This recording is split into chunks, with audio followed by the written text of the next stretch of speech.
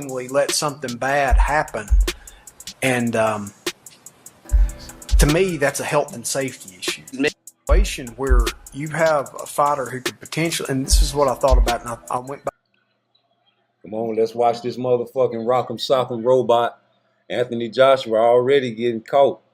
Dubois coming out strong. Let's go. You know I got Dubois. Dubois supposed to be the champion.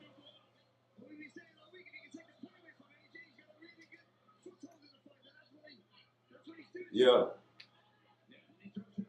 Dubois ain't nothing but a jab down the middle with the right hand. I mean, not Dubois, Anthony Joshua. That's all he is. Jab, go down the middle. Dubois finna beat this boy. You gotta knock Dubois out. Good jab by Dubois. Y'all thought I wasn't going live, please. Heavyweight. I'm here. Let's go, Dubois.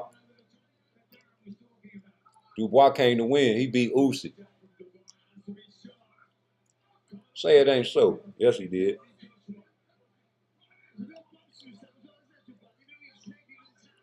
Come on now.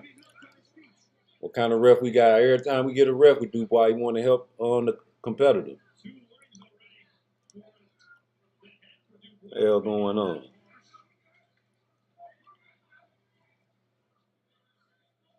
I'm tired of this shit. Let's go, Dubois. Uh-oh.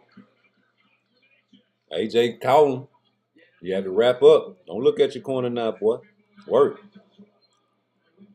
Dubois caught his ass. Damn, boy, I told you. What I told you, nigga. Drop Anthony Joshua, nigga. Stop playing with me. Y'all motherfucking hit my like button and my subscribe. Straight up. Yeah, you saved by the bell. You want to stick your tongue out at motherfucking Dubois. Hit my like and my subscribe. I've been typing in all you niggas chats telling you mother lovers that Dubois gonna pop this shit, nigga. Huh? Work with me. Don't work against me. Work with me. You don't want to work with me. That's cool. Dubois, 100. Yeah, Dubois. He beat Usyk. Say he didn't beat Usyk. He didn't, but he beat Usyk. Yaga! Woo! Right on his button, too. Drop this motherfucking ass, nigga. Stop playing with Dubois, man. All y'all motherfucking bandwagon riding ass, always picking the A-side ass niggas. Get out of here, man. I knew it, dog. I told you, man. That man beat Usyk. He's supposed to have fought Tyson Fury. Let's go, right? Let's go. Let's see what Joshua would do. AJ straight up and down. He finna get knocked out, y'all. He finna get knocked out, nigga. Uh-oh. Uh-oh. Uh-oh. Uh-oh. Bye-bye. Bye-bye. Bye-bye. Bye-bye, daddy. Bye-bye, daddy. Bye-bye. It's over with, nigga. You know, can't... Man, get this bum out of here. Y'all talking that shit about we can make the Deontay Wilder fight now. Yeah.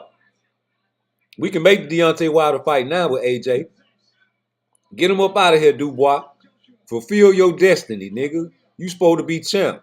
Straight up. He's supposed to be champ, homie. Fulfill your destiny, Dubois. Keep going. Don't stop. Yeah, that's what I like. You know, I love this type of shit. Stop playing with me. Let's go, Dubois. Stalking that boy. Hurt that boy. Man, listen.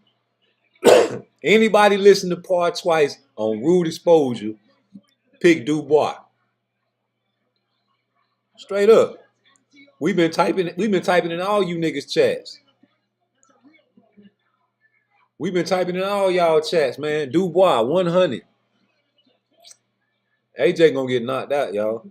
Watch. He gonna have to knock Dubois out. And I don't think he got it. Yeah, nigga. Let's go, Dubois. Don't bounce around now on AJ. Yeah. Yeah, y'all talking about AJ was gonna beat Dubois, man.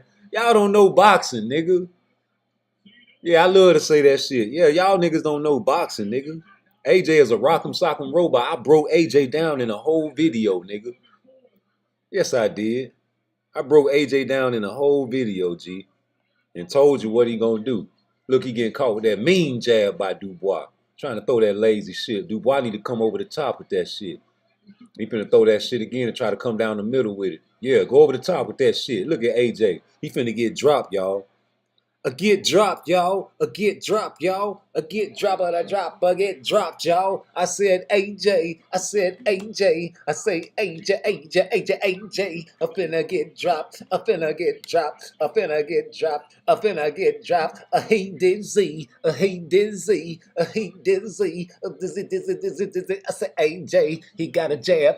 Caught that jab and he happy that the round is over. Oh, AJ. You about to drizz up. You about to drizz up. You're in trouble. Turkey, turkey, trouble. Turkey, turkey, trouble. Turkey, turkey, out of she can't save you, nigga. Talking about Deontay Wilder. Ooh. Talking about Deontay Wilder. Ooh. Talking about Deontay Wilder. Ooh. Fool. Now we get to talk about you. Talking about Deontay Wilder. Ooh. Talking about Deontay Wilder. Cool. Talking about Deontay Wilder. You. Now we get to talk about you. Fool.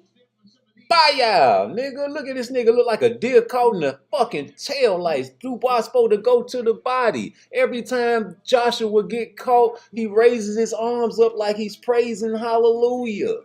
Go to the body. Right underneath the ribs, Dubois. Pull a fucking Usyk tonight. Hit him in the belt line. He's gonna drop it. Let's go round 3. What you got for me? Dubois on his motherfucking A game, and I love it. I wasn't even gonna go live, man. I was like, you know what, man? Fuck, I'm finna watch my shit in peace. Look at the turkey Al-Sheet flipping his motherfucking hood. He flipping his motherfucking wig, boy. Dubois, don't let him catch you with that motherfucking power, nigga. He trying to go over the top and get him a knockout, homie. You should know this. I know your corner told you. How many of y'all gonna start fucking with PARTTWICE after this motherfucking live stream, man? Y'all just go back and watch my old videos. Why don't you go back and pay attention to me in the chat, champ side? Why don't you pay attention to me in the chat and respond back to me? I stopped watching you because you don't ever respond back to me. I like your channel, but goddamn, nigga, I respond back.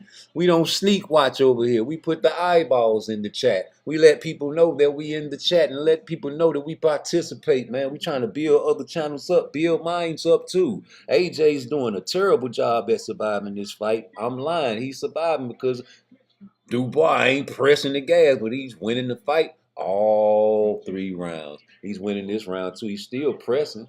Look at Dubois.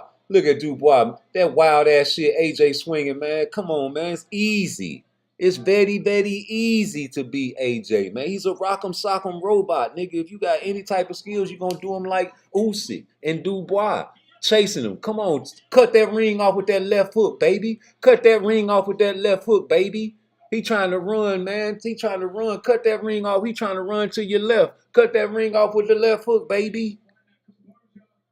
Cut that motherfucking ring off. Teach Tank how to fight. AJ say Shakur his favorite fighter because he's a great boxer. You need to learn how to box, nigga. Uh-oh, he trying to catch AJ. He trying to catch Dubois coming in. Dubois getting a little too comfortable. Watch out now. We finna pop this AJ shit. I need you to motherfucking pop this AJ shit. Be careful. He still got power now.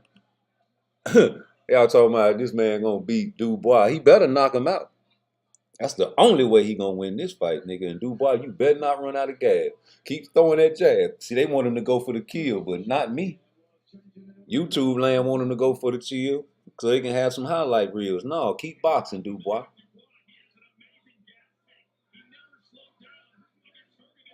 You heard him? He got an amazing gas tank, man. He fixed all his elements, man. Let's go. Put that hand up there. Put that defense up there. You know this nigga trying to wing him.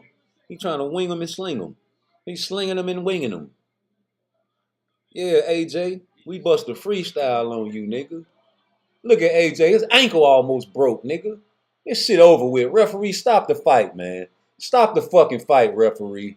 Get him out of here, man. We're going to have a great fucking show. The bell saved him again. Look at motherfucking Tyson Fury. Look at Tyson Fury in the crowd. He can't even get up. The motherfucking referee still counting. That's not fair. Yeah, man. Come on, man. Referee, stop the fight, man. It's over with. Okay, we're going to give him one more round to get beat up. Cool. I told y'all niggas, man, subscribe to Rude Exposure, nigga. Part twice, never nice, nigga. We talking about Usyk and Daniel Dubois. Come on, man. Every time, nigga, come on. Dubois, nigga. Y'all talk that shit. We ready for it. We ready for Tyson Fury. We ready for all that shit, nigga. We want Tyson Fury next. Or either Usyk. Usyk, we want the rematch. Fuck Tyson Fury. We want the rematch, Usyk. Yeah, we can let AJ fight Deontay Wilder now. You can let AJ fight Deontay Wilder now. Man, that's what you should do. Man, go on let Deontay Wilder fight AJ, man. This can still happen. Look at this. Go on and get him up out of there, Dubois. What I told you, nigga, subscribe to Rude Exposure. Nigga, I done went in all you niggas chats, told y'all Dubois finna pop this shit, drop this shit. Man, I told you, I broke the whole fight down. I told you AJ is a rock'em sock'em robot. He gonna throw that fucking jab a couple times and try to go down the middle and catch you with the big right hand, man. Look, he's out of there. The fight's over.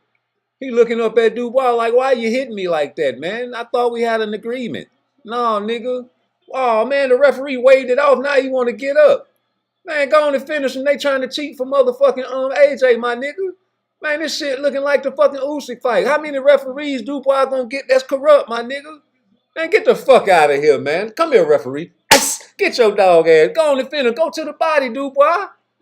Man, ain't nobody motherfucking calling these fights like Part Twice, nigga. Hit the like button for me. Go to the body, Dubois. Go on and get him up out of there. Get the fuck out of here, man. Y'all talking about some AJ. Apple Jacks, nigga. Fuck out of here, nigga. That's Apple Jacks. Come on, Dubois. Pace yourself. You got this boy in Twilight Zone, nigga. Stop it, I say. Huh? We finna fucking hashtag this shit. Fuck that. We hashtagging this shit, nigga. That fucking referee out the fucking way, nigga. Hurt that boy. Get down, young man. Huh? Let go my ass. Get down, young man. Everything Dubois, nigga. Left hook like Ryan Garcia. Left hook like Ryan Garcia. Left hook like Ryan Garcia again. Left hook to the body then. Ooh, he breathing deep, nigga. He breathing deep. Tell me he ain't breathing deep. He looking worried and wearied. I told y'all niggas, I be going all in y'all mother lovers chats. I be going all in y'all chats every day talking about Dubois this, Dubois that. I say, man, AJ is a rock'em sock'em robot. Y'all said no. Y'all don't believe me because y'all's the experts' opinions, huh? Y'all got the boxers in your channels, huh? You niggas don't know boxing, man. We told you Dubois was like that and he got robbed by Usyk. Nigga, you want me to play the video? I know you see me on the videos. I be tagging some of you big YouTube channels, nigga. I know you see my videos, so you sneak watching me now without hitting my like button. I ain't seen it jump yet. I'm one of the best YouTube channels in the whole entire world. I ain't got a goddamn like yet. So fuck you and feed your fish. I got some grease in the kitchen. I'm about to cook after the fight. You Negroes. And I know you hate me because I'm gonna turn to Uncle Roosevelt today, nigga. Tired of this shit. I'm turning into Uncle Roosevelt after this fight, nigga. You better believe it. You might as well go and get your popcorn and go and get your Haney Pack ready. Yeah. AJ got brain damage, nigga. Fuck what you talking about. Yes, the fuck you do. Let me hear what the corner got to say right quick.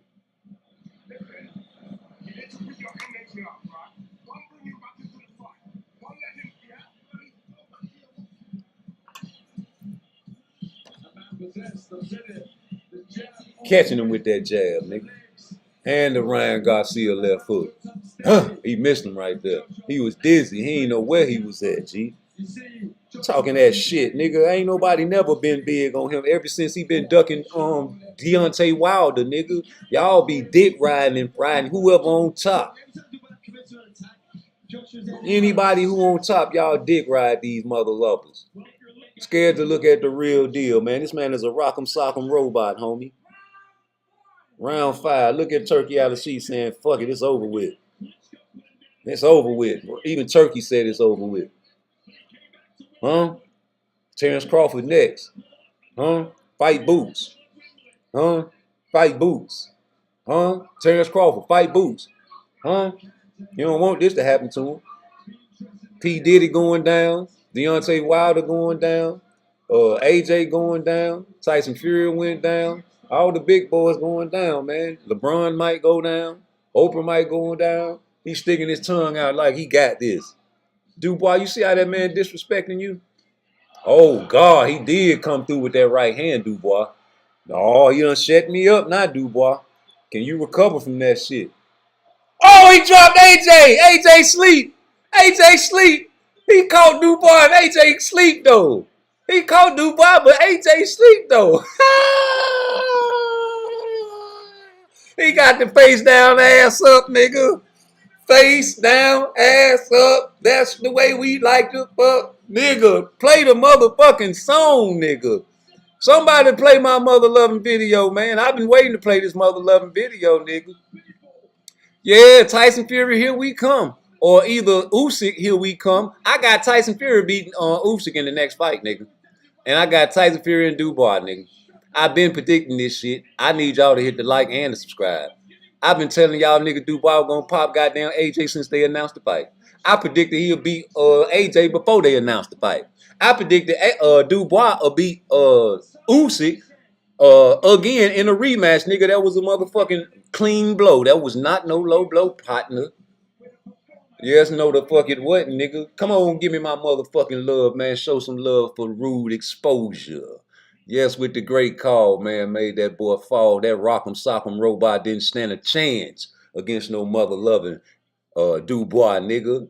Straight from the motherfucking motherland, nigga. He from Jamaica, for real, for real. From all the way to the UK, baby. You see what time it is. AJ knew he was over with. That's why he was sticking his tongue out trying to make fun. Trying to put on a good show, and I appreciate that. You went out on your shield, and you tried to hurt that boy, and you caught him. Yes, the fuck you did. You caught him with a decent one. But it wasn't enough. No, the fuck it wasn't, man. And, oh, man, I just can't believe this shit, man. This shit is crazy. Hold on, let me go back up here. I ain't want to go there. All right. Let me find this motherfucking video, man. This is what I keep telling y'all, man.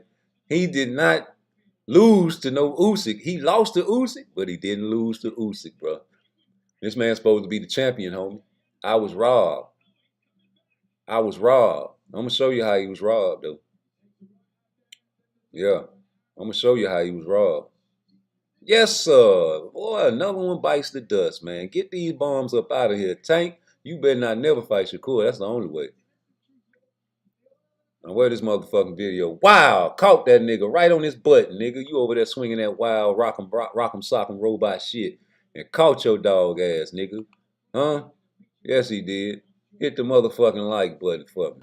Mira, yo a María Félix, lo único que tengo que decir es que fue la mujer más bella que existió en México, la que nos representó en todo el mundo, la que nos llevó, que nos dio a conocer a todos los mexicanos por su belleza, por su inteligencia, porque era una mujer muy inteligente y muy bella. 2-1, which is what he came in at again. There's a body shot. Is that low? Well, the referee signals timeout. That was a low blow from Daniel Dubois, right on the borderline, and Usyk really felt that, as you can see. That's took the wind completely out of him. Yeah, we might as well.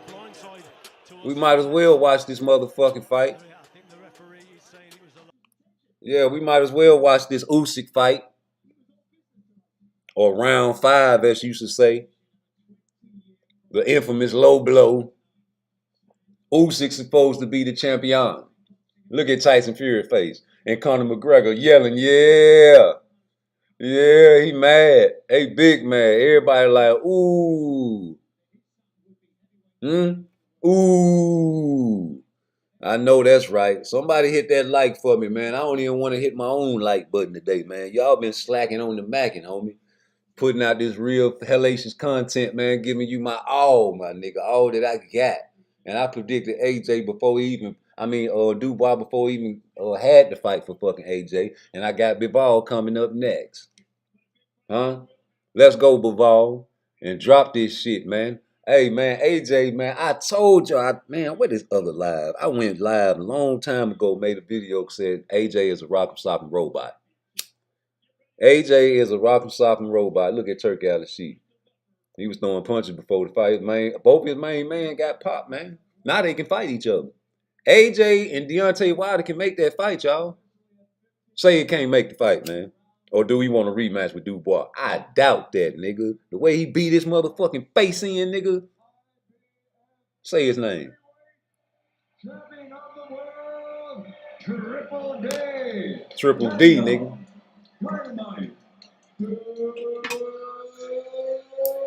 Can't even look him in his eyes. Huh? Can't even look that man in his eyes. Hit my like button for the prediction a month ago, man. Knew this shit was gonna get knocked out. Boy, that boy rock'em sock'em robot, nigga. You're a basic. You got beat by Ruiz. Andy Ruiz. Let me see what Dubois got to say, though. Many have questioned whether or not you are a legit world champion, right? They'll question about this IBF belt you have. I think you answered all those questions tonight. We want Usyk. A few things to say, man. You know, are you not entertained? Yes, nigga, we entertained, nigga. That's my father. That's my fighter. I know you're a man of few words and been fucking with Usyk, on Dubois. But I want to say a lot more now because this is an incredible moment. Your younger brother's here with you. Not many people predicted that. I think with what you've done in the last you're right, not many. Jarrell Miller, now Anthony Joshua, you're 100% the fighter of the year. Congratulations. Thank you very much. You know, let's go. Long journey. I'm grateful to be in this position. God bless. God bless. It seemed to be a bit of a firefight towards the end there. AJ looked like he had you hurt. He did, but he covered. Shot as well. Was it a case of let's just have a fight? Forget a boxing match, let's just have a fight? No, I'm a gladiator. You know, I'm just a warrior to the end. That's right. And I'm just ready to go. You know, I want to go to the top level of this game. Right. My full potential. God bless you all. Whoa. What has been the big change, Daniel? Again, this has been 4-4-4-4-4. You got a new kid with Don Charles. But what's been the big change with you? This big turnaround in performances. Again, Hergovich, Jarrell Miller, now a former... That robbery changed them, nigga. Anthony Joshua. What's been the turnaround? Just, you know, behind the scenes, the work with my dad, you know, all my family and, you know, my strong team here, they've helped me get through this. So, God bless you all, man. That's right. Do you prefer to be the underdog? You've been the underdog in your last 3 fights. Not many people in the 96,000 that were here picked you to win. Does that give you that drive because people are picking it against you? You know, I've just been on a roller coaster ride, and this is my time. It's my redemption story, and you know, I'm not going to stop until I reach my full potential. Okay. Don't go anywhere, Daniel. Frank, I mean, you've had some special nights, Frank, as a promoter. Me and you spoke all week, and I said, would this be your biggest night? Just because of the magnitude and who it was against. What's your answer now, Frank? Well, the magnitude, it was phenomenal, and it was a phenomenal fight. And I've always felt it would be a Hagler-Hearns situation, and that's what it was. 2 guys give everything. It takes 2 people to make a fight like that. A great champion and AJ. AJ absolutely contributed, showed his heart right to the end, but it was just a brilliant, brilliant fight. And obviously I'm pleased because my man won and I've had faith in him from the beginning. I always felt he would do it, and he's done it. So many have questioned Daniel's mental strength over the years, right? That fight against Joe Joyce, the fight against Alexander Usyk. He's shown so much mental fortitude in the last 12 months. You backed him in that time as well. What's it been? Why the turnaround? It's not a turnaround. It was there. He was a young man. He had double fractures of his eye. He couldn't fight. That was it. He couldn't fight on against Joe Joyce. That's the end of it. And it was what it was. And he's come back from that. And Alexander Usyk was, you know, considered to be at the moment the best heavyweight in the world. And he gave him at that time his toughest fight. There's no doubt about that. Man, he won that fight, I'd man. like to see him fight him now. But obviously he's got to fight Tyson first, and I think Tyson will take him scalp. But it's he's done brilliantly, and it's at his age now. Everybody here see a champion's performance tonight. Two great fighters in the ring and a champion's performance. And he's done everything that's been asked of him. Killed AJ, nigga. That's AJ over there burning, y'all. AJ caught him with a shot over there. I've got to be honest. I was worried. Bodied that nigga. They smoking his ass. But, he caught him with a counter, and that's what it was. But what a fabulous, fantastic fight by both the guys. Final one from you, Frank. There's always a plan, right? There's always a what next question. I'm going to ask that next. If AJ won, there's a lot of talk about an undisputed. Now that your boy Daniel's won, what next for Daniel? Well, we're going to sit down and think about it, see the outcome of the fight on the 21st of December at the Riyadh season show, and then we'll make some decisions. But he'll want to be busy. He may want to be out game before Christmas. We'll see. But whatever happens, we'll keep him busy. He's a young man, and he's at the top of his game. And I think there's more to come, by the way. I shouldn't say he's at the top of his game. He's at the top of his game tonight, but I think he'll improve as a fighter on the strength of these last few results. Thank you very much, Frank. Thank you. AJ, let's have a few words. Let's talk to AJ. This nigga crazy, y'all. We knew that this was going to be a tough fight, right? Regardless of what the bookies said and what the casual boxing fans said, it was always going to be a tough fight. It's going to be classic. What went wrong there tonight? The opponent, but credit to him and his team. We rolled the dice at success and we come up short. But I want to say, everyone in Wembley, I appreciate you coming out this evening. I'm pissed. I'm ready to kick off in the ring. I'm going to keep my cool and keep very professional and give the respect to my opponent. Okay. We've seen you come back from defeats before, right? To win titles before. We've seen you rebuild before as well. I know it's a tough question to ask after that type of fight, but we are going to see another rebuild, aren't we, AJ? Yeah, I think, you know what it is, before I came here, I'm always saying to myself, I'm a fighter for life. We rolled the dice at success and we came up short, and we roll it again, and you know what I mean? We keep rolling the dice. Was it mistakes in there tonight, or was Daniel Dubois just too better, sharp, too fast? If I'm honest, it's a bit of a mix. I had a sharp opponent, a fast opponent, and secondly, a lot of mistakes from my end. But that's the game. As pissed off as I am, it is what it is. See, I like that. As you say, you rolled the dice. Your numbers didn't come up today, but I'm sure they're going to come up in the future. Congratulations on a good performance. That was a fight. Fight Deontay. Very quickly. Eddie, I know, obviously, very, very disappointed. It turned into a fight Deontay, right? nigga. People said this could be a Hagler-Hearns type fight, and when you fight like that, you just never know. Both of them throwing heavy, heavy shots, and one of them was going to land, and unfortunately for your man, it was Daniel that landed more. Well, it was the first round. You know, it was a huge right hand that AJ shipped in the first round. Fight Deontay. And after that, he was fighting on heart and desire. I'm so proud of him because he never gave up. His legs were deceiving him, and he just kept on trying. And at the end of the fourth round, he hurt Daniel Dubois. And in the fifth round, he really hurt Daniel Dubois. And then he got greedy and walked straight onto a right hand, and that's all she wrote. You know, when you're in there with murder, a she puncher, wrote. this is what can happen. But, you know, AJ never gave up. He never stopped trying to get up, even when he couldn't get up. And I think a massive, massive congratulations to Daniel Dubois because people doubted him. And, you know, he was the champion, but really the B-side coming into the fight.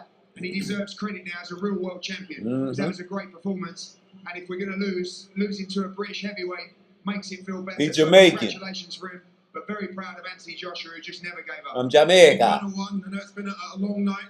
I asked AJ about the rebuild. Shout out to my He Caribbeans. seemed very confident that he will be back. You've always been part of that rebuild as well. You know how difficult it is. We are going to see AJ again in the ring, aren't we? Yeah, I'm sure he'll exercise that rematch clause. I mean, I think that's a given. But he'll need a rest. And it's a dangerous fight. This guy's growing in confidence all the time. But he'll believe he can hurt Dubois. He'll believe he can beat him. But full credit to Daniel Dubois. He deserves all the credit tonight. It was a great performance from Daniel. Daniel, final one from you, the champion. If you can name one name, Daniel, as to who you would want to fight next, and he said potentially a rematch, who would you want to fight next? One name. You know, all the best. Maybe Usyk. A big shot at the, you know. That's my nigga. So anyone can get it, you know. That's my nigga. God bless you as well. Congratulations, Daniel. See, that's how you supposed to do it.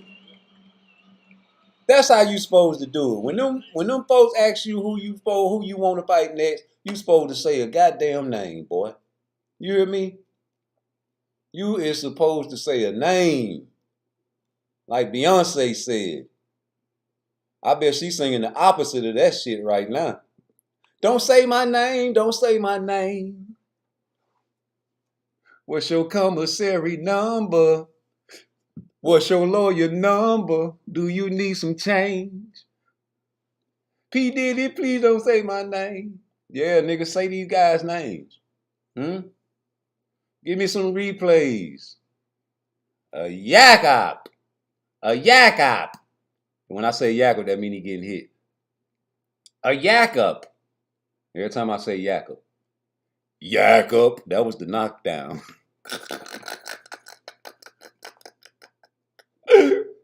Uh-oh, here come another yak-up. Yak-up. That was the same one, so it's the same tone. Yes, all these are yak-ups. Yak-up. That was a power jab, yak-up.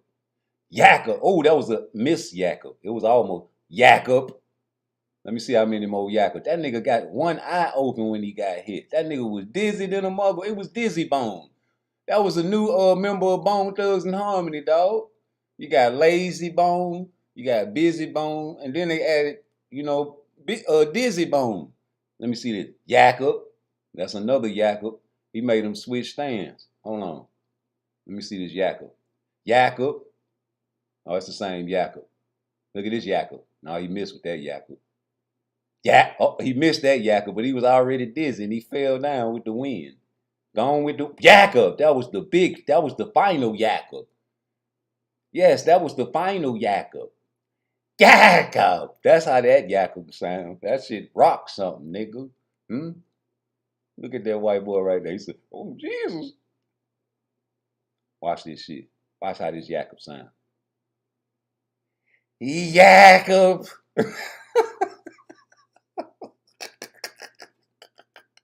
That nigga fell asleep on the ropes. Hey, look. Face down, ass up. That's the way we like to say face down, ass up. You talking about Devin. Jesus. Boy, I salute Anthony Joshua for going out on his shield. He pulled the boo-boo. He pulled the boo-boo Andrade. And whenever somebody pulls a boo-boo Andrade, I have to give them respect. So I ain't going to make no more videos about you, Anthony Joshua. But while I'm on this live, I'm just going to make fun of you.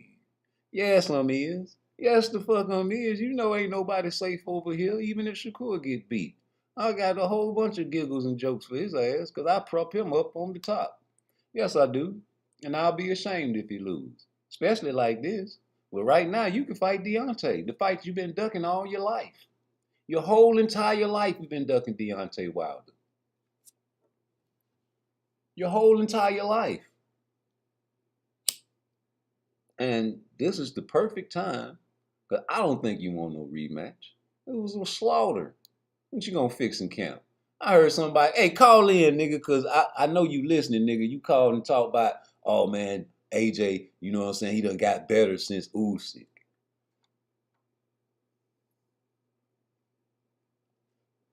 Yes, you did.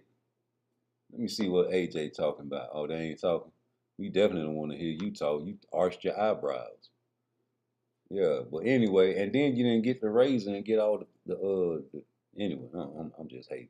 But no, man, you see this fight right here, man. That was a victory for Dubois. He's supposed to be the champion already.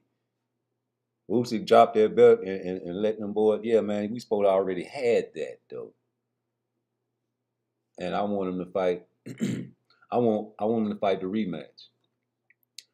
I want him to fight the rematch, but I feel like Tyson Fury gonna win the rematch against Usyk.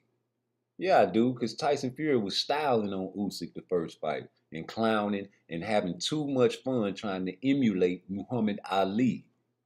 God bless the dead. You shouldn't have did that. And then, wait, there's more. Like my boy Blue Blood say, Well, they say Blue Blood got that from Marty the Manager though. So like my boy Marty the Manager say, wait, there's more. Oh yes, there is. Hold on, let me put this image back up. I want to have this shit. You know, I gotta keep my shit right. But look at this cheater. You want crucifix? Yes. Yes, give me. Give me crucifix. Now, people been praying the same way for over centuries. I've never seen someone stuff something in somebody's mouth and he puckers up and inhales and pray like that. But since that's new ways of doing things, I can't say that, you know, he inhaled anything. I just know after this round, I mean, after he got up out of that chair, that stool, he went in there and cracked Tyson Fury with all that silly fake Muhammad Ali talk. Trying to put your hands all up in the air, putting your hands all behind your back, putting your hands all on both of the ropes, trying to stick your tongue out and talk to the crowd. Yeah, you treated him like he was an amateur that night. And it was funny until he prayed. He did pray. He was praying right there. Y'all hating on Usyk. He's better than Ali. Shut the fuck up. I slapped myself. That's what y'all said. It don't even sound right coming out of my mouth. He was praying. And I believe him. Yes, I do.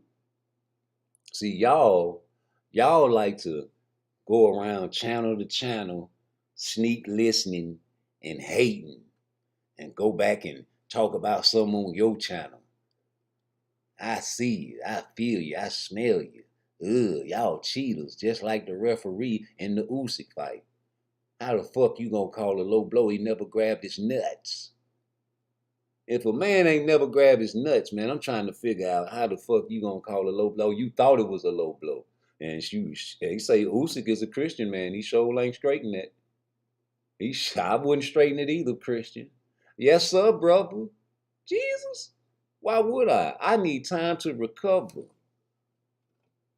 I need time to recover.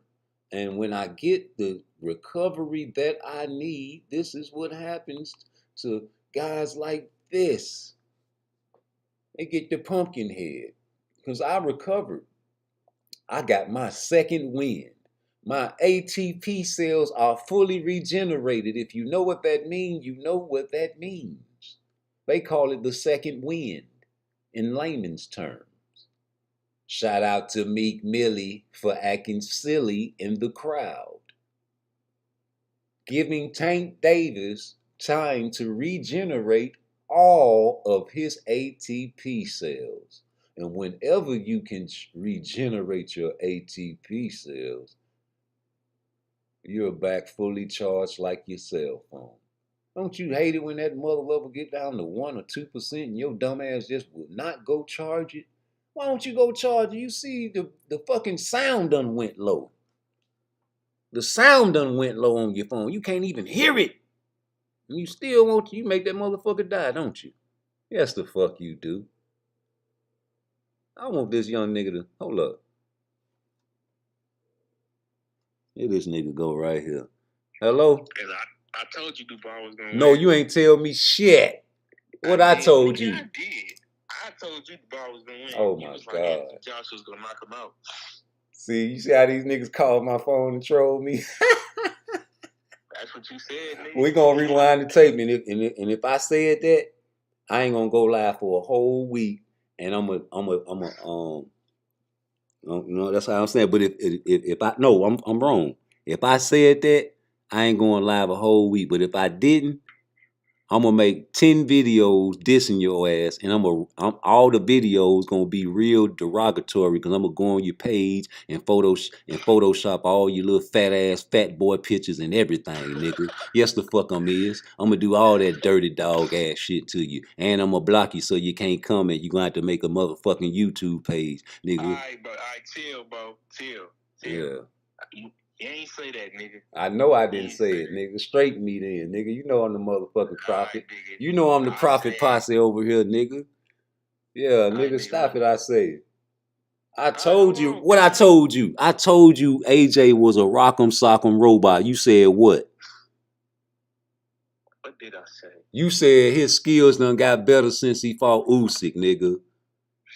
Oh yeah, I said something like that. I think Yeah. I told you, man, that nigga gonna rock'em sock'em robot. He's predictable.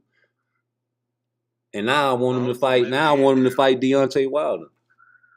That's a terrible fight. Who? That's terrible fight. AJ and Deontay? Mm-hmm. Why? They both fell off. I'm not gonna lie, Deontay, he might beat him. Mm-hmm. Both of them going right down the middle with that goddamn right hand. It's gonna be a right hand fest, nigga. And I think Deontay right hand gonna clank his ass first. Hell yeah, it is. All he gotta do is get rid of Malik. And go to who? Nigga, go to Floyd. Go to Floyd. What Floyd said when he tried to get him in, and teach him some shit. I don't know. You don't remember Floyd tried to coach him after he let go of his trainer after the second Fury fight? I remember him saying something about like he had helped Deontay. Yeah. He wanted to help him. And Deontay was like, fuck him. You know what I'm saying? Basically. I'm gonna go with the nigga I beat up. You can go to anybody. You could have went to motherfucking the nigga AJ was with. And he left him. Derek James, nigga. You can go to Bozy. You can go to all these black people, man. There's a lot of black people. You can go down there and get with Robert Garcia. You can get with anybody than the motherfucker that you beat up. What about Wale Moses? Anybody, nigga. You can get anybody. You can go to Terrence Crawford trainer. You can go to get motherfucking Bomac. You can go to anybody other than motherfucking a nigga you beat up, G. And this nigga got you dancing in camp and shit. Nigga got you doing all kind of hoochie coochie dance and shit. Looking all fruity and shit, man. He should have never went to motherfucking, what's that nigga name? Malik Scott? Malik, yeah. Get out of here, man. That nigga, yo, you beat him up, homie. And see, I told you the other night, man, Deontay one of them type of niggas from down south, man. You show him some loyalty, any type of love, he gonna, you know what I'm saying, 100% fuck with you, dog. He a good nigga. And then he done been, yeah, that nigga, yeah, nigga. I can tell he one of them type of niggas. He fuck with his people. But, nigga, he brain damaged, nigga. He don't think straight. That's why these boys got handlers. Man, AJ got his ass beat from round one. You ain't see that shit?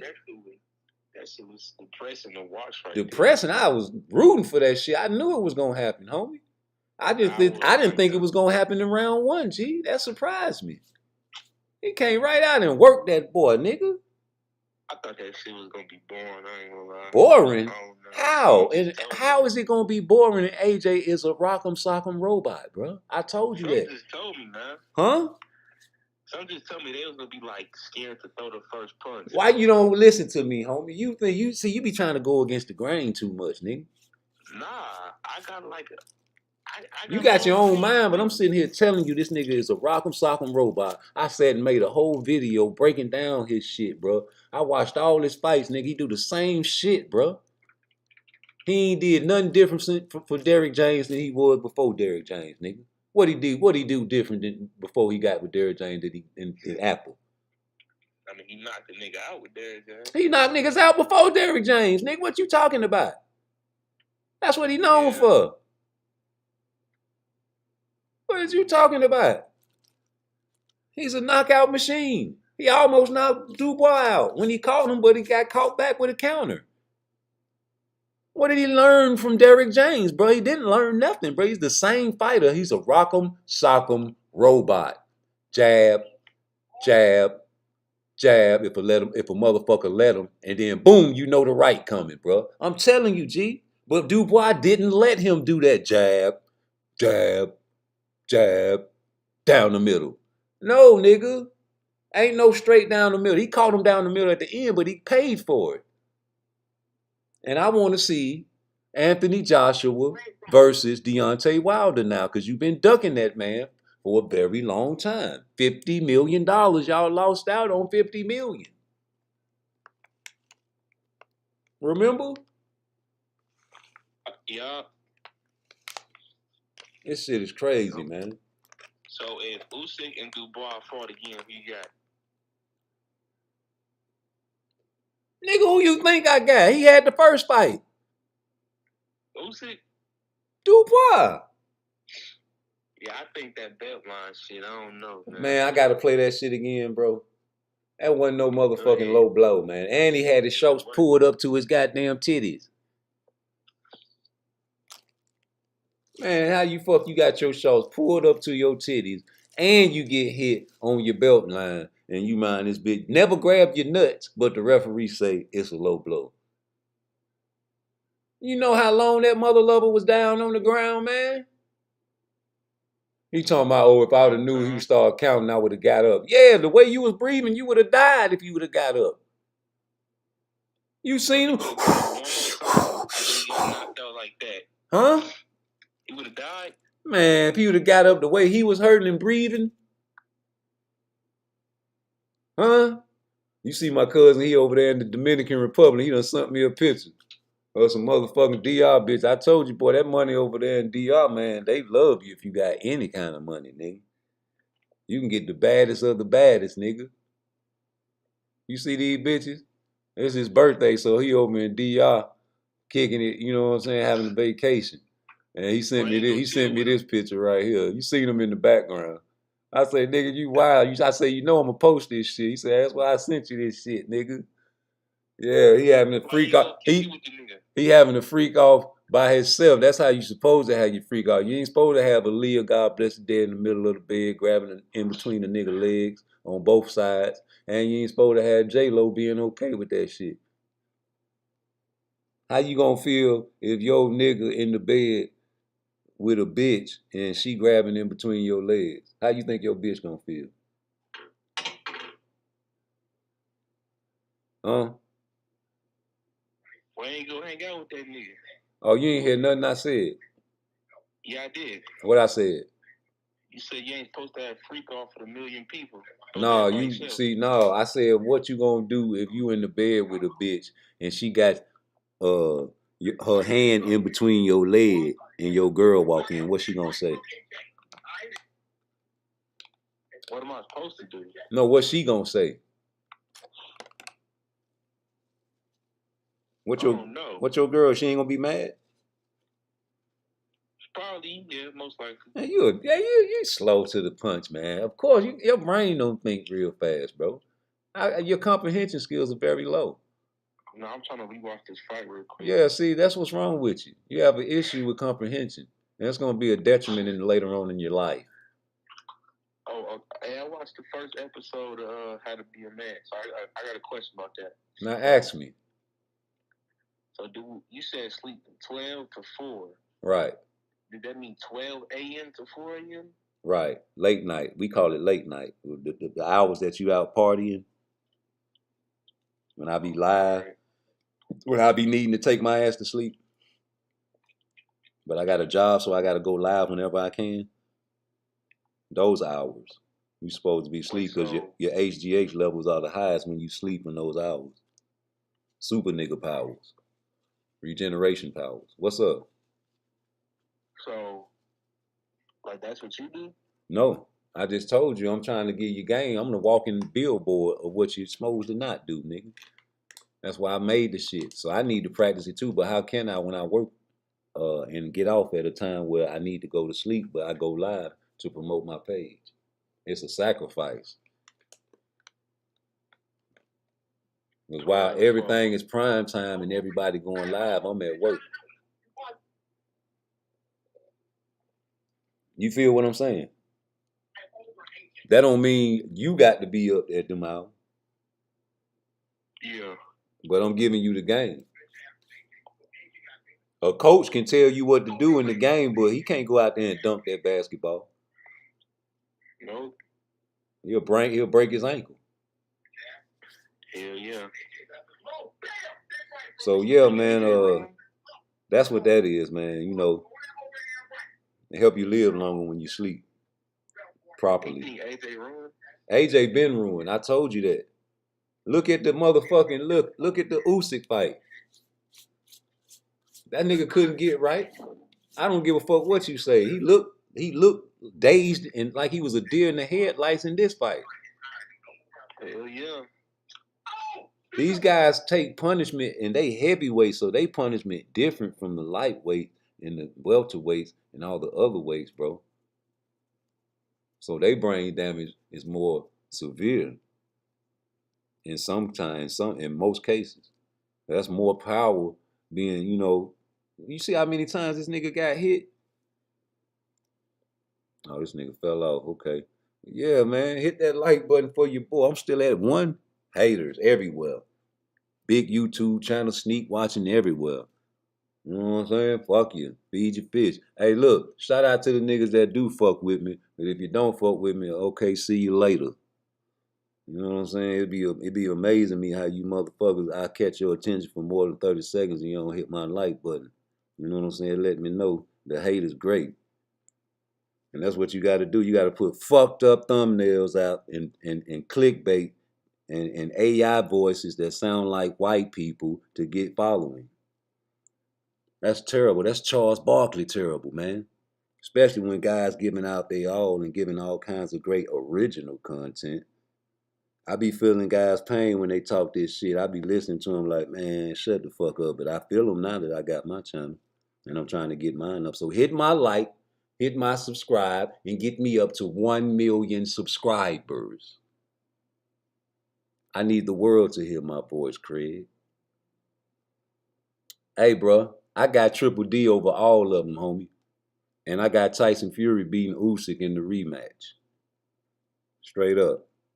I want to see that Anthony Joshua, Deontay Wilder fight now.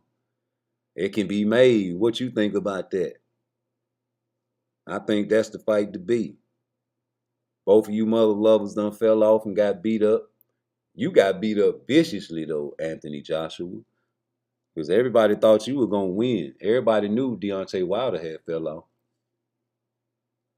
So your shit is a different optic. Can you agree? You guys know what optic means. You know what I mean. That's a different visual. You know what I mean? Hey, man, who's next for AJ, though? It got to be somebody. If you want to make some money, it got to be AJ. It got to be Deontay, man. I'm pretty sure Deontay would want to fight that boy. He's a warrior. He can't help himself. He still want to, die in the ring. He said he wanted a body one time. And I was like, you don't want no body, Deontay Wilder, bro. Niggas be saying they want bodies and they don't really want that shit, G. That's terrible. That's against God. You don't even know how. See, I can see young niggas feeling like that now because they got a video game state of mind, man. Listen, man, the girl was saying some real shit, man. They got these games. And matter of fact, it was Jaguar. She was like, they got these video games and they putting where you can commit homicide. You got about 80 million bodies on the video game. How you feel like a kid don't want to try it out for real? Eventually. Because it ain't nothing to see a homicide on Twitter if you a child. That ain't nothing. This shit desensitized. You see porn. Bitches, no, man, please. I know what all you got, bitch, by your outfit. I know what if you got a fat pussy or you got a little bitty pussy. If it's a big pussy, you probably got hair down there. It's something fat down there in your ass. I can see your whole ass. You ain't got no flat ass. You got a big old round ass. Is it fake? Is it real? Look real because it's jiggling. I can see your tattoos through the stretch pants. Yeah, you got pink panties on. And them niggas hate Shakur for being defensive. Look what happened to AJ. He should have been defensive, but I told you, AJ is just a rock'em sock'em robot. He can't help himself. He was going to get hit regardless, nigga. I told you that, though, but you ain't want to listen. And then you, like Bill Cosby say, you called into my show and said that AJ got better by working with Derrick James. And I said, how? What? What skills did he acquire? He still looks like a rock'em sock'em robot to me. And he got burned alive on TV. Murder. You think Wilder's done? And you don't think AJ's done? That'll be a good bounce back fight for AJ then. Them two big names, homie. What's up, Ben Israel? Huh? Tough Glove, what's the business? You know I've been waiting on you to come through the chat, baby. You understand me? You know I don't need no wrench, but I am a wrench, but I'm gonna wrench you up. Now when you see people on my channel that got wrenches, not all of them is friendly. I wrench up trolls too, cause I be seeing them on y'all pages and other pages trying to troll y'all. So I be needing to keep track of these punk ass bitches. So just know that everybody that got blue on there ain't blue. You hear me? But this one is a true blue. Yeah, man. Hey, man, I really think that AJ been washed up, though. Yeah, these trolls, man, but YouTube ain't shit without trolls. I already made a video about that. Certain channels, though. Certain channels need them. You know what I'm saying? And they make you know what I'm saying, step your game up. Yeah. But yo, man, this shit is crazy, G. Yeah. I'm talking about AJ is a rock'em sock'em robot. I said that on your channel, homie. I said that on your channel, homie. I said, man, AJ is a rock'em sock'em robot. He gonna, if you let him, he gonna throw that jab out there maybe 3 to 4 times, and you know he coming down the middle with the right. And you know he coming down the middle with the right, nigga. Look how Aaliyah got her hand in between Diddy leg and in between, what's your boy name, leg? And J-Lo right there, cool with it. Boy, my gal a motherfucker. Hey, bitch, what the fuck is wrong with you? Knowing my freak ass. And I'm gonna be rocked if motherfucker I'm in between Aaliyah and motherfucking J-Lo. I mean J-Ho. Shit. Shitting me. Yeah, fuck. You know what I'm saying? We got Terrence Crawford on the screen. The only fight Terrence Crawford really need to fight is Boots. And I know he don't want to fight him. I know Terrence like, fuck it, I need money. But ain't nobody taking you serious, homie, because you be a version of Earl Spence that people say flew out of a car. Face was swole up like her shit. That's her plastic surgery before and after. Got so much plastic surgery, man. Swole up like a China doll. Like a little Muppet baby. And that's why I bet you that's how Earl's face looked when he was fresh out the accident. I guarantee you, I can't prove it and I know it's true. So to come right out of a car accident like that to fight Danny Garcia, at the time, Danny Garcia wasn't like he is now. Don't disrespect Danny Garcia. Never seen him knocked down so recently. And he had to do a Roberto Duran, but that's cool, man. It's better to save your image and not go out like AJ. He did the stone cold face down. Ass up. That's the way we like to. No, nigga. No. Don't you do that to me, baby. But I respect AJ because he went out on his shield. Yes, he did. I respect Big Baby for going out on his shield against the African that smoked a pack of Newports before he fought him. Yes, I did. Yeah, I respect all the guys that go out on their shield. Even Devin Haney, he went out on his shield. Even though he didn't get dropped at the end and counted out. But yes, he kept getting back up and fighting, homie. All that disrespect for Devin Haney. All right, that's cool. The joke is over, homie. And now you got Tank over here coming back on Twitter. Twiddle D. But ain't talking about sending no fucking contract. And okay, Lamont Roach. Cool. Is you gonna fight at 130, brother?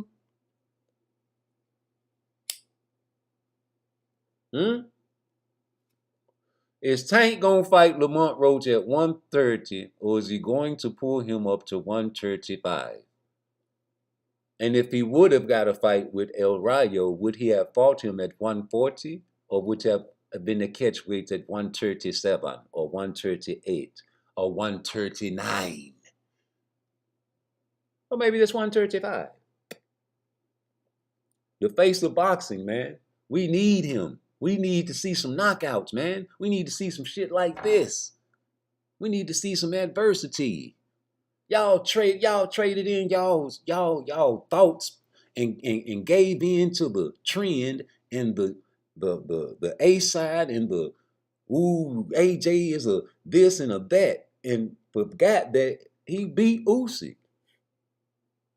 And I just remember all the time that elapsed. And for all the old head niggas, y'all remember the Mickey Mouse watches? I had one. Tick tock. Tick tock. Breathe, nigga. Breathe, nigga. Please breathe. Give him all the time and an extra minute. Please regenerate all of your ATP cells. I want you to act silly like Meek Millie. Somebody cause a distraction. I'm just playing. No, I'm not. It's 10% truth in all jokes. ATP is the fact of the matter. Physiology 101. Sprinters, when they run full speed, 40-yard dash, whatever the sprint is, they maximize their ATP cells. You can't run for that long, that fast, right? Marathon runners. Oh, they don't even tap into their ATP, do they? Because they take their time. They can breathe. They're slow, methodical, not raising their engine to the fullest. When the sprinters run the 40-yard dash, they have to recover. Then they can run another 40-yard dash. But they have to wait until their ATP cells are regenerated, aka the second wind. Say, funny thing about that, he had Dubois hurt and hands down and not protecting himself and got night-night. Yeah, he hurt Dubois with that shot down the middle, bro. And Dubois was being comfortable because he was hurting Anthony the whole entire fight. Catching him, dropping him, making him dizzy. Wait till the replays come out, G. You're going to see it. They're going to pause it and blow it up and make all types of memes. That man was doing leg ups. Shit, man, he was looking like he was looking for his looking under the bed for his wallet. Where that shit at? God damn it! Damn, baby, you see my wallet? Oh man, it's probably under the bed where you always lose it at. Oh god damn, I can't see it. Give me the flashlight. I can't see it down here.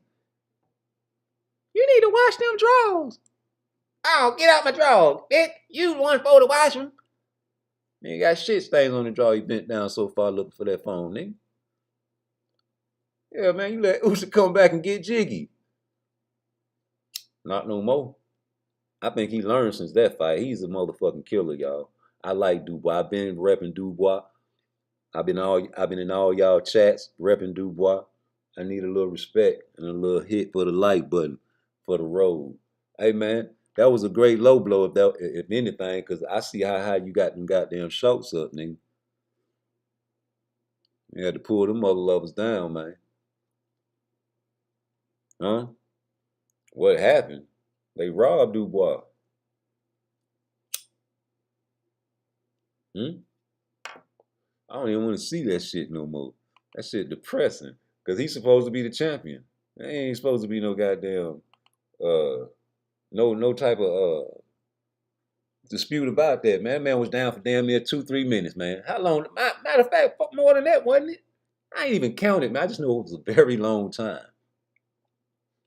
And people were booing. And he prayed and came out in the next round, I think it was the 8th, and was knocking the shit out of Tyson Fury. Y'all was praying and hoping and crossing your nuts the referee stopped the fight. But the fight was too big to do that. They talked to him before the fight. I bet you I can't prove it, and I know it's true. Just like they talked to Tony Weeks before that Rolly Romero fight and that Barroso fight. I can't prove it, but I know it's true. Ain't no fucking way in the world you gonna stop that fight with them missing ass, ghost ass punches he was hitting that man with. Oh yeah, and you was getting your ass whooped. Rolly Romero Benson tried, but he's an undefeated fighter when Tank fought him, wasn't he? Y'all love that stupid ass shit. Like to bring up stats that don't even really make sense to bring up. Floyd Mayweather said there's too many belts in boxing. I believe him. And that shit that he said is true. Because the sentiment rings true to other people. There's a lot of champions out there don't need no goddamn belts. You out here making up belts, emailing belts, texting belts, goddamn it, FedExing belts. Fuck that. Y'all printing belts up on your fucking cricket, making belt t-shirts, freedom belts. Frank Martin still a slave. Frank Martin still a slave. Tank won the freedom belt. They fought on Juneteenth on a black holiday that we were supposed to be free from slavery, but they didn't tell us about a year later. And Suleiman made a freedom belt with some chains and some black hands on it, and said, y'all niggas fight for your freedom on Juneteenth. And Tank knocked his ass out and won him a slave. Frank Martin still a slave. Frank Martin trying to get free. Frank Martin went to 140, brother. Who should he fight? I think Frank Martin should fight Rolly Romero.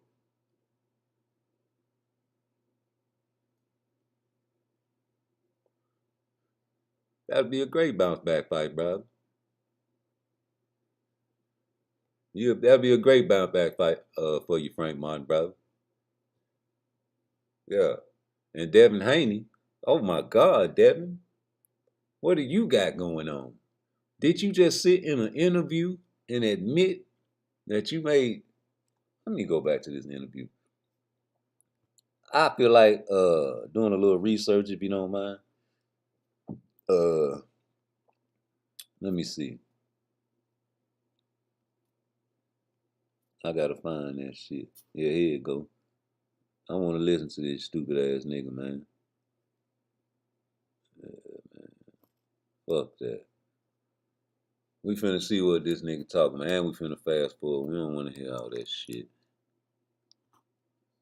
Taking time to be with my family, my loved ones, my, immediate, people, my small circle, and just going over everything, and just still analyzing, and just focusing on making my next move my best move. How is that for you though? Because you. Hold up, I see the comments already. I'm finna go to the transcript cause the comment. Let me go to this nigga comment. Mr. The Headlines 2 days ago said, Andre, you was beating around the bush, fam. You should have told Devin the same shit you said to Eddie, that you can't blame the PEDs for you losing because your performance was bad. Oh, yeah. I'm going to have to fast forward through some of this shit because I ain't trying to hear no whole hour worth of this nigga talking and beating around the bush. Yeah, and missing weight on purpose. You ain't say nothing about none of that shit.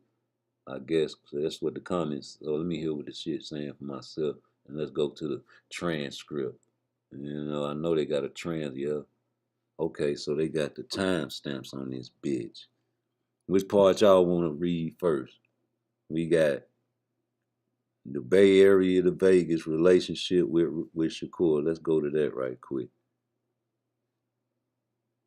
Let's see what he said. I want to see if you can answer for us, but it's well documented, man. Your ties to the Bay Area, and then you growing up in Las Vegas. What was life like for a young Devin Haney in Vegas, but being this young phenom, taking all these trips as an amateur fighter? When we went to Vegas, we went to Vegas for a better life. Coming out the Bay Area, it wasn't the best, especially for a young kid growing up. So we moved to Vegas for a better life, to see something different. And from a young age, I was always, focused. I knew what I wanted to do. I was playing football at a young age. Oh, really? 7, 8. Tackle? Yeah. No, I was a star football player on my team. Like that. We took on boxing, and just from a young age, I knew what I wanted to do. I knew that I was special, and I just knew that I had to, stay focused, and I was on the right path. Now, the fans don't know this, but it's a lot of names in boxing, right, that you came in contact with. Dudes you fought, Ryan is one of them. You came up with Shakur. You came up with a lot of different guys. How did the relationship with Shakur get built? Because if I'm not mistaken, he used to come to your house and spend time and stuff like that. Like, how did that go left? Me and Shakur been knowing each other since I was 12, 13. Spent a lot of time, came to my house numerous occasions. We traveled the world together on the Junior Olympic team. I don't know, man. Hold up. Hold up. Now, I done talked about this before now. Because I remember the video with Shakur talking to Bill Haney. And Bill Haney was saying the same thing Devin Haney was saying, bro. They used to live in the same house, used to travel the world together, you know, eat out the same place, shit in the same toilet. So you ain't gonna tell me. Because I know me. And I know niggas like me. And I feel like Shakur told that nigga like, yo, he been beating his ass all his life. You heard Devin's father. He's the big nigga. He's the big homie. We thought we was in there with Olympic Shakur, but first the guy was like this, then it's like, and then it's like, you know, anything you get off on Shakur and sparring. Anything. It's like having a good day, brother. I mean, the way the shit moving in the divisions, you know. What the fuck you mean by the way the shit moving in the divisions, though? How the shit moving in the division? Because you said after that, you going to party, brother.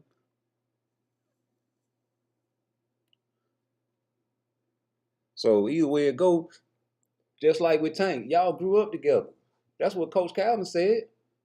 Y'all done had all these behind the scene conversations with each other. And I guarantee you, I know Shakur was like, yo, when we get a chance, man, to mix it up, nigga, you know, whoever on top, man, we gonna make it fair. I bet you, nigga. And when it came time for he can get in the same division with that nigga, he tried to get the fight because he undisputed. But you want to pimp on me? I forgot you said your daddy is a pimp. Oh, he claimed to be one. But you got pimped 2 times in Australia by the white boy. Because you wanted to get all the belts. Why? Because you couldn't get the Tank. You couldn't get the bag. That's the bag. Everybody wants to fight Tank. Everybody hates Tank. Some Chris Rock shit. But you couldn't get that because why? Floyd. What you told Floyd on that FaceTime after your son got beat by Ryan Garcia? You be blocking us. You blocking me. You need some help? No, you want a Tank fight. You still want it. You struggling and bumbling and crumbling and going to secret meetings with Victor just so you can drink that potion and make 140, brother. So you can stay close to Tank. You know you're supposed to be at 147. You know you're supposed to be at 147. You know you're supposed to be at 147. Maybe 154. I don't know. But you're a weight bully. And the commission said so. It's not no hate.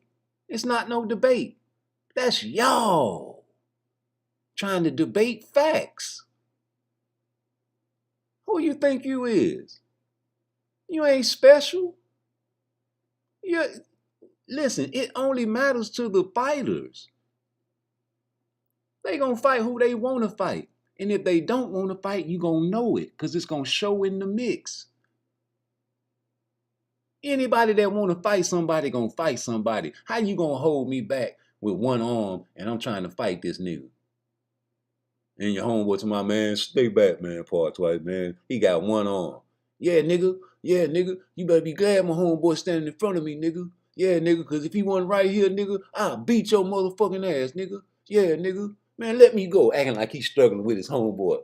And homeboy grabbing you because he know you can't fight. Man, go on, PARTTWICE, man. Come on, man. God damn, man. No, fuck that nigga, man. Man, fuck that nigga, man. Man, let that nigga go. Let him go. Fuck him. Oh, man, fuck that shit. Nigga, let me go, my nigga. And your homeboy, he's sick of your shit. You're like, all right. And step to the side. What's up, nigga? Well, what's up, nigga? You backing up now. Your homeboy like, yeah, you ain't got no choice. And that's what's going to happen. It's going to have to be like that. Tank ain't had no choice but to fight Frank Martin. Tank ain't had no choice, homie. And they coming out with the new network they own. They had to make a fight where people, you know, will be satisfied at least a little bit. Tank don't fight no black fighter. He don't fight no slick black fighter. You know, Frank Martin a slick black fighter, huh? Even though I think I saw Artem beat this brother. After the 10th round, he was winning the cards, and I just seen that eye poke. And he went to a knee, and that just swayed the judges because he turned it up. He couldn't see. I don't know. Maybe I'm wrong. Maybe I'm just a little biased. Maybe the scorecards was wrong, too. He was losing after the 10th round. I'm sorry. Well, maybe, you know, Artem just had a good night that night. You know, he's not really that good, even though he started before Frank, you know. He looks like Super Mario brother. Luigi. I mean, you know, maybe he is the bomb. Didn't look like it that night. I just want to see Frank Martin bounce back. I think he hit his head a little bit too hard after he got knocked out. When he landed on that mat, it landed like a brick, and I saw it. He bounced. And immediately after the fight, after the hospital visit and the wheelchair ride downstairs, he told the driver to drive him to the nearest local jewelry store. Yes, he did. And he bought himself a chunk, a necklace. He walked inside the store and he could tell it was Oriental owned because he heard the bells ring when he opened the door. Oh, I have a special necklace for you. Oh, I know, I recognize your face already. I remember you came in earlier with Lena Ellaby, and I made a chance say I had a chain for you after the tank fight. Oh, it say a charm. It say a good Frank Martin. I got a special deal for you. I give you 6% off because you could have went 6, but you start getting hit in the 6 a pound, and we're down in the 8 a pound. I got something special for you. Oh. Yeah. Motherfucker went and bought a fucking necklace after the fight, nigga, and a motherfucking sports car. Riding around town picking up all the strippers and prostitutes. That nigga partying like Roberto Duran right now. That's why you went to 40, brother. You around here had to gain your weight back, boy. You love it up there. I love it. Nigga, I got money now, nigga. I got a little more Yes, you did. You ducked Shakur for a little more and they say Shakur ain't fought nobody. How can I fight you if you don't appear in the ring in front of me? If you don't take your shirt off and lace up some gloves and get in the ring with me, I don't know what to do. All I can do is say I'll be waiting on the call when you get back from the Olympics. I mean, goddamn, how long you gonna stay over there? Over a month? They call you Olympic Tank. That's a hell of a nickname, but now you're on Twitter talking shit to Devin. Because he laughing at your opponent. Lamont Roach. Hey, man, no hate, no debate. I want Tank to go to 130 to fight Lamont Roach. But he the face of boxing. So he got, you know, to take advantage of all the outs that he can, right? Fuck what Schofield said. Y'all think they trolls, even though Schofield is his own man and talk for himself. Yeah, his father talk shit, but he say, why would you want to fight somebody at an unfair advantage? Why you don't want to fight somebody at their best? And I like that young nigga because that's how he feels. And that's how he thinks. And that's the way his mind think. And that's the way my mind think. Except I understand. Young niggas like that have no understanding. He probably understands that Tank is supposed to take advantage of all that shit, but does that make it good? Does that make it right? I told y'all, man, you can switch this shit up, man, go back and tell me, is it right to be a slave? Fuck no, it ain't right to be no slave. Is it right to fight for your freedom? Fuck no, it wasn't right to fight for your freedom. Ain't that a bitch? If you escaped back in them days, you was breaking the law. If you went in the bathroom in the 60s that said white, you was breaking the law. There wasn't nothing you can do about it. It was legislation, homie. Schools. You better not walk into the motherfucking white school, nigga. What the fuck is you doing on these premises? Is you trying to go in here and clean the bathroom? The toilet is fucked up. Go around back. We got to plunge in some gloves for you. Yeah, man, but those were the laws, so you had to follow those laws, and people were okay with those laws. So each generation, the laws change, and people get okay with them laws. Y'all okay with these type of new laws y'all new school niggas trying to make, though, that the legislation ain't even tried to pass. Y'all changing laws in boxing. When has the face of boxing never had to step up to the plate and fight the motherfucking best, nigga? I ain't never seen no shit like that, nigga. Until now. Shit, $200 million? Nigga, please. You gotta pay a man $200 million for one motherfucking fight, nigga? That sound crazy than a bitch. Who the fuck you is, super nigga? $150 million to fight a little bitty nigga named Terrence Crawford. Negro, please. Who the fuck you think you is? You ain't nobody. You ain't gonna go to heaven and be praising God with the motherfucking rich people, sitting next to Jesus and just chilling and laughing at all the poor folks down there flapping their wings on each other. And you ain't gonna go to hell and be sitting next to the devil right next to the ice water. You gonna be right down there with your homeboys, burning in them hell. Burning them in hell. Please don't take my life away. The AK spray daily, burning them in hell. Please don't take my life away and tell Rudin or shot me, burning them in hell. When I converse it, but a waiting time, 'cause they say God made me.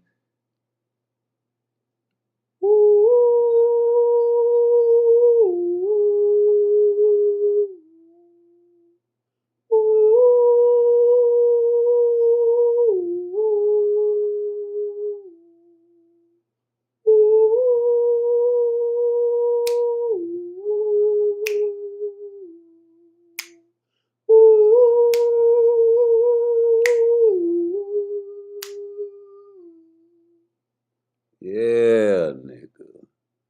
You niggas burn in hell if you think like that.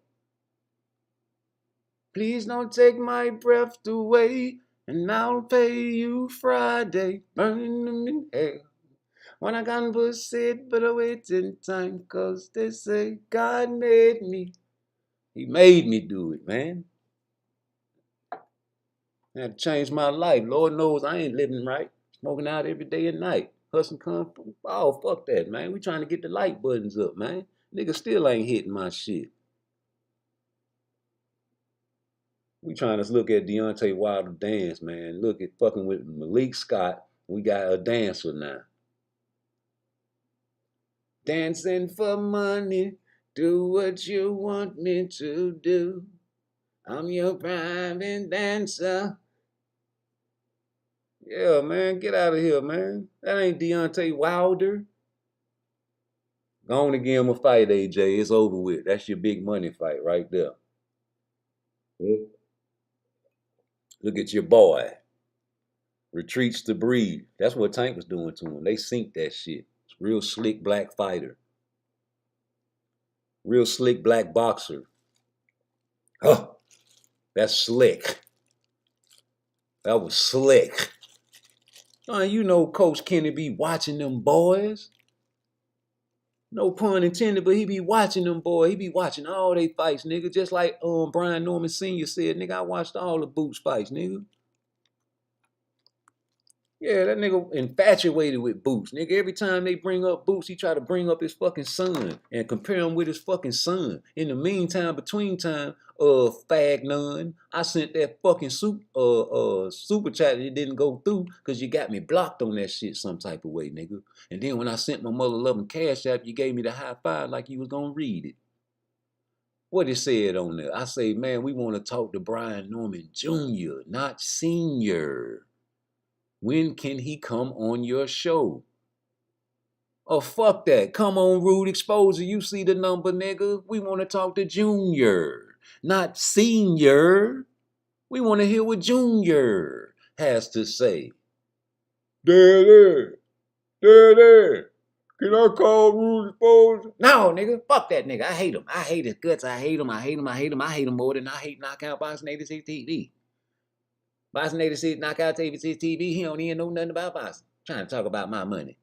We gonna get $1 million for you, boy, if it's the last thing we do. Okay, Daddy, but I still want to call Rude Exposure because he said he sent a cash out to Fanon and he ain't read it to you, Daddy. He said at the end of the live, he asked you about me to come on his show, Daddy, but the man left a cash app and then reported him the cash app like he was asking for his money back. And he was a bitch-ass nigga, Daddy. I want to call Rude Exposure, Daddy. Let me call him, Daddy, please. Get on back in your room, nigga. Get on. Get. I hate you, nigga. You ain't gonna never get me a payday like that with Boots no more, Daddy. Daddy, it's over with. You know I'm an undercard fighter, Daddy.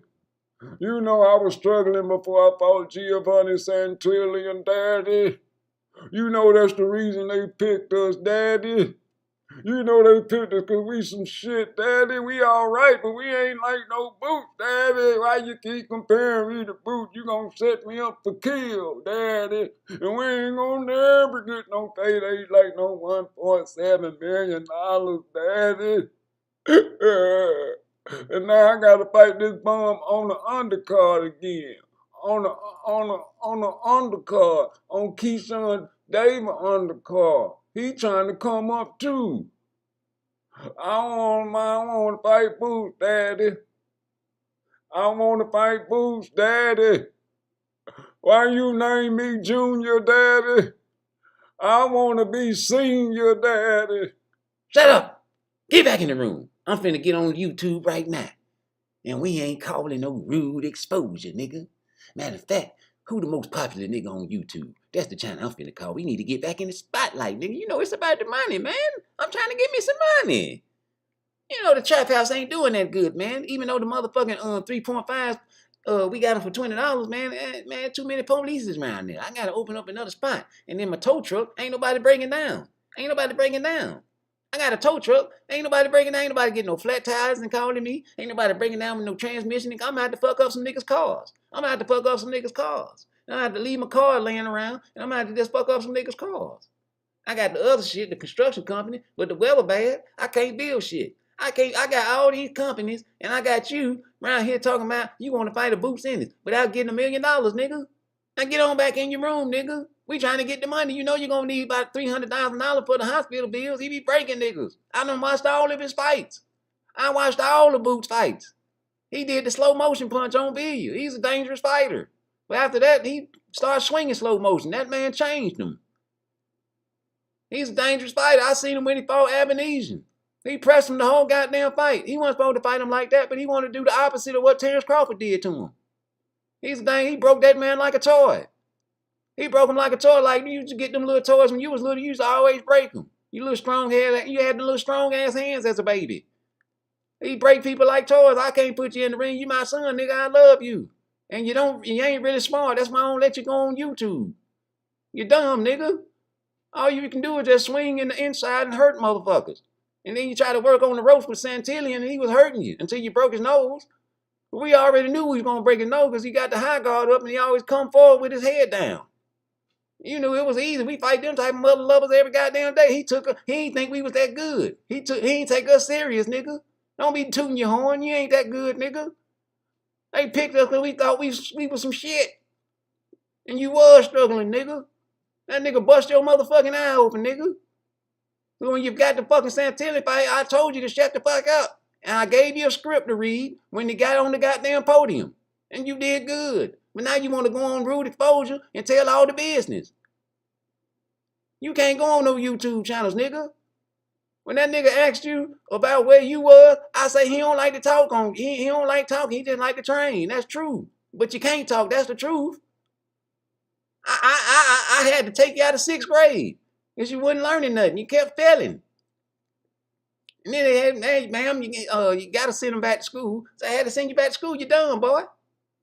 Now stop trying to go on these YouTube channels and get in your room and play with your Nintendo. I ain't got to buy all that new PS5 shit. You got one way back from 1999. That's an old one. It still work though, nigga. Now what you need? Huh?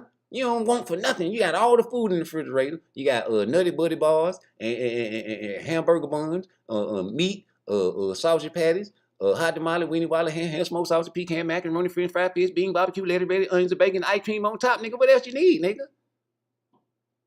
I'm trying to get $1 million.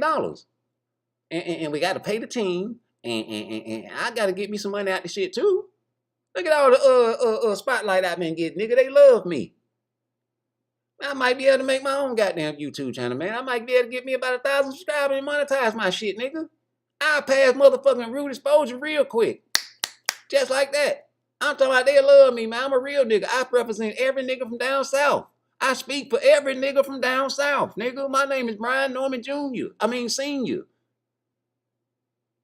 I speak for you, nigga. I am junior. I'm senior and junior. You came out of my dick, nigga. Shut the fuck up when I'm talking, nigga. I'm the man. I used to box, nigga. I'll beat your ass, nigga. You an undercard fighter.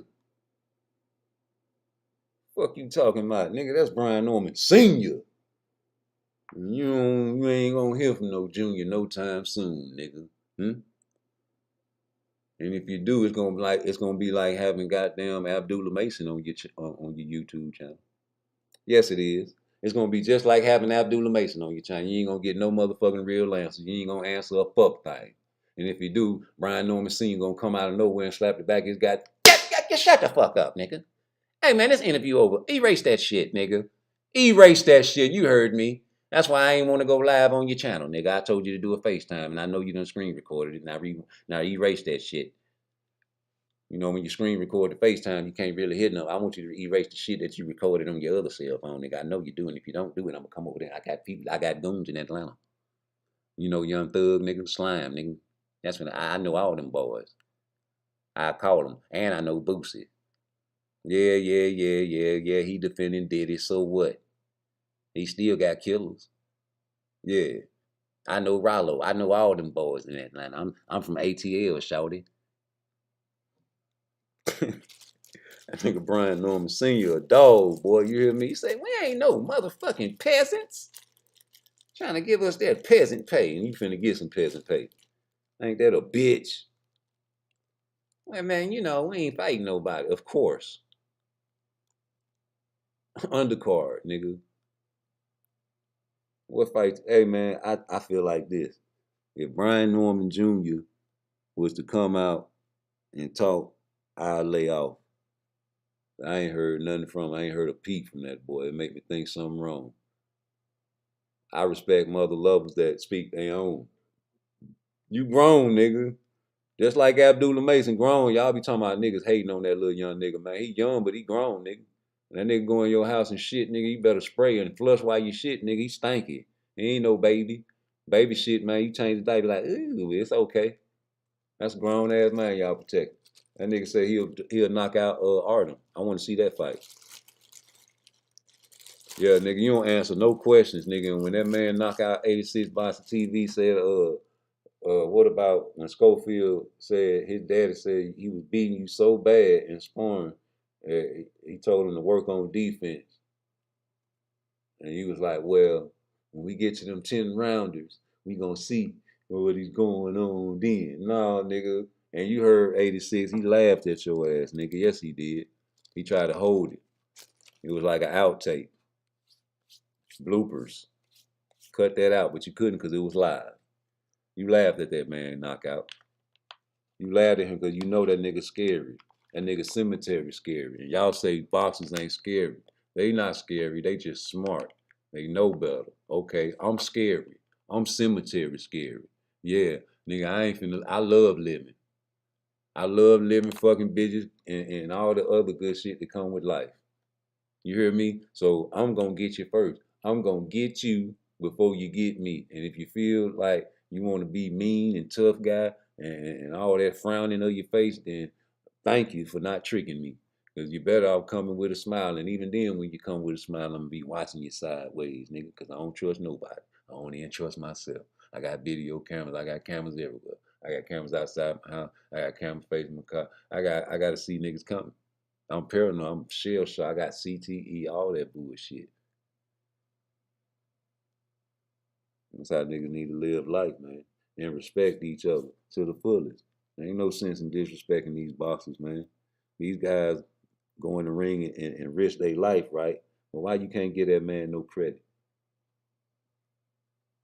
Y'all say Shakur is some trash. That's crazy. That's terrible. That's Charles Barkley terrible to say a mother lover and ain't never lost is some trash. Like, we couldn't really say Rolly was some trash before until he lost, and then we got the green light. But he was some trash. It was obvious by the way he fight. It's not obvious with that with Shakur. It's obvious that he dominates and win every round. I think that's not trash like. By the eye test, Boots Ennis can beat everybody. But we wouldn't know because guys don't want to get in the ring with him. Wonder why. That gives you guys excuses to say, oh, well, he ain't fought nobody. Same as Shakur. Of course he ain't fight nobody, guys. Nobody wants to fight him. Oh, because he didn't go to the PBC. If he wanted a tank fight, he should have went to the PBC. That's why he don't want to fight. That's why I say he ducked. Shut the fuck up, bitch. The PBC fighters are inactive. If I were a fighter like Shakur Stevenson, who doesn't want to be inactive, fall to your demands. People that hate on him. How can Tank Davis listen to people that hate on him? He should never listen to me. Because they call me a hater. They say I hate on Tank because I think Shakur Stevenson can beat him. So don't listen to me. I'm a hater. Don't listen to haters' channels. You tune off, you ain't going to hit the like button anyway. But you stay tuned in to listen. And you never hit your like button because you're really intrigued. You're hypnotized by my voice. You're enchanted by my voice and my conversation. Just like Brian Norman Sr. is enchanted with Boots Ennis. And now, probably, maybe, will never ever get the fight. Because Boots, after this Karen fight, which you guys talk shit about, will probably move to 154 to stalk Terrence Crawford. Karen, Puka Doncic, whatever you want to call him, is a fight that I think Boots wants to fight. I don't think he gives a fuck about what we think. I want to see the Karen fight just as much as Boots wants to fight him too. Because I know that the card which he fought him on previously was a big card. And he wanted to showcase his talents against this brother. But he didn't allow that because he couldn't cut the ring off. He made sure he survived. That was on the Tank card, remember? Oh, what a time to shine, man. What a time to shine. And he took that from him. So I'm pretty sure that Boots has motivation on going into this fight, getting revenge, a revenge stoppage, a revenge knockout, or a revenge unanimous decision. Not trying to disrespect Karen because he might just use that footwork again and again. And I'm praying that he can last, but we can get a good fight so people can hate on Boots during the fight and be like, see, he can't cut the ring off, and then boop, knock his ass out silly. Break him like a toy, like he usually does to opponents. Usually Tank knocks people's out, except for maybe 2 occasions. Usually you can expect that. Usually Shakur Stevenson does not lose rounds. More than likely, no, always. I never seen Shakur Stevenson down in a fight.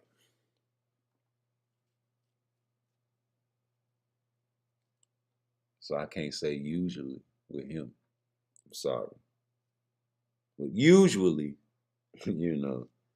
So here we go. Another one in the books. Another prediction right. I love it. Dropped him. Over with. Drunk. Dizzy. Where am I at? Brain damage. I could have died. He got this strap, but he wants to fight. Reminds me of me. We see that's the difference between the young niggas now. Young niggas can't fight. So they just gonna up the strap and pop your dumb ass, nigga. We used to pop, we used to fight, but we had straps. We wanted to wreck though.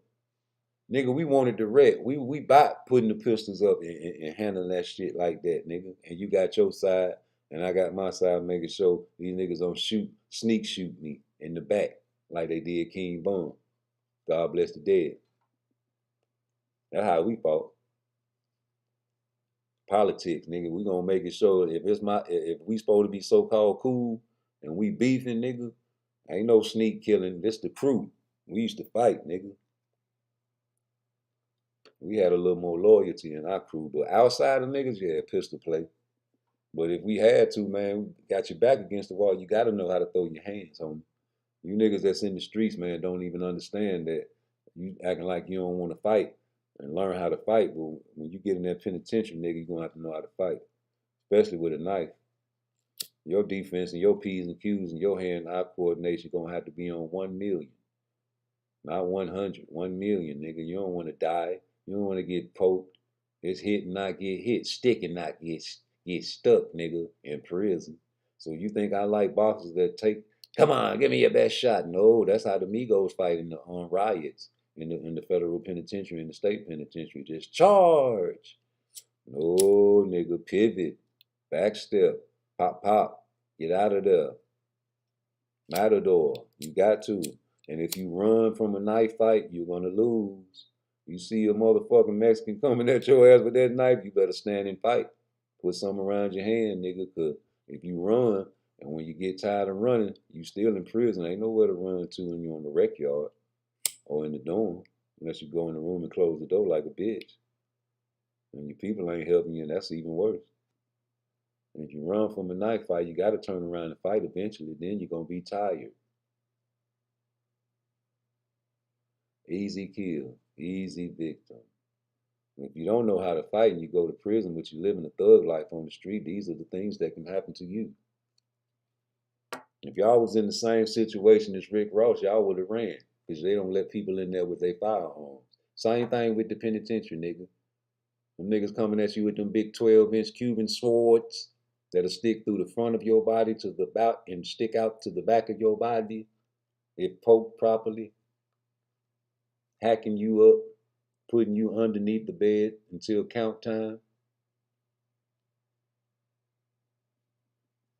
Nigga don't even know you're gone. Nigga don't even know you're bleeding to death in there. You stuffed underneath the bed acting like you sleep. CO don't even see you walk past room count. They got to recount and recount and recount and recount till they say, everybody step out the cells. Nigga step out the cell, still ain't said nothing. They go in that motherfucking room, you in that bitch by yourself. Dead, nigga. Think how many times that shit happened, nigga. Pussy niggas talking that shit, come on the compound, and niggas remember you from the street.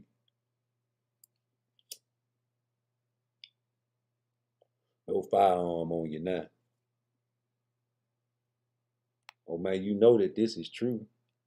It happens all the time, G. I seen it so many times. Tough guys on the street, cold bitches behind walls, washing drawers, working for niggas like a do boy.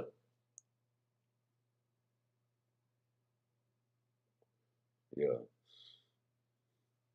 Well, what more can I say? Let's see what these motherfuckers talking about on Twitter though. You know I got a motherfucking check in because boy I know it. Oh yeah, I forgot about this shit. I'm all talking and shit, and I'm trying to break down this motherfucking okay. Lomachenko. Let's see what he say about Lomachenko. Did that. Took care of business. Yeah. I'm calling a fight with Lomachenko. Oh no, hold up. Ortiz. I need that Shakur shit. I want to see if you can answer for us, but 12, 13, spent a lot of time, came to my house, numerous occasions. We traveled the world together on the Junior Olympic team. I don't know, man. Just a unique situation. I can't really say where it went wrong. But it is what it is. It's boxing.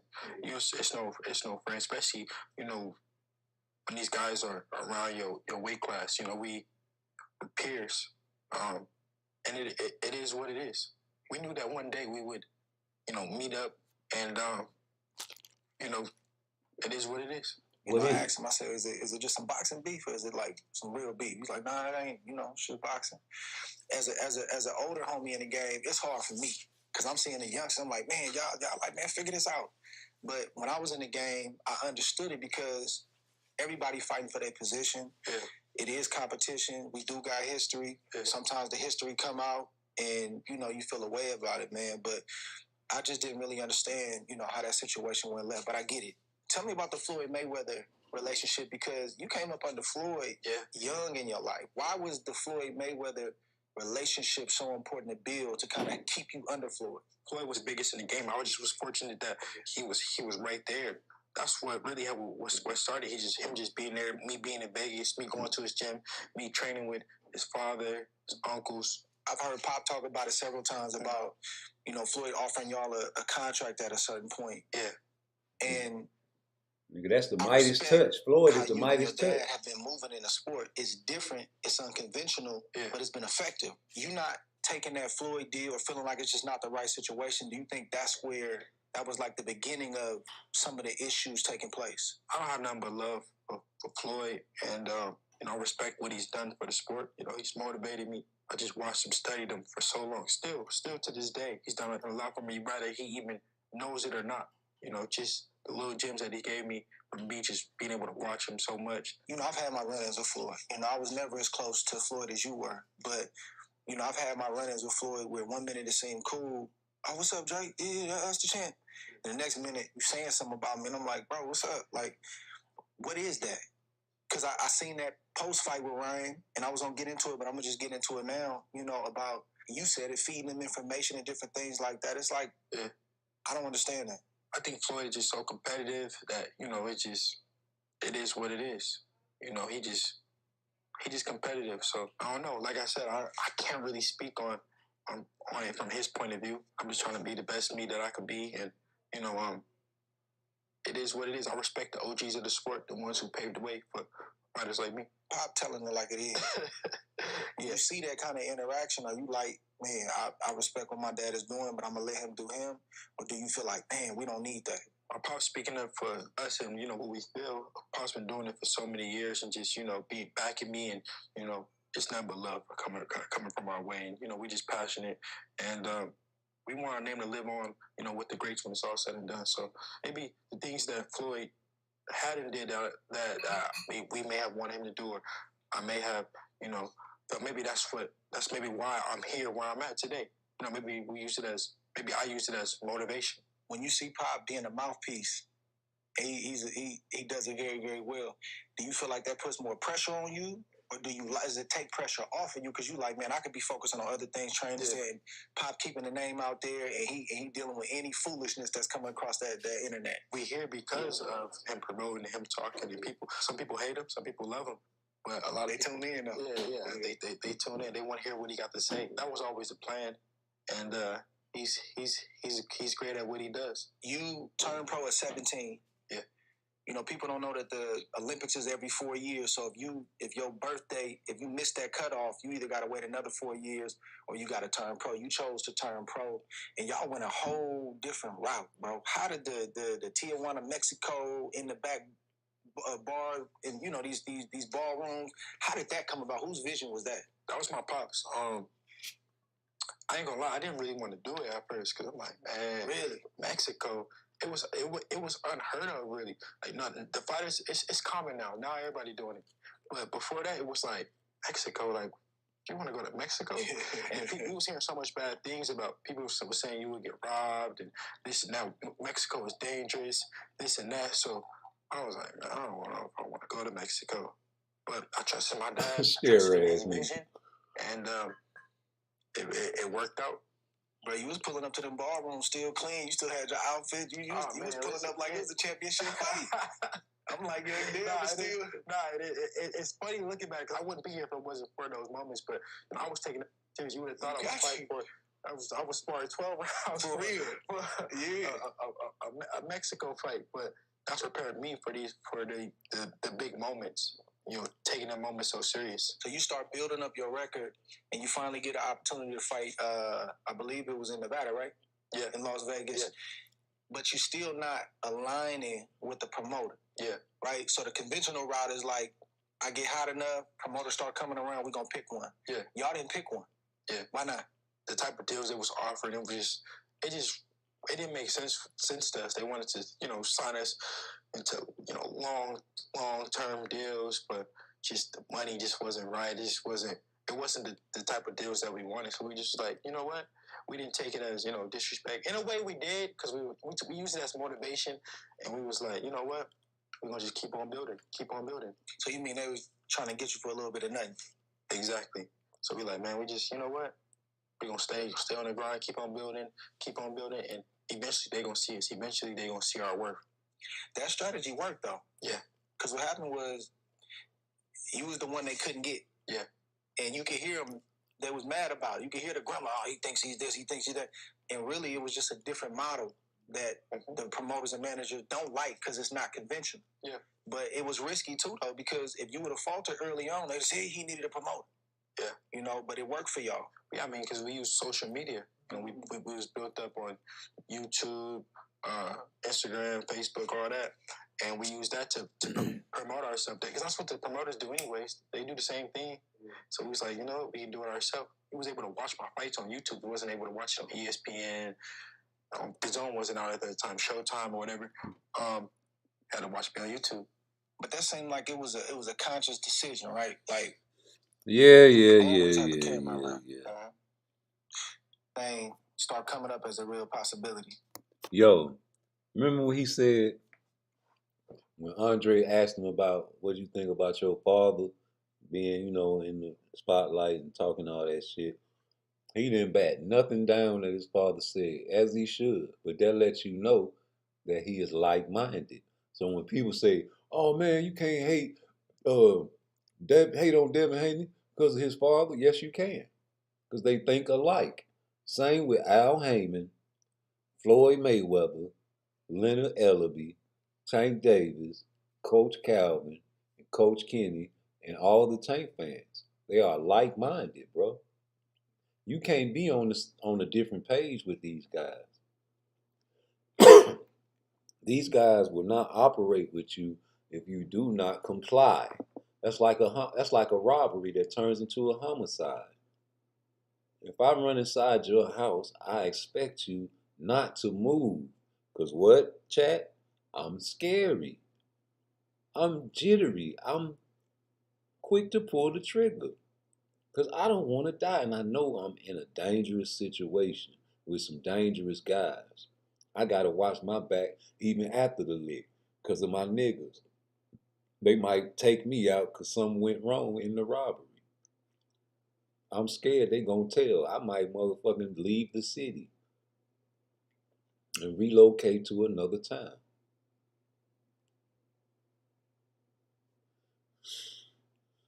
Let's go back to this motherfucking tape, man. Devin Haney, you got a lot to explaining to do.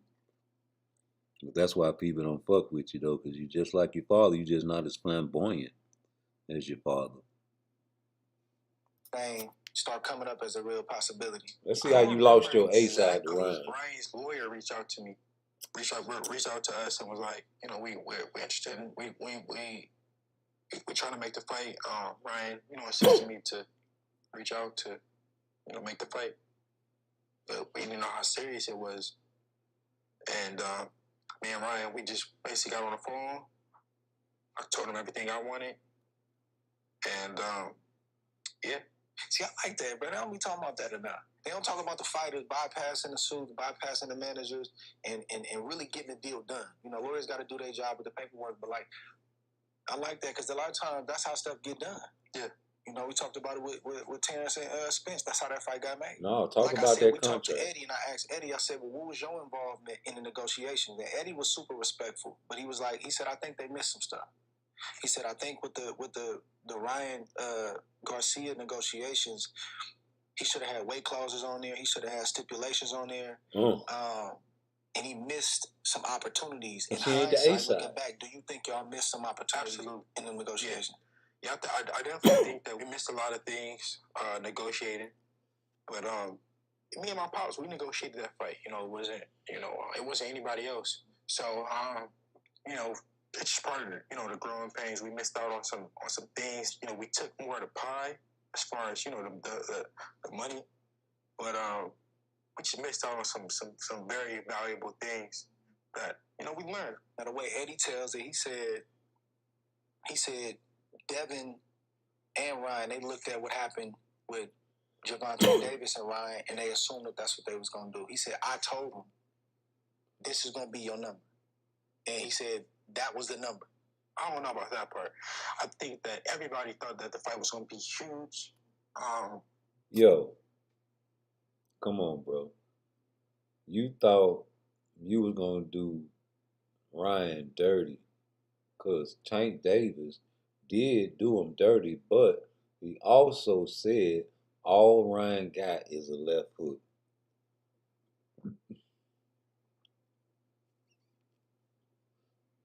And that's true. And you knew that. Your daddy knew it because he said it on TMZ. He said that, you know, he's prepared for that left hook that Ryan got, and his son's going to go in there and kill Ryan Garcia. You know? We thought the numbers was going to, you know, go through the roof. And we seen Ryan do, you know, we seen a different Ryan Garcia than we seen leading up to the Tank fight. It was just a totally different. The whole world was thrown off by it. So once after the fight, that's when Eddie was like, "Oh, I think this is what it did." Yeah. So y'all had the kickoff press conference in New York, right? Yeah. It was wild to be expected. Yeah. Right. The Haneys, they not gonna, you know, mince words. They gonna speak their piece. Ryan side, his father, his family, they gonna speak their piece. But when did you start to realize that something ain't right?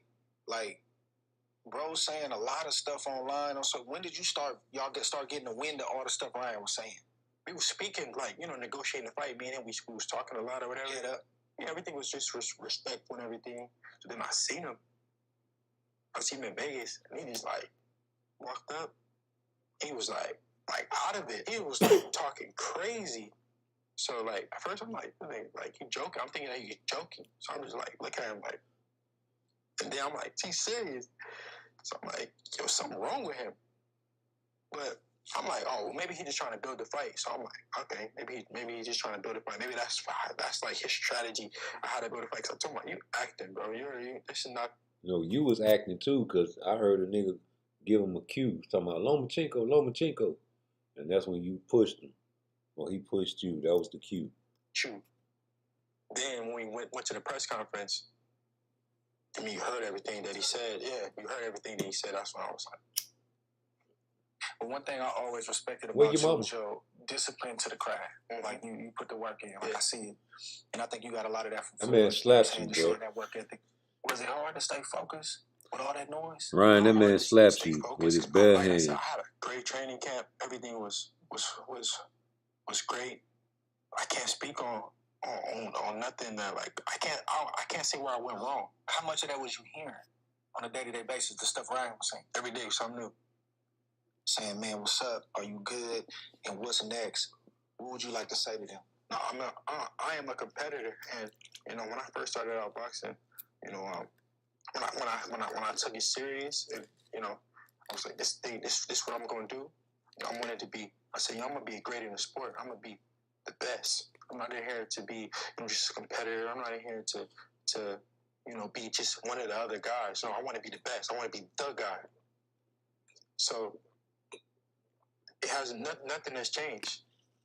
Just a little adversity. Just that's just part of it. That's every grade has faced adversity. I don't care who you are. So the world get to see me face it, but, you know, I'm gonna rise even higher than I was before. Well, like I said in the beginning, well, I appreciate this time because it's very easy, especially in this day and age, man, to always show the hard moment. I can't even say I'll be doing this interview if I was you. You probably have to come looking for me. Yeah. You know what I'm saying? I hate losing that much. Yeah. But I appreciate you, bro. You know, going to the fight and coming and doing this interview with us. I know you could have did it with anybody for sure. And just really just showing people that, look, man, I'm going through it. I'm trying to figure it out. I didn't want to. So it has nothing has changed. Just a little adversity. Just that's just part of it. That's every grade has faced adversity. I don't care who you are. So the world get to see me face it, but you know I'm gonna rise even higher than I was before. Well, like I said in the beginning, bro, I appreciate this time because it's very easy, especially in this day and age, man, to always show the hard moment. I can't even say I'll be doing this interview if I was you. You probably have to come looking for me. Yeah. You know what I'm saying? I hate losing that much. Yeah. But I appreciate you, bro. You know, going to the fight day and age, man, to always show the hard moment. I can't even say I'll be doing this interview if I was you. You probably have to come looking for me. Yeah. You know what I'm saying? I hate losing that much. Yeah. But I appreciate you, bro. You know, going to the fight. You say you hate losing that much. You probably have to come looking for me. Yeah. You know what I'm saying? I hate losing that much. Yeah. But I appreciate you, bro. You know, going to day and age, man, to always show the hard moment. I can't even say I'll be doing this interview if I was you. You probably have to come looking for me. Yeah. You know what I'm saying? I hate losing that much. Yeah. But he hate losing that much. But Devin Haney didn't lose. He got his victory back. Oh, he got his loss took away.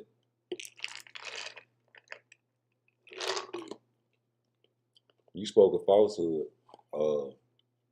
Andre. Yeah, you weren't speaking factual now. Yeah, all the Devin Haney fans need to straighten him and make a video about him. Well, he said he don't like losing, insinuating in my mind that, you know, I don't know how you can do it, because if I would have lost, boy, woo-wee.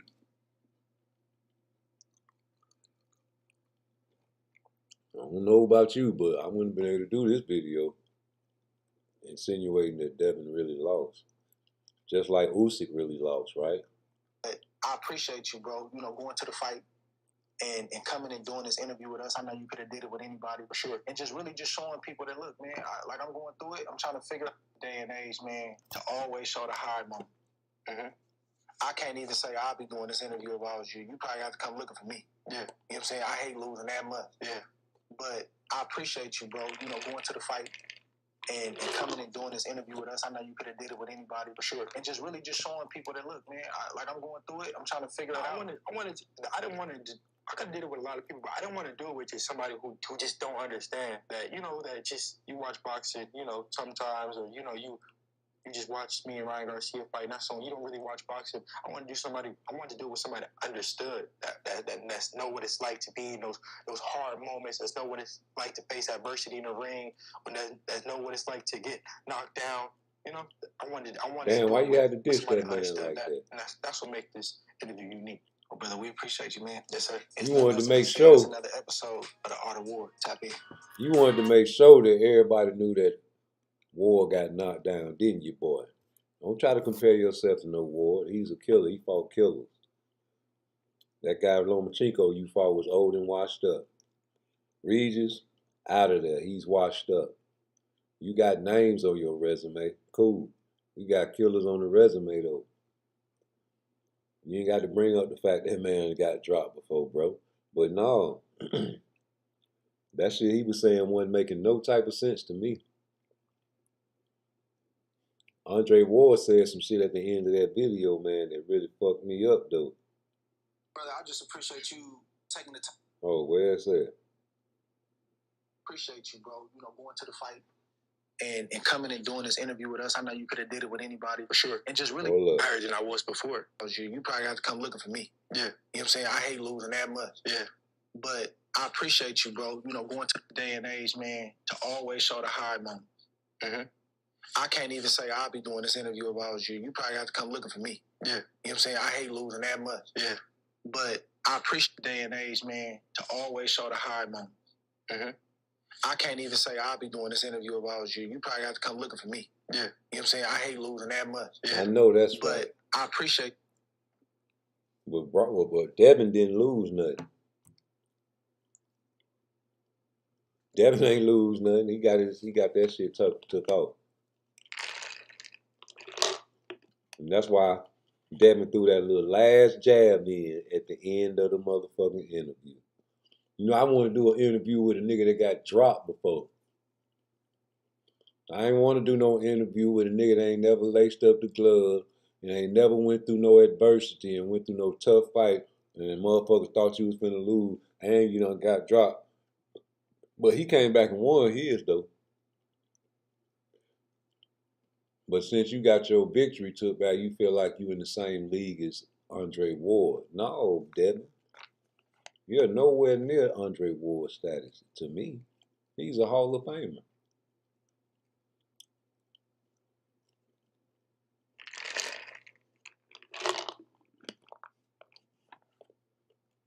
And he came back in the bench that dropped with a victory. Something you didn't do with Brian Garcia on Osterine. First round, left hook. Osterine did that. Yep, he already had a fast left hook. That made it faster. Yeah, it did. Well, they say it don't help the speed. Oh, okay, well, it helped his power. Yeah, he retained his muscle. And he did the 3-pound trick that Floyd told him. And that's why, you know what I'm saying, the left hook hurt him. Why he got hit with it, though? It's hit and not get hit. You weren't supposed to get hit. If it ain't affecting the speed, if the Osterine ain't affecting the speed, then what is it affecting? Oh, you retain muscle mass? Okay, cool. You're still not supposed to get hit. You're the master boxer. Ryan Garcia, Tank Davis said, Ryan Garcia, all you got is a left hook, sir. Not in those words. And you knew it, and you thought it was a cherry pick, but it was one that went wrong. Y'all didn't go into this fight, you know what I'm saying, really thinking Ryan Garcia was going to do that. And Andre Ward said what he said, and you didn't dispute it. No, you didn't. He said, man, I don't know how you doing this interview, because if it was me, you have to come find me. I hate losing. That's what he said.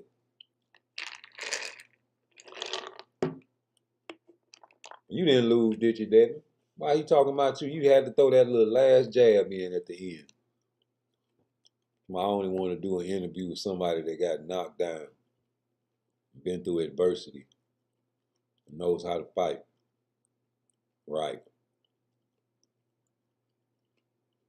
That's okay. Your dad go on all the other YouTube channels. You'll be all right.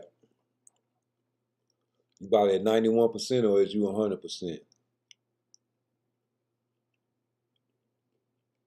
Which one is you?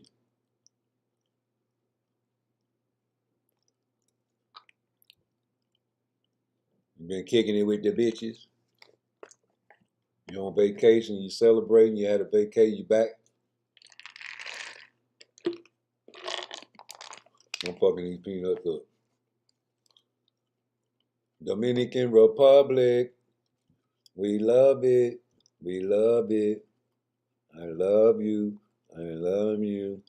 And you see them babies, surgery or not, we don't give a fuck, they babies. You see her live with her hands between both of them niggas' legs. Yes, sir. And J-Lo right there with it. Don't worry about it. We gonna be naked in a minute, all of us. Look at Diddy living the life, man. You gotta take the good with the bad, though, G. You see, Bill took his pill. Weinstein, he's sick in prison, but he took his pill. Gotta take your pill. Terrence Crawford, man, he around here chasing people that don't want to fight him. Terrence Crawford, them people don't want to fight you, homie. Canelo don't want to fight you. You dangerous. You like a little pit bull somebody need to chain up. One of them black ass pit bull. One that looks like a mutt. Yeah. Crazy. All right. One thing for sure, two things for certain, boy. You keep fighting these bones, they're gonna really talk shit about you. You really gonna be blocking motherfuckers, man. You see how they do Shakur, your boy? He behaving just like you, mean. Old mean-spirited ass boxers. How you gonna be, you know what I'm saying, promotable and you mean every time you're on camera? Should have stayed the same, Shakur. Stay giving guys their props. You know, hey, man, they don't want to fight me, though. Talk to the fans, man. You know, show us some love. I know you're on defensive, so every time somebody asks you a question, you feel like they trying to, you know, throw a shot. You be having fans be, you know what I'm saying, really want to know shit. You talk crazy to them, homie. You don't talk to real niggas like that. But maybe them guys ain't real to you. You know, some of them guys probably have families. You probably talking to them like that in front of their daughter. How would you feel if somebody disrespected you and talked to you crazy like you ain't shit in front of your daughter? These are things you got to take into account, especially when somebody ain't disrespecting you. No, you got to put on the bad guy image. But fuck that, nigga. You gonna follow the trend like everybody else? One of you motherfucking big time rappers gonna come out and start wearing them purses so these niggas can go and come out the closet and goddamn do what they always wanted to goddamn do anyway. They just need a big rapper to do it first. To make it acceptable. P. Diddy, you couldn't do it, he too old. It gotta be a young nigga. A young rapper. You know how Baby first came out in the game? What if he got so popular and then started wearing them purses? They already painting the fingernails and glossing them bitches up. P. Diddy done got arrested and all kind of names finna drop. He was at the thing talking about a birthday party and naming names on the sly. He slick. He letting y'all know. Y'all ain't, you know what I'm saying? I got some names for you then. The list. You want to hear the list of names? Let's hear the list of names. Will Smith.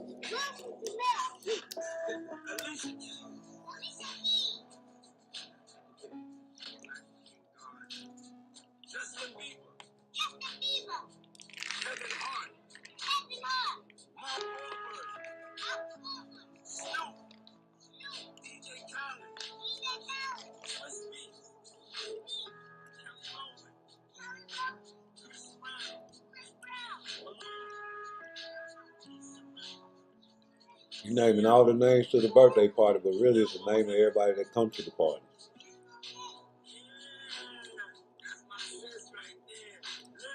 He fucked Janelle Monáe. He said, yeah, that's my sis right there.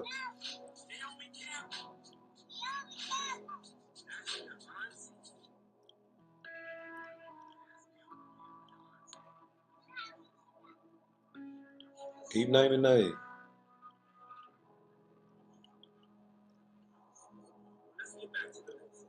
Get back to the list. Jessica Alba.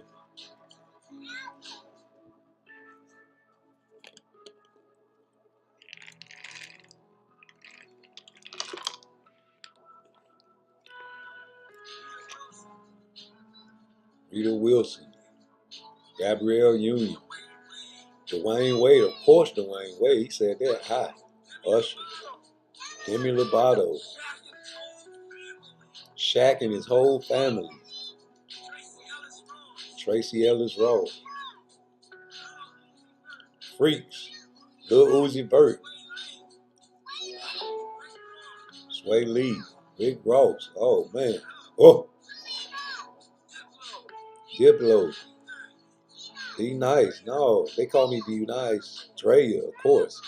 Burna Boy. Nicole Sangster, whatever the fuck you say. Yeah. Oh, name them all, did he? Nicole from the Pussycat Dolls. Her.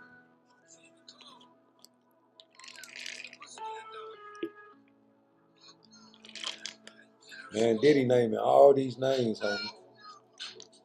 Disguising it as a birthday list. Yeah, man. French Montana.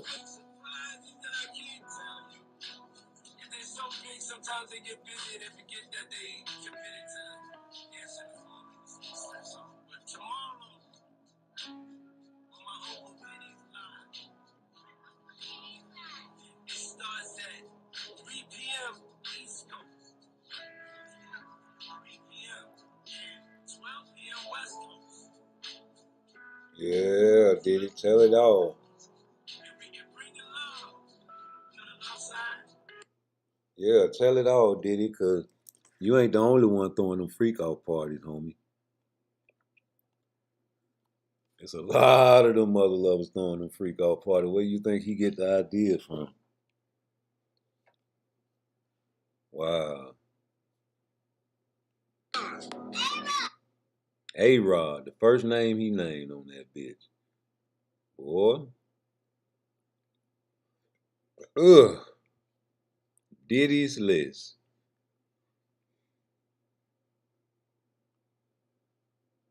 The so-called birthday list. I want to see if this shit got the regular with no beat on it. Nope.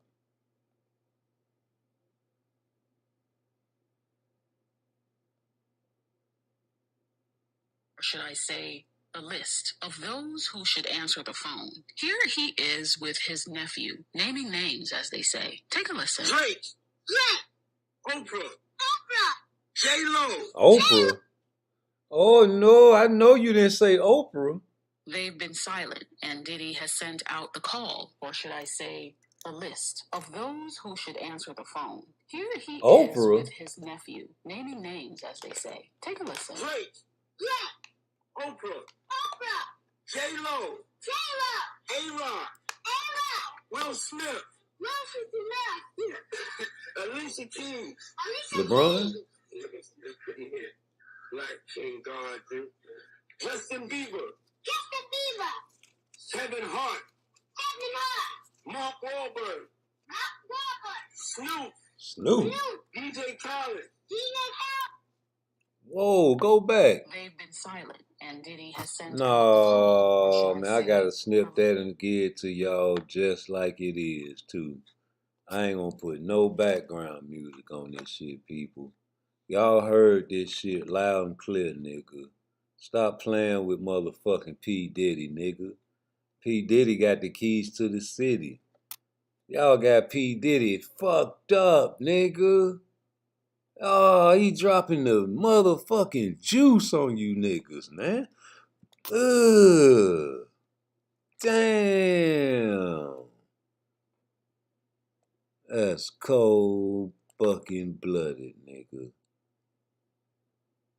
Ooh, baby, baby. Ooh, baby, baby. Ooh, baby, baby. I'm just about at the end of my road. I can't stop crying. I just can't let go. And all my love.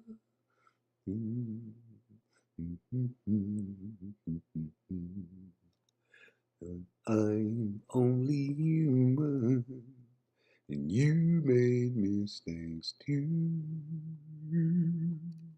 I'm crying. Ooh, baby, baby. Ooh. I gotta put LeBron face on this shit. LeBron, you better not be on that list, because you heard Kevin Hart wife say she's considering divorce. LeBron and Diddy. LeBron love Diddy, man. He FaceTime him and some more shit, man, on plenty occasions. Yes, sir. Got LeBron fucked up, nigga. That's my main man. Huh? Yes, sir. Dwayne Wade, your main man too, Bron. Yes, he is. And you, man, this shit all tying together, dog.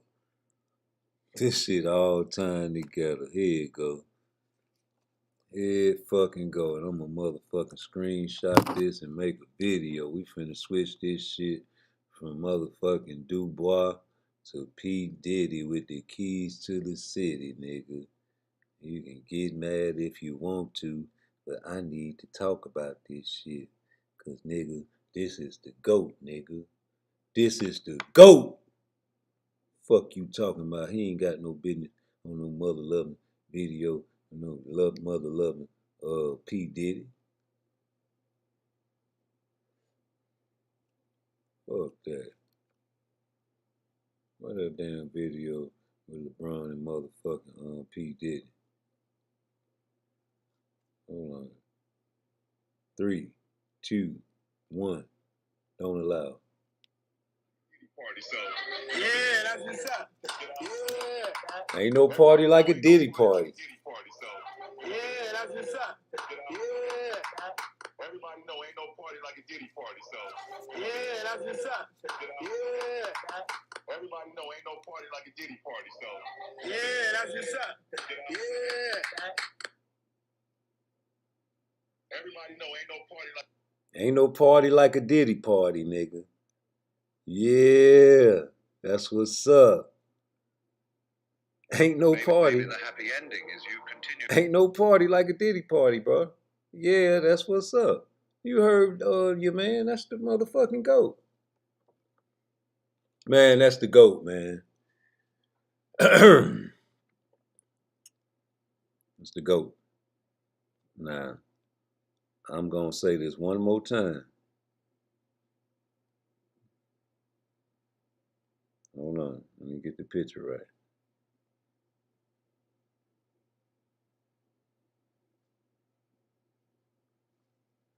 Nope, that ain't the picture I want. Boy, I'm finna motherfucking go in on this shit, nigga. Cause I know it. I know it. I can motherfucking feel it in my bones, nigga. You ain't tricking nobody, nigga. Hell, you say. We ain't going for this. You gonna get some retribution out here.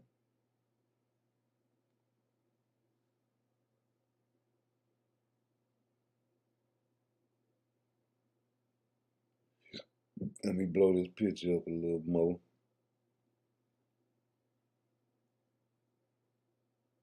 Let's go. Yes, sir. The list.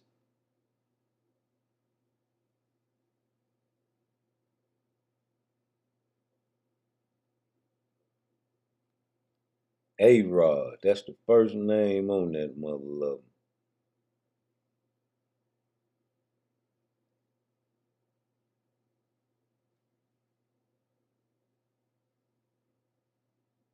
Will Smith. That was the second name on that motherfucker. Alicia Keys. Justin Bieber. Hold on, I got this shit on the wrong angle. Gotta get it right in the center.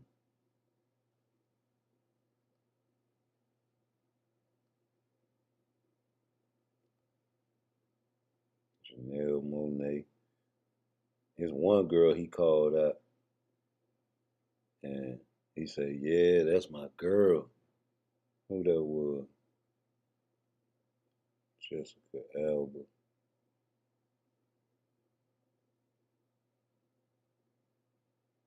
Damn. And he holding the baby. That's cold-blooded for his white friends. You know, the people that like that shit. You got black dudes into that shit too. That's his son or his nephew or grandbaby or something.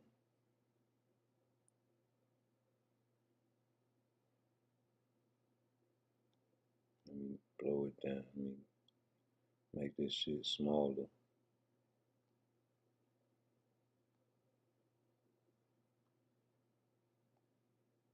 Damn, Diddy. You a bad boy, for real.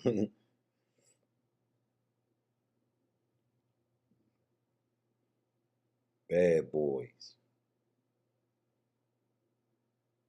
Bad boys, bad boys. What they gonna do? What they gonna do when they come for you? Nobody mind getting no pay. Police mind getting no pay. It no soldier mind getting no pay. At account to action mind getting no pay. Always. Bad boys, bad boys. What you gonna do? What you gonna do when they come for you? Bad boys, bad boys. What you gonna do? What you gonna do when they come for you? Cops. Filmed on location, face ass nigga. They got your ass, man. Damn, boy. That was terrible.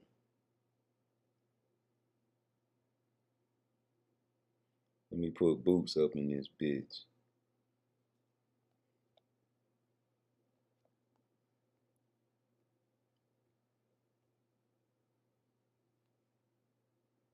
Bad boys, bad boys. What you gonna do? What you gonna do when they come for you? Nobody mind getting no pay. Police man getting no pay. 8-man soldier man getting no pay. I say man getting no pay.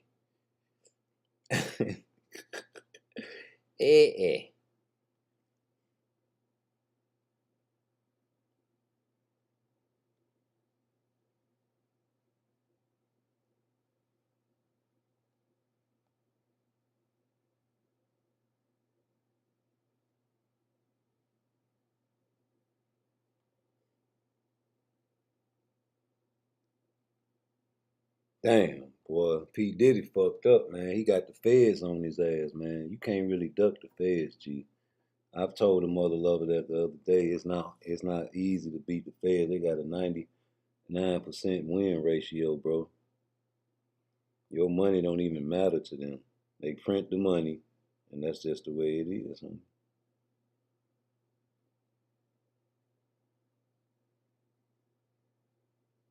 Super nigga, super nigga. Y'all know about him? We trying to make that shit happen, man. Hit that like and subscribe for me.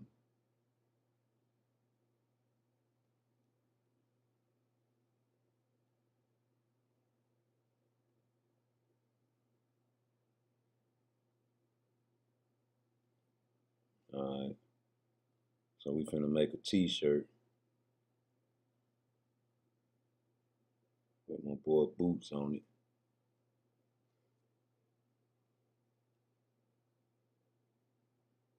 Alright. Put that at the end, cover that up. Now we need a motherfucker. Damn, Diddy. Sent out the call, or should I say, a list of those who.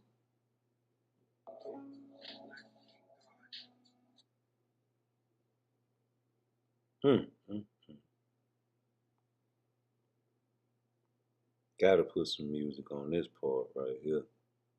They want to be. Boy, I can't believe it.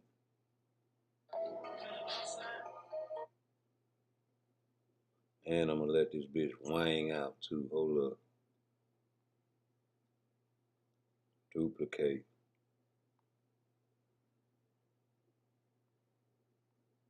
To the end. To the end. Now let's see if it got some room to say. Yep. Got something coming for you, baby. I think I got that. I think you got that. You must be crazy. You must got AIDS or something if you think I'm finna let this shit slide. Oh, hell no.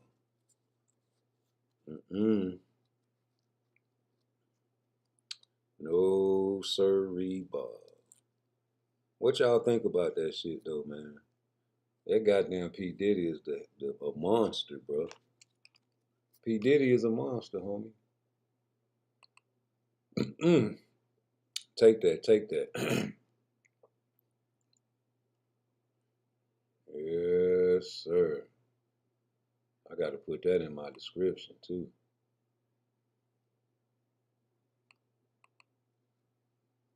Hell yeah. P. Diddy. P. Diddy rocking the motherfucking algorithms, nigga.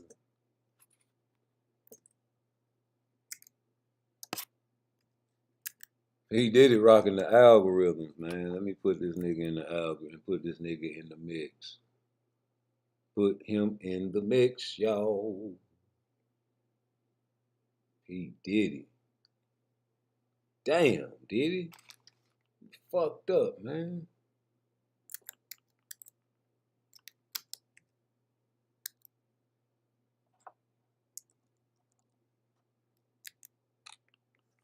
Alright, this shit almost through.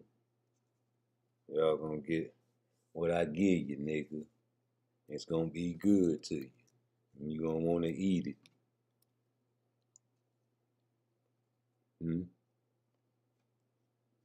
J-Lo. Gotta put you in the algorithm too. And Oprah. Gotta put you in the algorithm. I told Sean Blazington. I told Oprah what he talking about. Why you bringing up Oprah?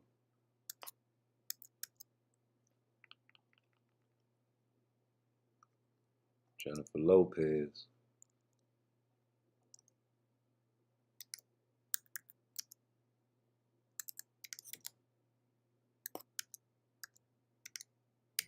Aaliyah.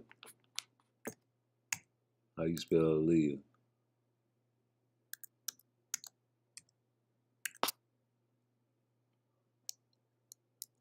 We ain't gonna fuck with her name. We're gonna leave her there. Well, yeah. Freak offs.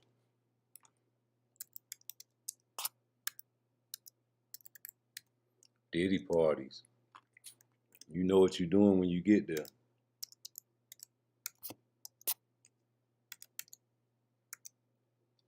You know what you're doing when you get there. You know what's happening when you get there, baby. Don't you do that for me. Don't you do that to me, baby. Don't act like that lady did with Mike Tyson. Don't do that to me. Please. Please. Please. Let me get this off the screen. We finna have a session. Might as well. Shit. Get him out of there, man. Get him out of there, man.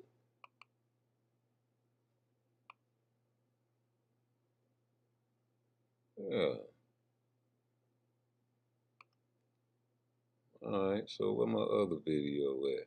Where my P. Diddy video at? Let's see what this image is.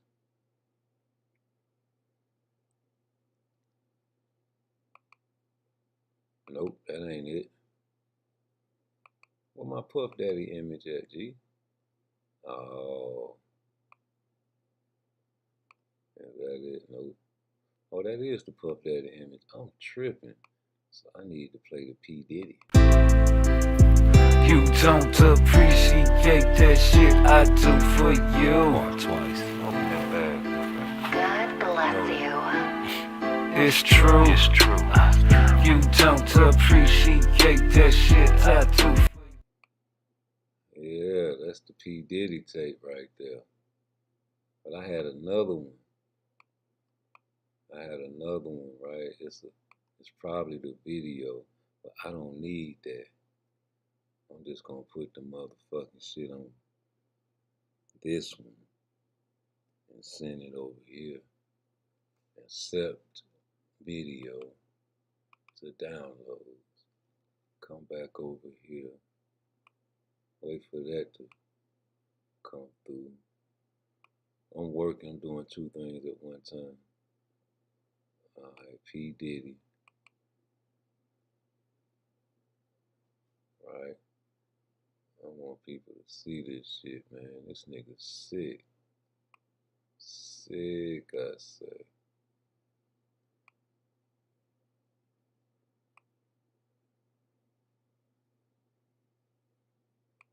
Okay, here we go. We got action. I want action.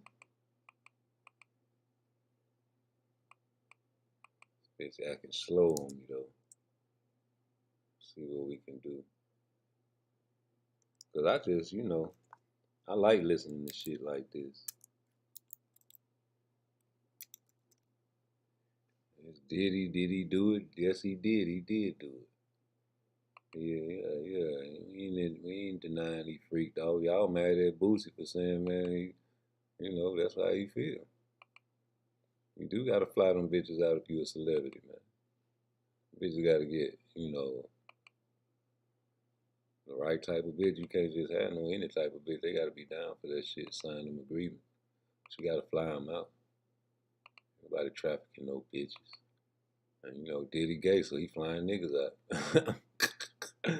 He flying niggas ass bitches out. What the fuck did I just name this shit? Let me see. Diddy. Yeah. Let's see what this shit at.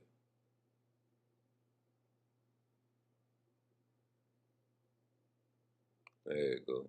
Listen to this shit, nigga. Sent out the call, or should I say, the list of those who should answer the phone. Here he is with his nephew, naming names, as they say. Take a listen. Drake. Oprah. J-Lo. A-Rod. Will Smith. Alicia Keys. Look at this pretty hair. Black King God, dude. Justin Bieber. Kevin Hart. Mark Wahlberg. Snoop. Hold up, rewind that shit, my nigga. Rewind that shit. Sent out the call, or should I say, the list of those who should answer the phone. Here he is with his nephew, naming names, as they say. Take a listen. Drake. Oprah. J-Lo. A-Rod. Will Smith. Alicia Keys. Look at this pretty hair. Black King God, dude. Justin Bieber. Kevin Hart. Mark Wahlberg. Snoop. DJ Khaled. Will Smith. Alicia Keys. Black King God. Justin Bieber. Kevin Hart. Mark Wahlberg. Snoop. DJ Khaled. Swiss Beats. Kelly Rowland. Chris Brown. Malone. Sierra. Janelle Monáe.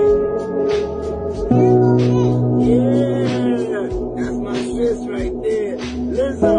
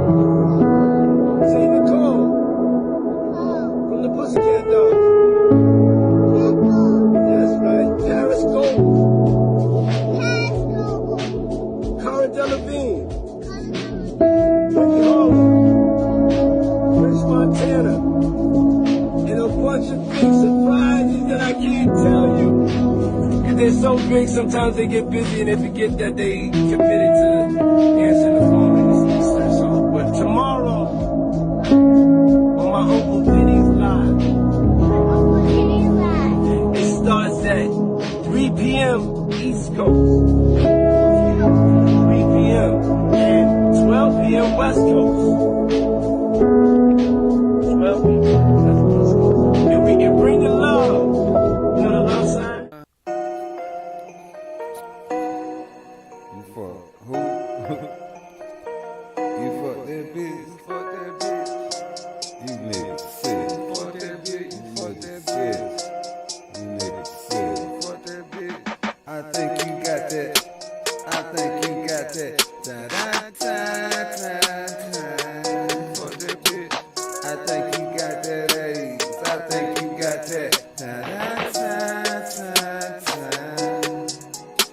I think you got that AIDS. I think you got that. I think you got that AIDS. I think you got that. What? You fuck that bitch, you nigga sick. You fuck that bitch. You fuck that bitch, you fuck that bitch, you nigga sick. You fuck that bitch, you fuck that bitch, you nigga sick. You nigga sick, you fuck that bitch, you fuck that bitch. You fuck that bitch, you fuck that bitch, you nigga sick. She sucked your dick, she laid you in her bed, right on top of Gucci spread. Then she made your toes curl, $100,000 girl, taking trips across the world. Pretty, juicy, sexy girl, charge you for a little tongue. Now she got you super sprung, now she got your dick on hard. Time to make her pussy fart. When you get inside them guts, and you remember she a slut, but you got no rubber on. You don't want to hear my song. I think you got that AIDS. I think you got that. I think you got that AIDS. I think you got that.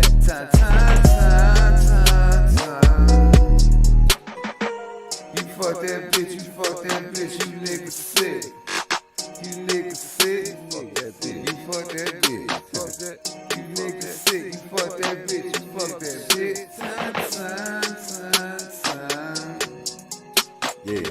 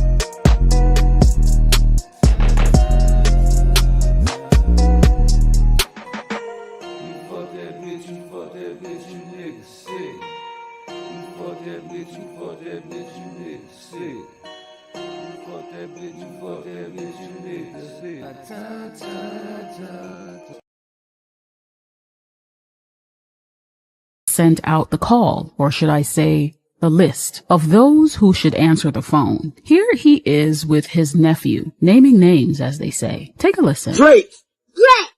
Oprah. J-Lo. A-Rod. Will Smith. Alicia Keys. Look at this pretty hair. Black King God, dude. Justin Bieber. Kevin Hart. Mark Wahlberg. Snoop. DJ Khaled. Will Smith. Alicia Keys. Black King God. Justin Bieber. Kevin Hart. Mark Wahlberg. Snoop. DJ Khaled. Swiss Beats. Kelly Rowland. Chris Brown. Malone. Issa Rae. Sierra.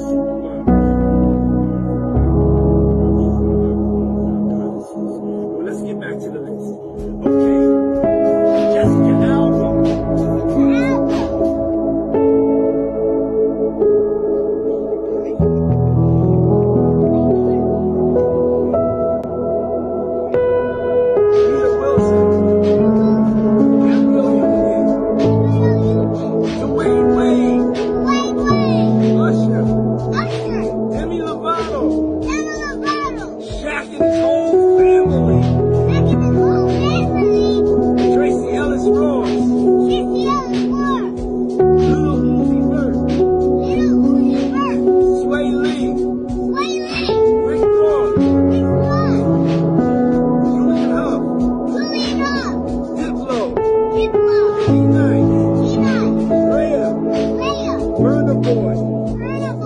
The show's third singer. Nicole's shirt. Nicole's shirt singer.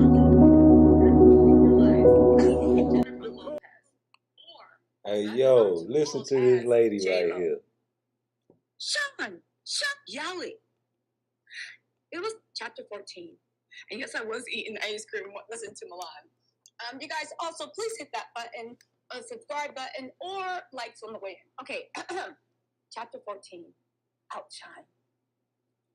This particular evening, I was at Sean's house, and Quincy was staying with a friend.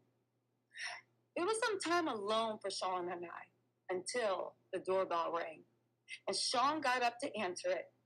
I heard a woman yelling, and I quickly realized that was Jennifer Lopez, or better known to the world as J-Lo. Sean, what the hell? J-Lo blasted. Sean responded so calmly, relax, baby. What the heck did you have to start shooting? Isn't that what we have bodyguards for? Now, normally when these kinds of situations arise, I remain quiet. I just listen. I play my position. Actually, yeah, you could say I play my position. But I wasn't paying attention to the news for the last day or so. And even though it would be the only thing anyone would talk about with me 4 months, no one has spoken to me about this yet. So I entered the foyer and I asked, what's going on? Jennifer exploded at me. What's going on? This ninja shot up the D Club. My jaw dropped. I started looking back and forth between the two. Sean, though, spoke soothingly.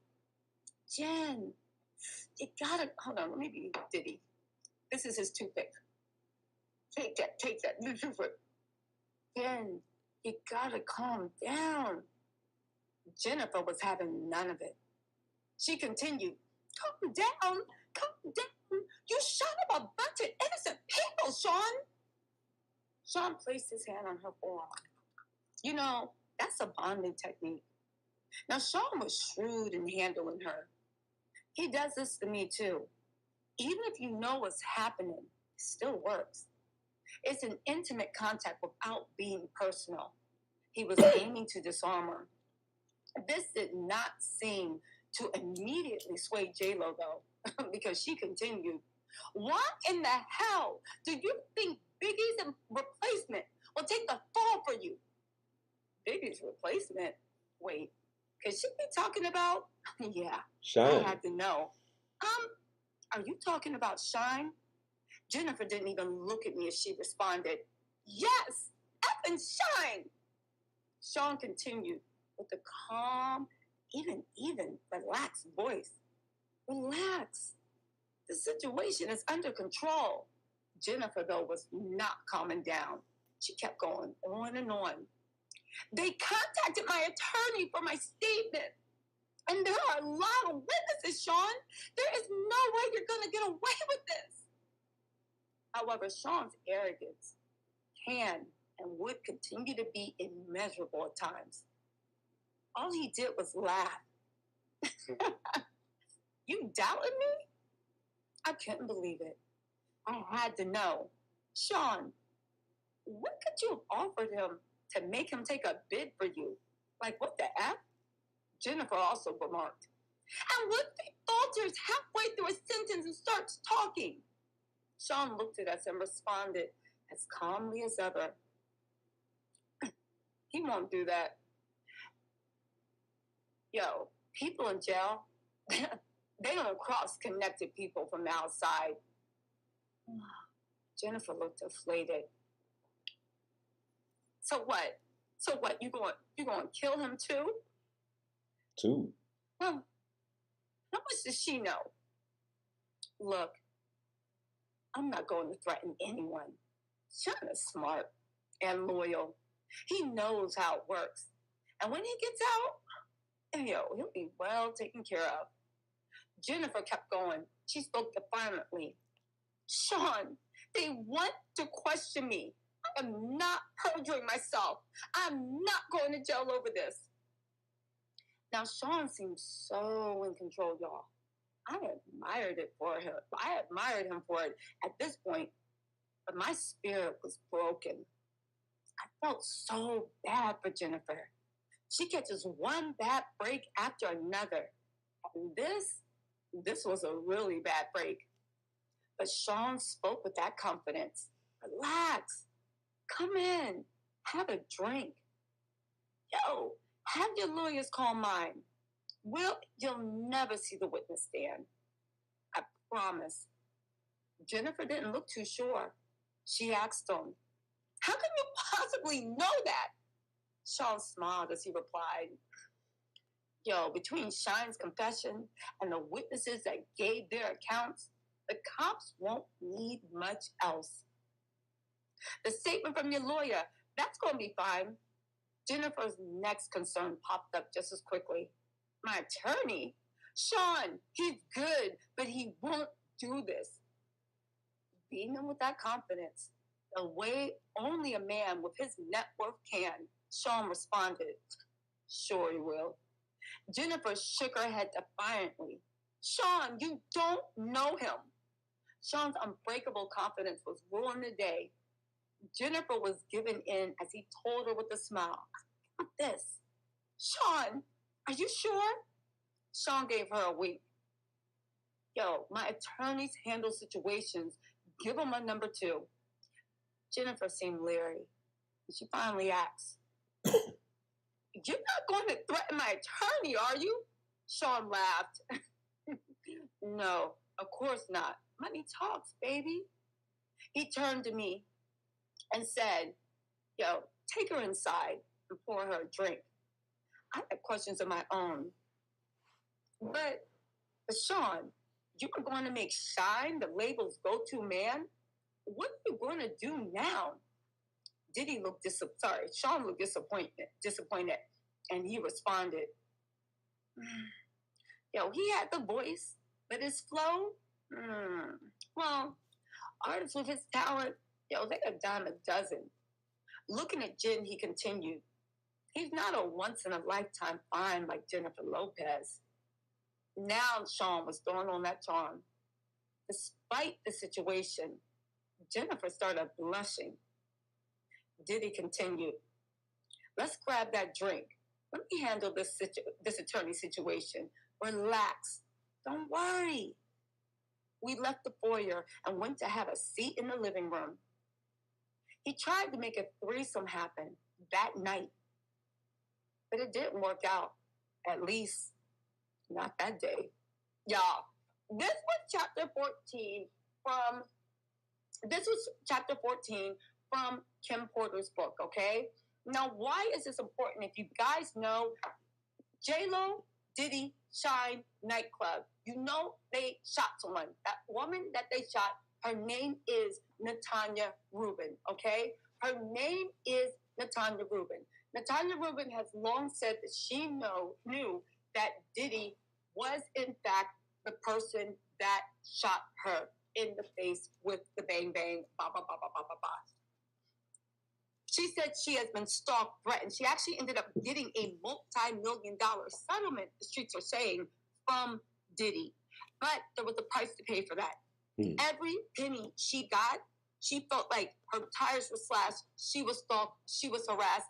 People are saying that she feels in her heart of heart that Diddy never wanted to pay her. Which, when you look at Cassie, and even though Cassie got that $30 million, and Natanya got that from a multi-million-dollar settlement, but nowhere close to Cassie's, obviously.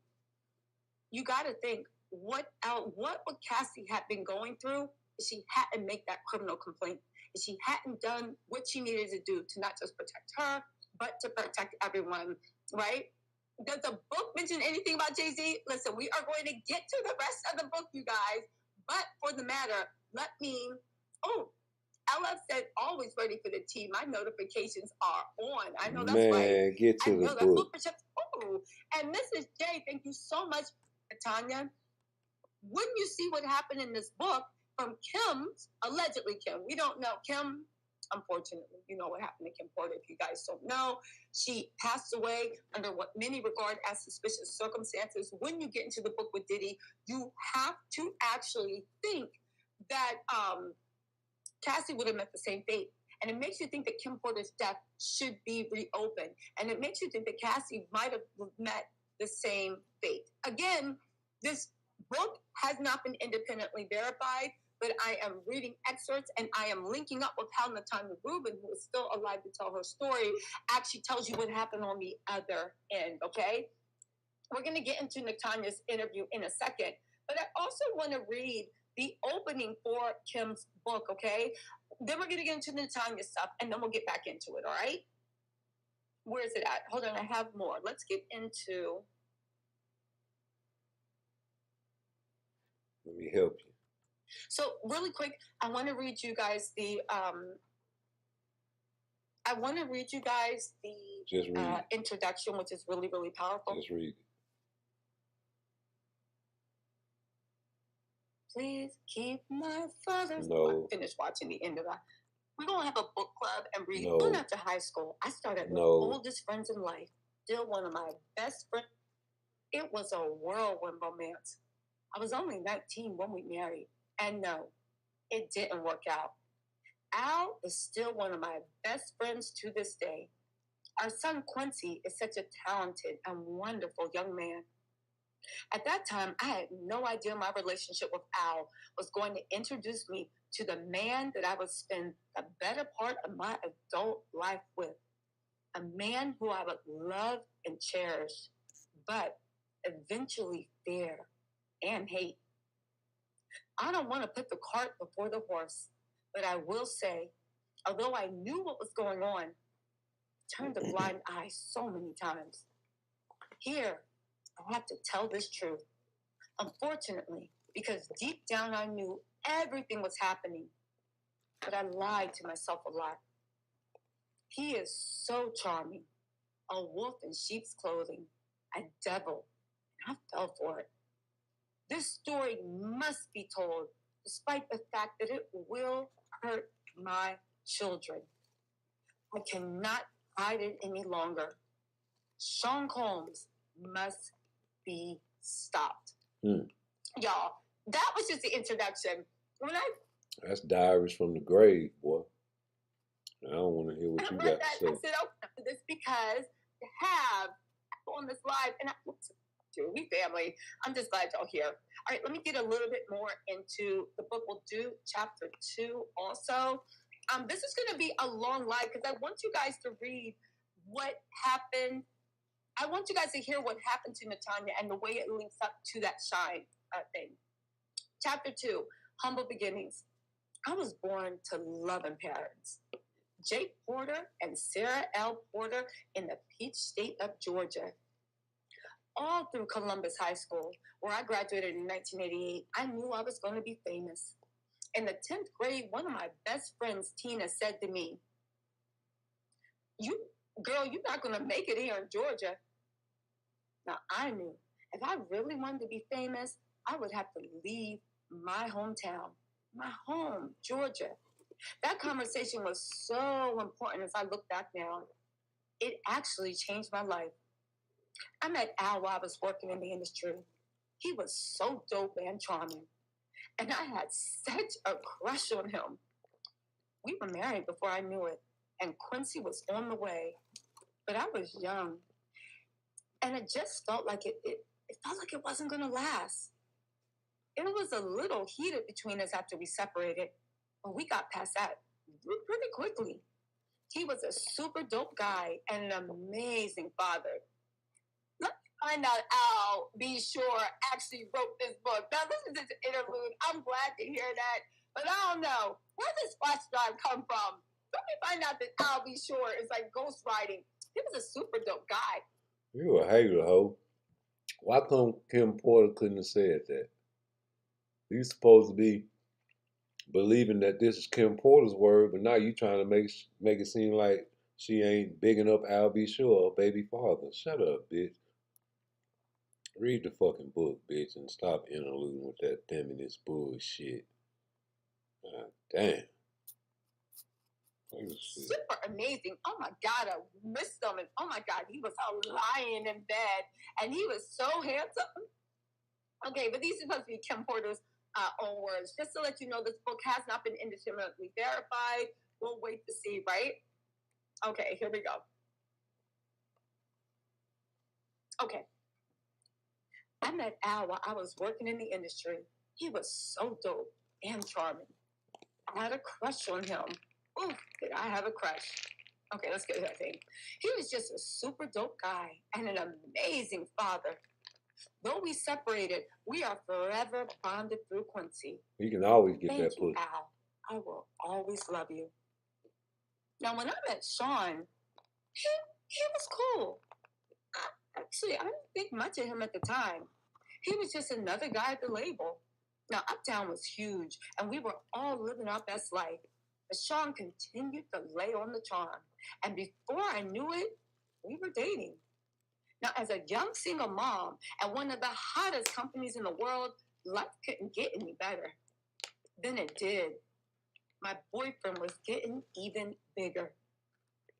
He and Clive would hang out a lot. Clive? But I didn't think anything of it. I mean, that was his boss, and he was doing things bigger than...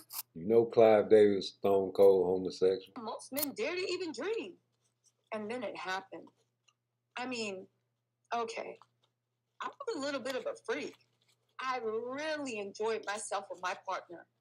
And toys are one thing, but I never imagined having a man I was dating ask me to use a toy on him. Yeah, right. The first time, Sean said he just wanted to experiment, try something new. I was grossed out, but he kept begging. Begging? He said it can only be this one time, and he was just curious. I was only 20 at the time. Damn. I said, what the hell? Hated it though. He led from it, and there was doo-doo. Sorry, and there was ish on it. I left him alone after that. That was from chapter 2 of Kim's book. That was from chapter 2 of Kim's book. Should I keep going? Should I bleed them? Should we keep going? You might as well, bitch. Let's keep going. Let's get into chapter... What's the chapter? Yeah, you could have skipped over that shit. Let's get into chapter 3 a little bit. Hold on. Damn. Diddy a nasty nigga, boy. That nigga nasty as shit. Sorry, guys. Damn, Kim. You nasty as shit Chapter for doing 3 it. was Second Chances. God bless the dead. So, also, if you guys want this book, because I'm doing excerpts from the book, the link is in Amazon Prime. Go ahead and get it. Oh, man, hold on. Listen, if you gonna tell me, hey, listen, about that Shine shit, why you think he took that charge for Diddy? Why you think this nigga took a shooting charge for Diddy, man? This boy got so much... You see him calling the names out on the list. That nigga did his time for Diddy, and he ain't gonna put him out there unless them videotapes got something on them. Yeah, man. Shine had to, but this bitch here, she's a cold feminist, man. So, it is now being shipped. I just want to hear the book. Sean kept reaching out. I kept ignoring his calls. Eventually, in a few weeks, she loving we this ran shit. into each other at an event. He came over. He sat next to me. We were cordial. He tried to flatter me. Yeah, blackmail. So amazing. He got it. I replied with a simple, "Thanks, Sean." I tried to get up to leave, but he pulled my arm. As I turned to him, he looked deep into my eyes and he said, "Look, what happened between us was weird, but I really care about you. Can we?" He paused. And I tried to use this as an attempt to escape. I pulled my hand back and said, "Sorry, Sean, I have to go. Please, I think I'm falling in love with you. Can we talk?" My breath was taken away. Did he just say he loved me? It was so fast. Yeah, you I fucked wasn't him. aware of this as his I wasn't aware at that point that this was his manipulation tactic. Not yet. God, I was so young and so naive. He just kept going. Yo, let's have dinner. And I fell for it. 2 days later, we went out for drinks at a lounge in Lower Manhattan. The place was nice. Sean was really coming up and pulling out all the stops to impress me. What lounges are in Lower Manhattan? Oh, bitch, shut up. People in New York side were not realizing Shut up, talking about cafeteria. He even pulled the chair out for me to sit. Back then, he was always a gentleman. He smiled and said, "Look," as he sat across from me. Look, I hated it. I never want to do it again. Yeah, right. Now, give me another chance, Kim. Over coffee the next morning, I decided to give him another chance. For the next year and a half, things seemed pretty normal. It was actually fun. Things were going great, and we were living the dream that I dreamt about throughout my youth. Sean and Clive were working on Bad Boy, and he had his first couple of artists. He picked up Craig Mack, then some rapper from the West Coast called Notorious B.I. to help Chris develop. He was collaborating with the biggest names in hip-hop to make it happen. Things could not have been more amazing. Then he asked me to do it again. Oh, shit. It was insane. Sean was relentless, baby. I can't stop thinking about it. Damn, he liked that. What the hell are you talking about, Sean? I responded. Sean continued. I just can't stop thinking about that night. It was amazing. Wow. Hey, can you screw me one more time, please? Damn. Please. I became infuriated. Why don't you go to Clive? He was the one screwing you, isn't he? Ooh. Then Sean hit me. Now, this was the first time, but he slapped me hard. Before I could form the words, he began to beg. I'm sorry. I'm sorry. I'm so sorry. Holding my cheek where he hit me, I turned and I ran off. That should have been it. You struck a nerve. But I guess I'm a glutton for punishment. Sean sent flowers and a bunch of expensive gifts. Then we bumped into each other at an industry event. He sat down next to me. Yo, it's deja vu. Sean started. Yo, imagine running into you here. Get the F away from me. I forced out. He became more serious as he said, "Look, baby, I'm sorry." I just glared at him. There is nothing you can ever say to me. Nothing. We sat in silence. After a long, awkward silence, he finished. You know, I love you. I love your son. He's my son. I don't know how to fix this, but I'll do anything. I'm sorry. Shit. Sean can be so sweet. Yo. Here we go with this love thing. This time, it's not falling in. I think this nigga killed Kim because he tried to get her with that gay shit and she wasn't with it. So he tried to act like he wasn't with that shit, and she probably caught his ass again, and this time really caught him, because she already said, "Nigga, you fucking Clive." She already got the suspicion, but bitch, like, my thing is, why you still fucking with a nigga that wanted you to fuck him in the ass? The money. Hold on. I lost my place. The lifestyle. This time, it's not on in. He said, okay. Anyway, you guys, listen. Pause on that chapter, okay? No. There is a lounge, but that's an 8 You better read. They said, when she said, wait a second, what's going on? Kim said, what's going on? What's going on? Jennifer exploded. This ninja shot up the damn club. Now, I do want to say this. I know New York is its own ecosystem. The fake South is Mr. Al. He asked Quincy, "How you doing, Tiger?" Quincy looked so innocent as he responded, "I'm good. I miss you." Sean's response sounded genuine. "Oh, I miss you too.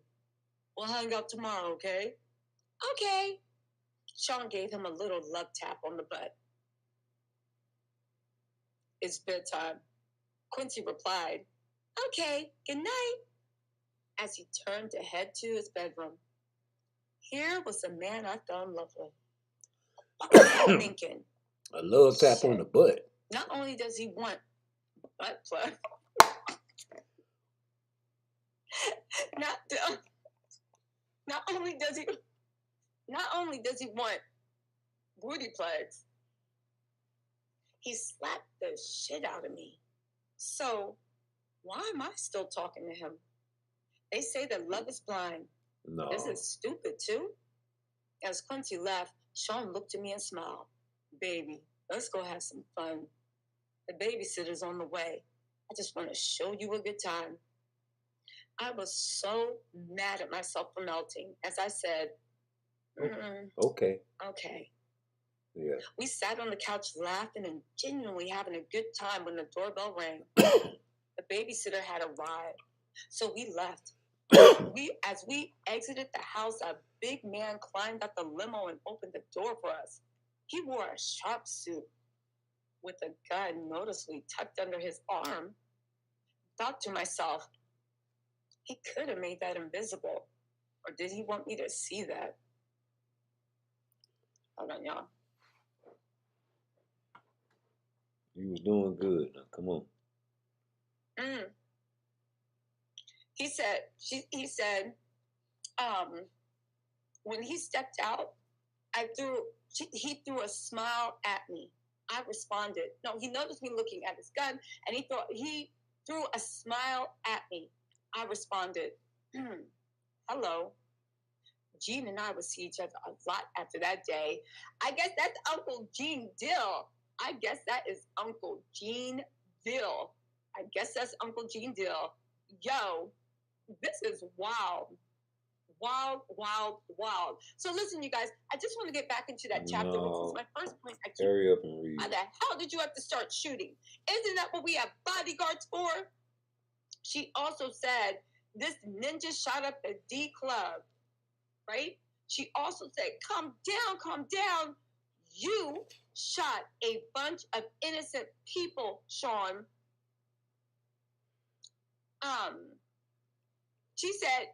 Kim said, are you talking about Shine? J-Lo, yes, effing Shine. They contacted my attorney for my statement, and there are a lot of witnesses, Sean. There's no way you're going to get away with this. Okay? He said, Sean said, don't work down. People in jail don't cross-connected people. Oh, so you're going to kill him too? Too. She actually said, blink him too. Sean, they want to question me. I'm not perjuring myself. I'm not going to jail over this. Tupac. She also said her attorney wouldn't talk to her and she wouldn't lie for her, but Diddy was going to talk to her attorney and make sure that everything's supposed to happen. Now, why do I bring this up? Hey, what a up-and-coming YouTuber. New to the game. She's only been on YouTube for about 3 years, but I feel like this in Kim's book that got bang bang in the face. Now, if you guys are new to my channel, I'm being silly. I did the interview with Natanya. But the thing is, I wanted to play a few things because Natanya actually made some very, very, very interesting points that tie this all together. And it has people thinking that Diddy and J-Lo might actually be indicted for what happened. Obstruction of justice, lying to the jury. On top of that, you have to remember that Shine himself came out and said that Diddy pretty much ruined his career and that he was one of Diddy's victims. However, when Natanya was going on all this, telling her story about what happened, and she's been saying the same thing for the last 10 years, ain't nothing changed, Shine actually sent her a cease and desist order. Now, long story short, Natanya did not cease and she did not desist, and she kept going on. But it's interesting to me that Shine saying he is a victim and this, and he might be, but you also took the time to, instead of linking up with Natanya, to try to discredit her. And the whole time you were saying all this stuff. Now, at the end of the day, he might have did what he wanted to do. It's good the truth is coming out. But let's get into this really quick. I was supposed to be at City College. Right before my sister and I were leaving, something came over me and said, angled. Natanya Rubin is a young woman that when she was, the link to the starting interview is going to be in my bio. Man, what the fuck is they talking about? Her own words. The link to buy the book is in Clover 84. And he was taking it out on her. I'm also going to, why when people say, well, how can she be sure who? She knew who was walking through the door.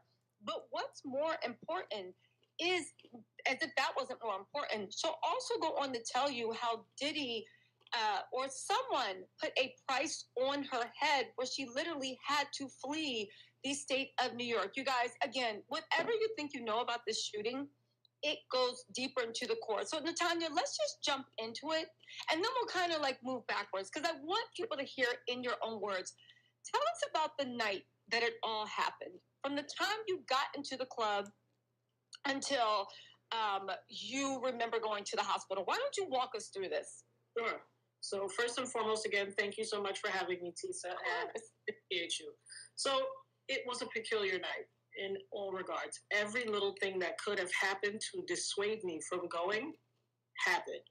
As I was leaving my friend's house, her dog jumped on my back. I dropped my earring under the fish tank that had broke earlier in the week, cut my finger. It was just so many things that tried to stop me from crossing that threshold. And when we got to the club, everybody was in the car already blowing the horn. I was taking, too long.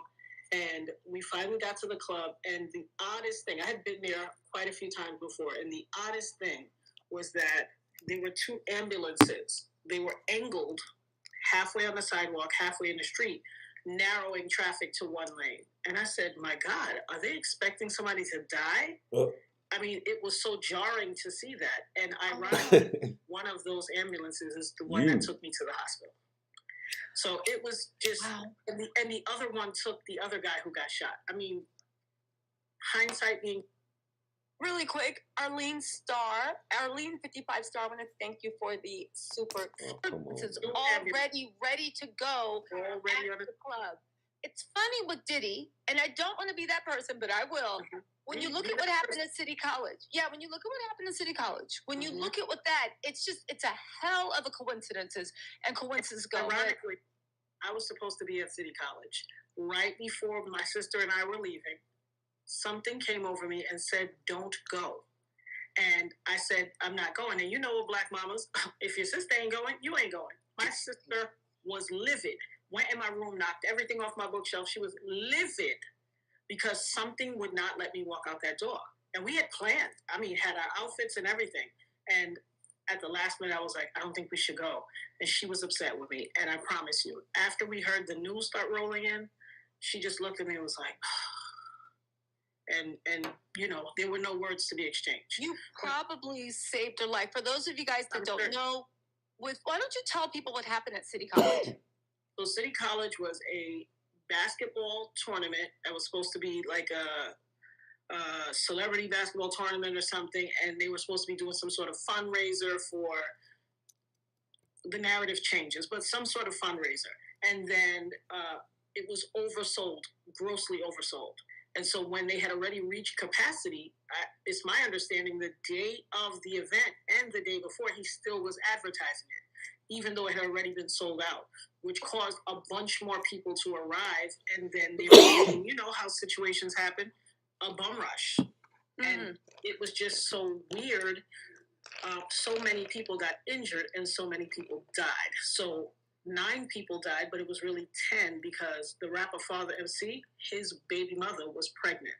And so she was about 8 months pregnant, and the unborn child, which is what made the count 10. But it was very unfortunate that all those people had to endure that trauma and survive that. And you know my policy, I think I spoke to you about this already. I feel like it was a sacrifice.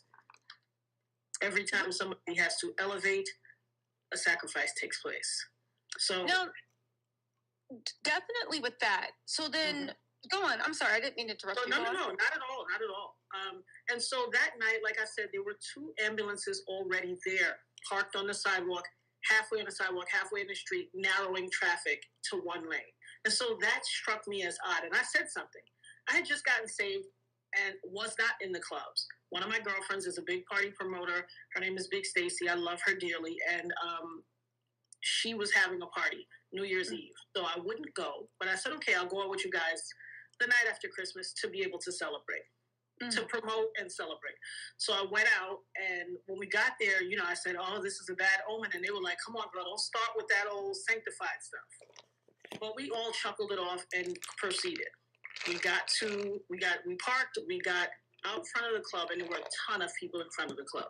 But you know how a New York City club can be. Sometimes they keep a bunch of people outside to build the mystique. Hey, it's packed in there. But it was packed in there already. So when I got outside, so many people were like, you know, everybody calls me Ebony professionally. That's my nickname. My salons were named that. That's how everybody knows me. And so everybody was like, Ebony, what you doing here, sanctified holy roller? Like it was a joke. It was this whole, ooh, not the Holy Ghost. What, coming to preach a sermon? Really quick, you guys. Also, Arlene, 55 star. Thank you so much. You said Jenny from the Federals Book Club. Quick, what are socials? When the shooting happened, absolute utter lie. And everybody called her out. She says she jumps on top of me, but when I'm going in, she's checking my pocketbook. I have a rat tail comb in my bag. And I'm talking about a rat tail comb. Not even the pointy, cheap ones. It was a good one, so the end of it was dull. It had a solid tail, and it was just in my pocketbook. She snatches it out, makes this big, this ruckus. You can't take this in. This is a weapon. You weaponized my hair comb, but you let people in with guns that shoot bullets that kill people. I do not know in my 53 years of existence a story about someone being killed with a comb, not even gravely injured. But okay. I know we're going to use like bang bang instead of shooting and deletion instead of, okay? But definitely. So you got to the door and they were being super, super strict. There's already 2 ambulances outside. So you're in the club, okay? And you're having a good time. Again, Natanya is gorgeous, as you guys can tell, but she was, go on? I wasn't doing a lot. I stood in the corner. I felt so awkward being there that night. Okay. I stood in one spot all night. So you stood in one spot all night. And this is important because some people be like, how can you be sure? It's not like you was out there like getting it on the floor and you didn't know, and then you heard sounds. You were aware of your surroundings because you had just gotten saved. You were there with friends, but you kind of felt like a fish out of water. So you were just observing. You know, and anyone that's ever been to a club and you are the sober friend, you already know, like, it's fun, but you're just like, oh my God, right? So you're observing and you're kind of like in a corner, so you have a view of everything. So tell me the moment you actually saw Shine, Diddy, and J-Lo enter. So another thing is, it had only been by the time I got Bang Bang, it had only been an hour and 15 minutes in the club. We've been in there an hour and 15 minutes. In that time, the young man Scar, who was very familiar to me, I mean, we were cool. I knew Scar. His mom lived across the street from one of my beauty salons. So he was a regular. Scar is the guy they ended up getting into an argument with. Oh, you was with him. So I knew him. You know, he even turned around and was like, hey, what you doing in here, Pastor? You know, making jokes. He's like, what you drinking on? I got you, Ab. And I said, no, I'm good. I'm not drinking. And I said, give me a juice. And he said, you got me ordering juice? Like, I ordered a juice. He bought me a juice, and I drank a juice. I just had gotten saved a few months before. I did not feel like I was supposed to be there. And so we chuckled a bit. I went back. He was by the bar. I went back at his little crew, and I went back to my corner. In fact, I stayed in my corner. He brought me the drink. So where I was, there was a slight railing behind me, just a small railing, and that was the railing that led to the steps where you step down. It was a decline, and you step down to the dance floor. Okay. So I was standing on that upper level where the bar was, heading towards the door. There was a lot going on in there. One of my girlfriends, they were out doing their thing, and they would all come back and check on me, like, hey, girl, you good? What's up? and one of them said, I want to go to the restroom. So I did walk with her to the restroom. When I walked to the restroom, we went on the perimeter of the club, the outer perimeter, and we came right back.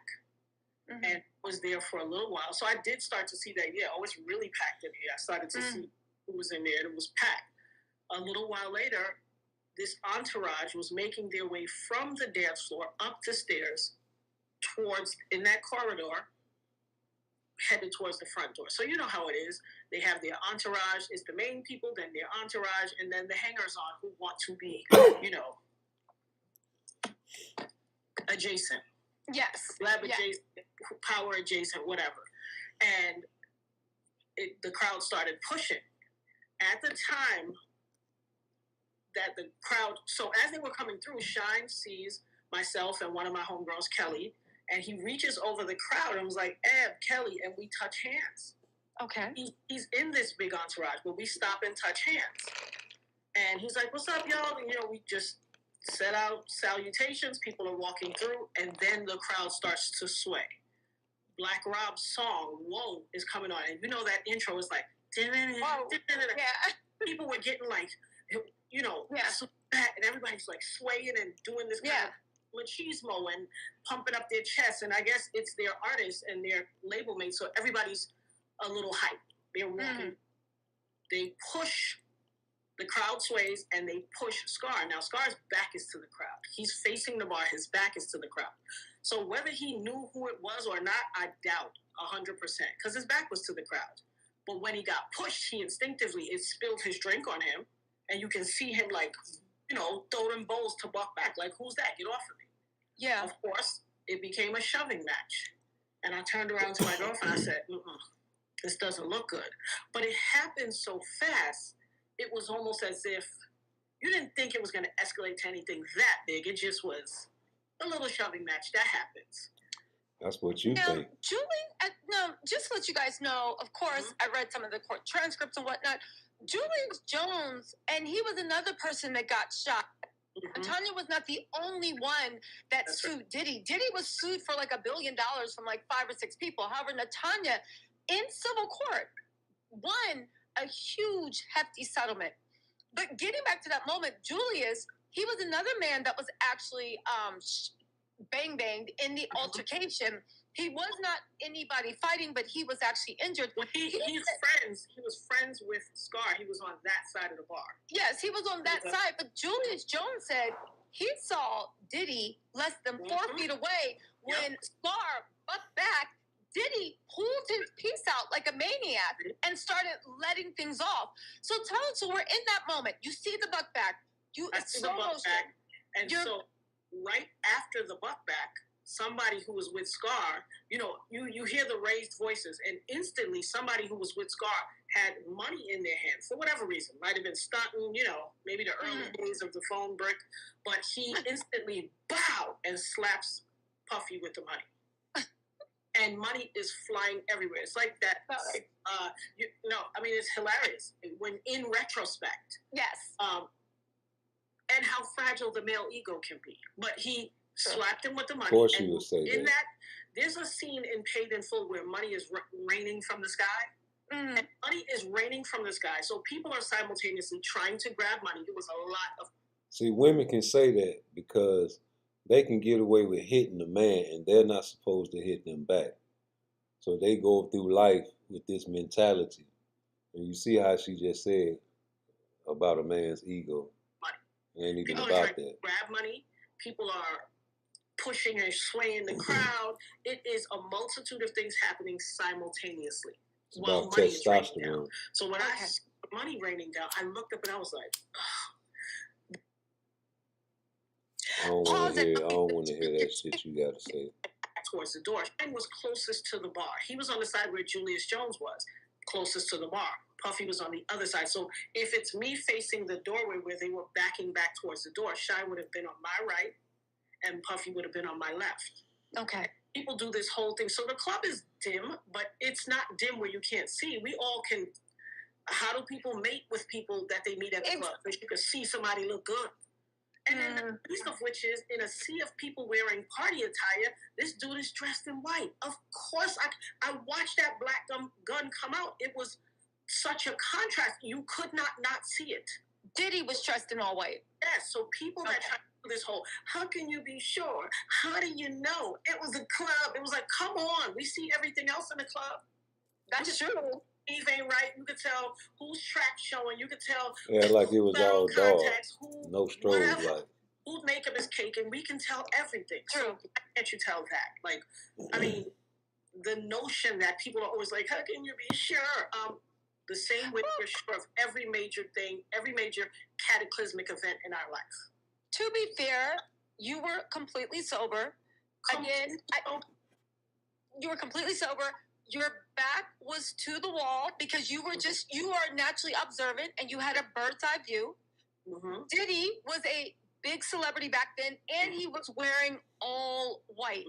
And you saw him get slapped in the face with money. So even though, yes, I do find that interesting, but the thing is, if I saw anybody get slapped in the face with money, your eyes are instantly on there because you know there has to be some type of retaliation. Your eyes are focused on them. And so just the machismo, you knew that some type of retaliation was going to take place, or that it would push further. I didn't realize to the extent with which, but I knew it was going to go further. So you see, so you're sitting here, Shine's to your left, Diddy's to your right, eyesight. You see Shine is to my right. Diddy's to my left. Okay, so I can't do the Diddy thing. So Shine's to the right, Diddy's to your left, and you see them both go for. I see them both reach and draw from their hip, and so I turn to tell my friend, "Oh my God, watch out!" And as I turn to, so bodies are moving, but as I turn to tell my friend, "Oh my God, watch out!" As I was turning back, I know it was the voice of God. He said, "You are about to be hit. Calm down." And I said, "No." And when I looked at them, instantly, pow, pow, muzzle flash. Shine's muzzle flash was slightly higher. Puffy's muzzle flash was slightly lower. And it was just like, pow, pow. Now, that's something interesting. And did you bring, I'll ask questions about the trial later. To be hit, calm down. And I said, "No." And when I looked at them, instantly, pow, pow, muzzle flash. Shine's muzzle flash was slightly higher. Puffy's muzzle flash was slightly lower. And it was just like, pow, pow. Now, that's something interesting. And did you bring, I'll ask questions about the trial later, but that's undeniable. For anybody that is familiar with firearms, especially in the club, you will see the muzzle flash go off. And no matter how quick your trigger finger is, they were all three Smith & Wessons. It's impossible to see muzzle flash go off at the same time, or even a second after with the Smith & Wesson. And it was like, pow, pow. And it was so bright. It literally obliterated my sight. And I instantly said, because I had just gotten saved. And so in having just been saved, we start going to classes. And the pastor said, "This is not the end. This is the beginning. You are about to." So life and death is in the power of your tongue. And that rang true in that moment to me because I instantly threw my hands up and said, "No, God, don't take me. I have children to raise. I'm not finished my work yet." I literally said that instantly. And I felt like all of the flesh on my head rushed to this point in my face. It felt super tight. And everybody screaming, running, trying to go to and from hither and yon. And it was just a melee. And I instantly saw, first these people are running and these girls pushed through and trampled me. They pushed me back and my leg got twisted out because I didn't just get shot. I also tore my medial meniscus and had to have surgery on my leg. I was on a leg immobilizer and brace and all that for a long time. Oh my gosh. So my leg was turned out, and as I'm tapping the floor for my friends through the crowd, I'm like, "Guys, y'all okay? Y'all okay?" As I'm tapping on the floor, they're like, "Yeah, we're all okay." And I said, "I'm not okay." And these girls were like on top of me. And I'm like, "I'm not okay. I'm not okay." And they said, "You okay, Eb?" I said, "I got shot in the face." And that's when one of my friends reached across and pushed the girl off of me. And when she pushed her off of me, the girl was like this, touching her hair and looking at her hand. And it was just blood everywhere. Oh, I was like, "Oh my God." And in my mind, I kept thinking, but I was calm. I was hyper-focused. And that's actually been my personality since I've known myself. when things go crazy and everybody else is losing it, I become super calm and hyper focused. Eye of the storm. It's always been like that. So exactly. So now everybody's flying out of the club, flying all types of places, or ducking, and the area is clear. And I see the body on the floor, right underneath the lip of the bar where he was standing. He's now laying on the floor. Scar. Not Scar. This is Julius Jones. Julius, okay. Everybody else involved in the shooting, I don't know where they ended up scattering. But Julius Jones gets hit in the shoulder from Shine's bullet, which he even admitted to, because he said he heard them say, he's gonna, they're gonna kill him. I don't know what was said in that immediate part. I wasn't on that side of the bar. But I know for a fact that when this guy was laying right under the lip of the bar, I thought he died. And because at that moment, everybody was running through the front door, and I could feel, do you remember on Star Trek where they used to say, "Beam me up, Scotty"? Yeah. They would pixelate when they were about to teletransport. That's what my body felt like. My body was pixelating. I didn't feel like flesh anymore. I stopped feeling like a solid body. And I was pixelating, and I knew I was breaking apart, because when people ran through the door and the door opened, I could feel that cold air from that December 27th morning rush in and pass through me like a loosely knit sweater. And I was like, oh God, I'm dying. I thought I was dying, because that wasn't a sensation I had never, ever experienced. And so my mind only likened it to the flesh is dying.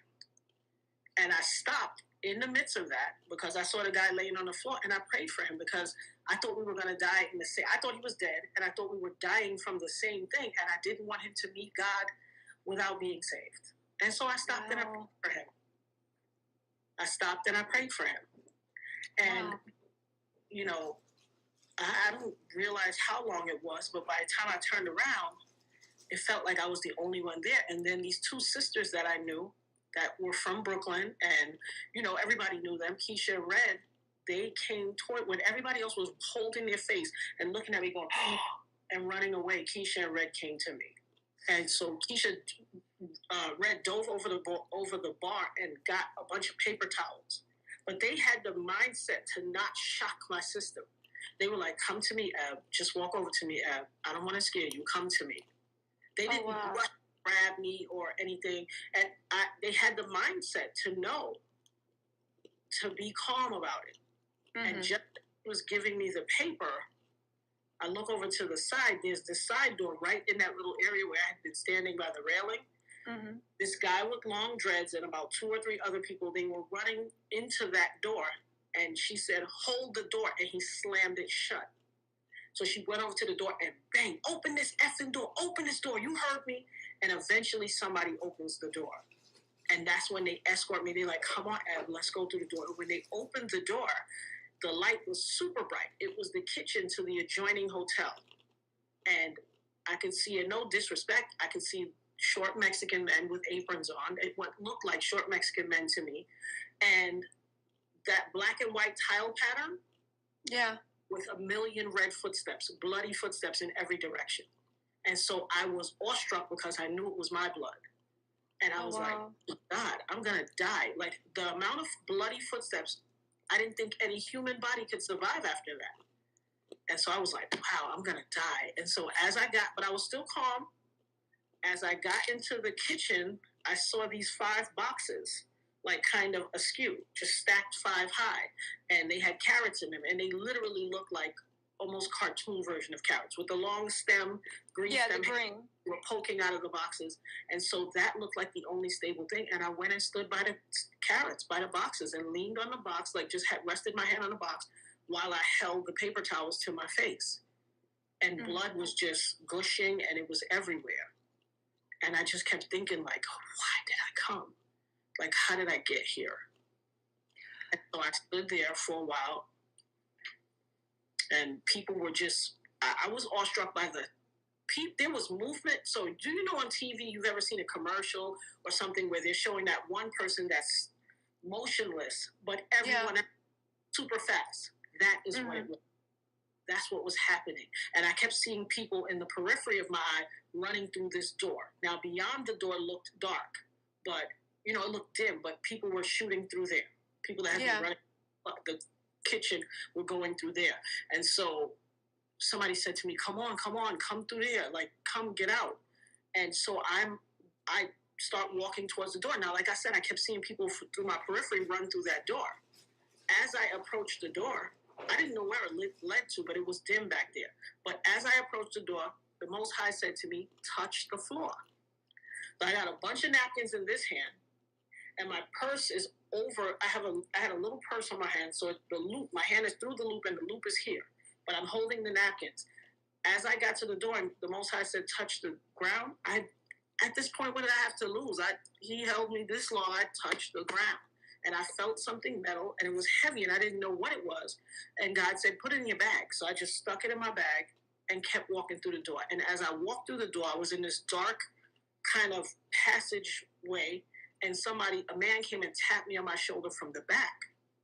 Now, I didn't see anybody coming behind me, so I was like, who is this? And when I turned, he said, come with me. And when I turned and looked at his face, I recognized him to be one of those Michael Burrows and his brothers, one of those club owners, the cousins, the whatever. They looked alike. I knew the facial features, and I was like, I kept thinking to myself, how did he know it was me? How did he know it was you? I would only assume that you saw me on a videotape. You saw me on the surveillance system, and that's how you recognized me. He tapped me from the back. How could you know who I was? True. And so I started following him, and then we heard something loud, like some loud ruckus, and I didn't know what it was. I know he didn't know what it was because he got scared, and he took off and left me. But where we were standing was in the VIP section. This VIP, and I see a mirror on the wall, and I'm telling you, I kept thinking, because people kept covering their mouth and like drawing back when they saw me, and I kept saying, what do I look like? And like I told you, it felt like all the flesh rushed to this side, and it was so tight. I started walking to the mirror, and God kept saying, don't look in that mirror. And I was just like, don't look in that mirror. And I had to see my face. And right when I got up to it, somebody turned around and was like, come this way, come this way. Like I literally, like a TV show, was about to look. But I think I knew in order to sustain me, I could not see that. And so I turned back, and they were like, come on, we've been looking for you. Mm-hmm. And then when I got to the kitchen, it was an EMT. And he's like, where have you been? We've been looking for you. And so I don't recall talking a lot. They was gonna kill you. But when I got to the staircase, when they led me out this corridor in the kitchen part, it led to the staircase for the hotel. And there were about people like 4 or 5 deep on either side of this grand staircase. It was probably about 5 or 6 steps. And people were on the platform and then on each step, like 4 or 5 deep, waiting to see who it was that got shot.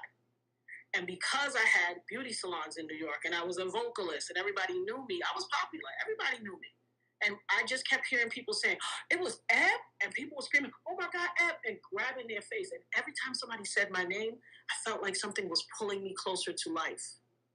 And I always remember that I was eternally great. It's making me go right now. I remember being eternally grateful for those voices. Even though everybody was standing in the staircase like, and looking away, and people kept saying, Eb, it was Eb. And every time somebody said my name, I felt like I was being pulled back to the land of the living. Oh, and wow. I'm eternally grateful for that. It was the sound of my name that kept me alive. I don't even know what to call it, but I know that's what it was, because I could feel myself fading. Like I said, I didn't feel like solid flesh anymore. I felt pixelated. And every time somebody pulled me back, I felt my body, if that makes sense. It makes perfect sense. You literally almost died. It's so interesting and harrowing to hear when, like, basically you feel like your soul is leaving your body. But the people, and how they say, talk to and hold you down, literally were holding you to the land of the living. Please, I'm so sorry to take you back, too. It's okay. It's okay. It's cathartic. It's cathartic because I spent so many years, like, not wanting to. I talked about it over the years, but, you know, sometimes you'll get that, all right, girl, you done told me that story. I heard it. And, you know, we can be insensitive as a people. We don't understand when somebody has survived the trauma and they try to talk to you, it's because they need to get it out. I'm a firm believer. My mother always said, if you have dis-ease in your spirit, will create disease in your body. I've always been a truth to power person, so I speak. But you don't want to seem like you are harping on stuff, you know? After a while, the fanfare goes away and people are kind of like back to their lives. And so you're just filled with all of this stuff. And you tuck it away to deal with it. You're better than me. I would have been handing out pamphlets to everyone I meet. Like, this is my life story. If you don't know, the butcher, the baker, the candlestick maker, everybody would have heard. Like, so anyway, back to, I would have kept going on, but it's good that you had the courage to rebuild. I want to, let's pause right here. I want to come back to this point we are. Let's rewind, because there's been so much we heard about that night. So Shine and you actually knew each other. And this is Shine. He's done multiple interviews saying he actually knew. I'm sorry, Natanya. It's quite all right. It's nothing to be sorry about. I need this. Tears are purification for the soul. For many years, I went without crying, and it took somebody, a wise woman said to me, listen, I don't know why you have to be so strong. You don't need to be perfect. That job is filled already. His name is Jesus. Go ahead and get out and cry. And I needed to hear that.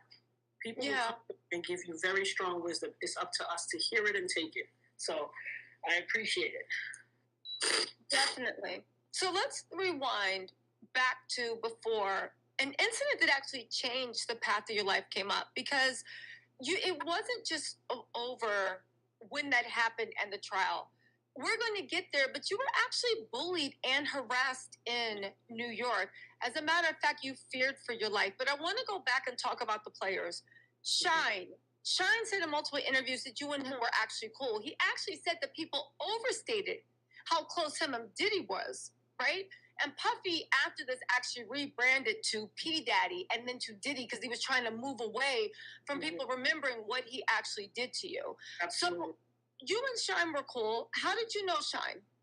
So Shine used to be in front of a barbershop, a beauty salon barbershop, that a friend of mine, Manny Haley, owned. He sounded like Biggie. You know, we all knew him. He'd be out there rapping. You know, the young guys doing their little ciphers or whatever. And we knew he was trying to get a deal.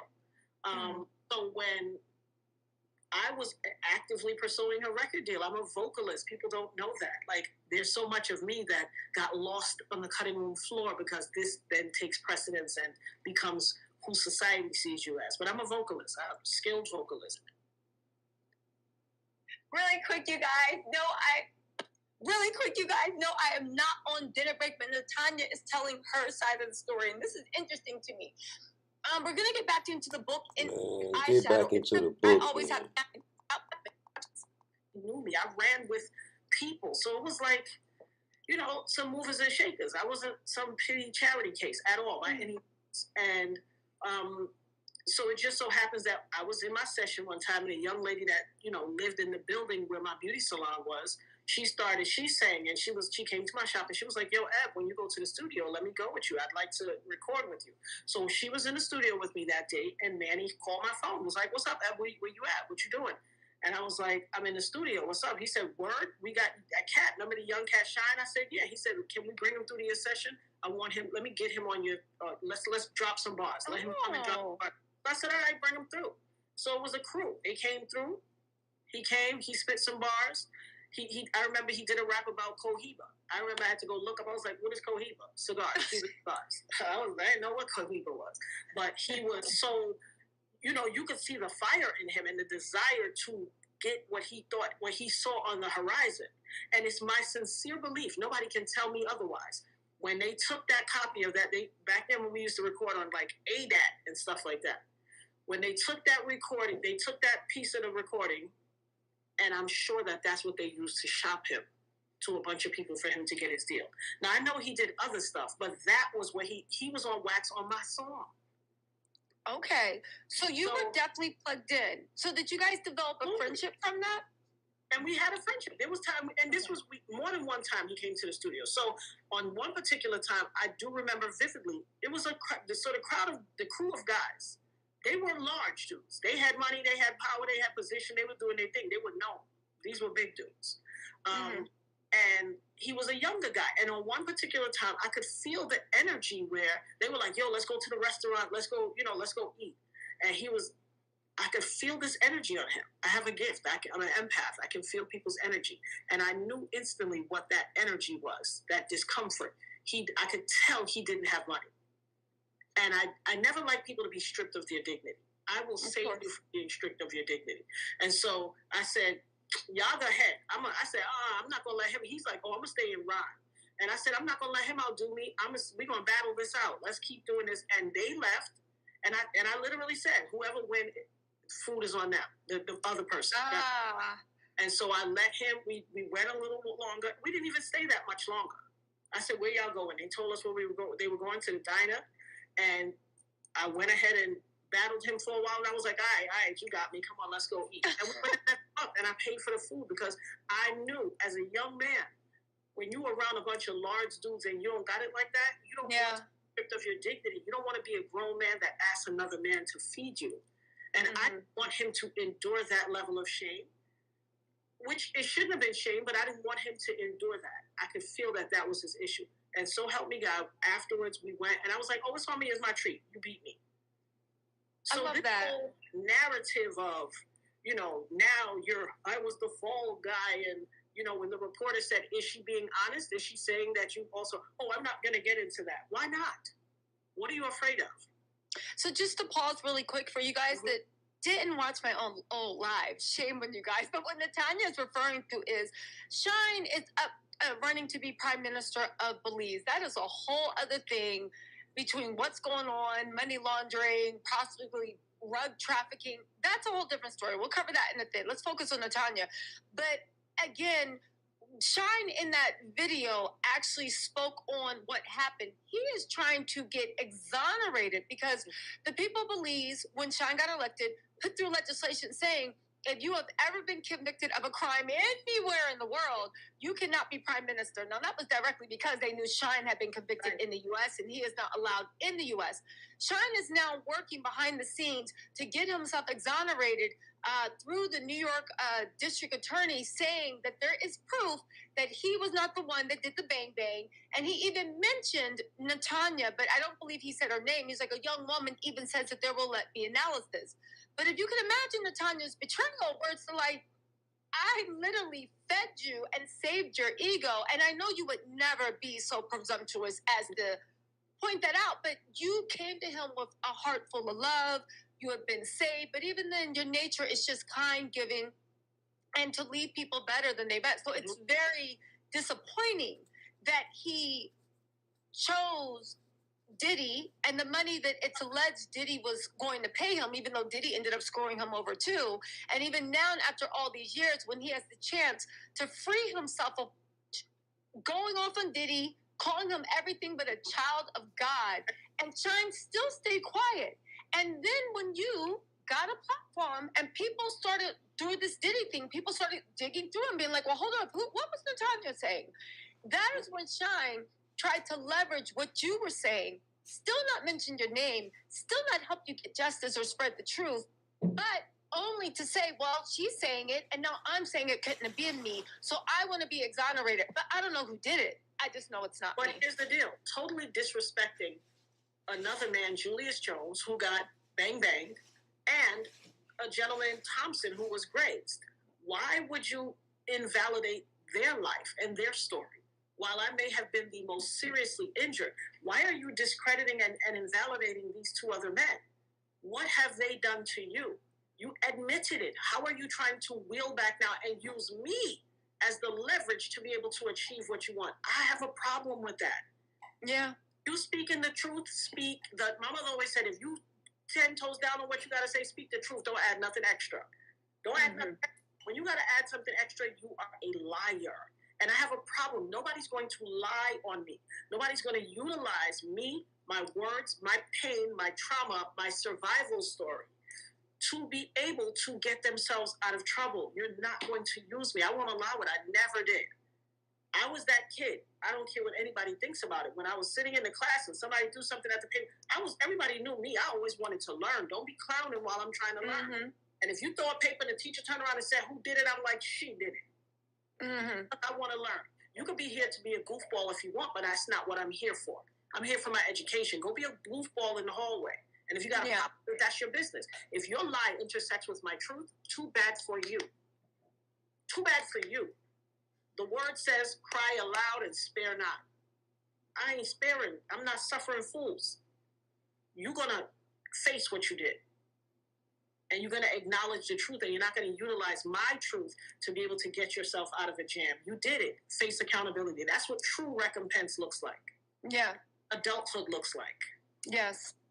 So, okay, so we have Shine, and that's a complicated relationship. And Shine, again, it's so disappointing that he's not choosing to live in his truth because he thinks, in my opinion, the material wealth, right? The wealth that this material world can offer him right now is outweighing anything because he's not thinking about eternal. He's thinking about, okay, next week, whatever. Those products. I think it's deeper than wealth. I think it is trying to validate himself in the eyes of his father. Remember, he was the outside child, the unwanted child. Let's talk about that. College his whole life. While his father was living it up in Belize, he was in Brooklyn suffering, by his own words, struggling with his mother. And so I don't sit here and find joy in anybody's not feeling validated or not feeling acknowledged by their parent. Okay. What renewed connection they have was not as a result of, oh, let me get closer with my child and this, that, the third. Let me redeem my wrongs. It was, you were sent back home by default. And so in that, you are trying to establish yourself as, see, I'm not bad. I made something of myself. And listen, I've watched him for years. I watched when he went back to Belize and he was a community activist before he got into politics. And I was proud of him that he was redeeming himself. But you're not going to come now after all that time and leverage your growth and your accomplishment on my back. No. Well, Diddy, his mortal enemy at one point, and his injection of money into his campaign fund is a very interesting arc, too. There's a few comments people I need to read to you, and then I want to go back to that night of the club and talk about J-Lo's role, and then we'll come back and talk about Shine, Diddy, and moving forward, even with Diddy. Let's get to it now. Please, no apology. You asked Natanya about the 50K hit Puffy put on Scar's head after the shooting. You know what? Let's just jump into this. 50K hit on Scar's head, but a lot of people don't realize Natanya also had a hit on her head. And for those thinking that, oh, maybe it was, you sure? You trying to... No, the DA actually relocated her down to Georgia because she was not safe in New York City. Natanya, why don't you jump into that? First, let's address Scar, and then let's talk about what you had to endure.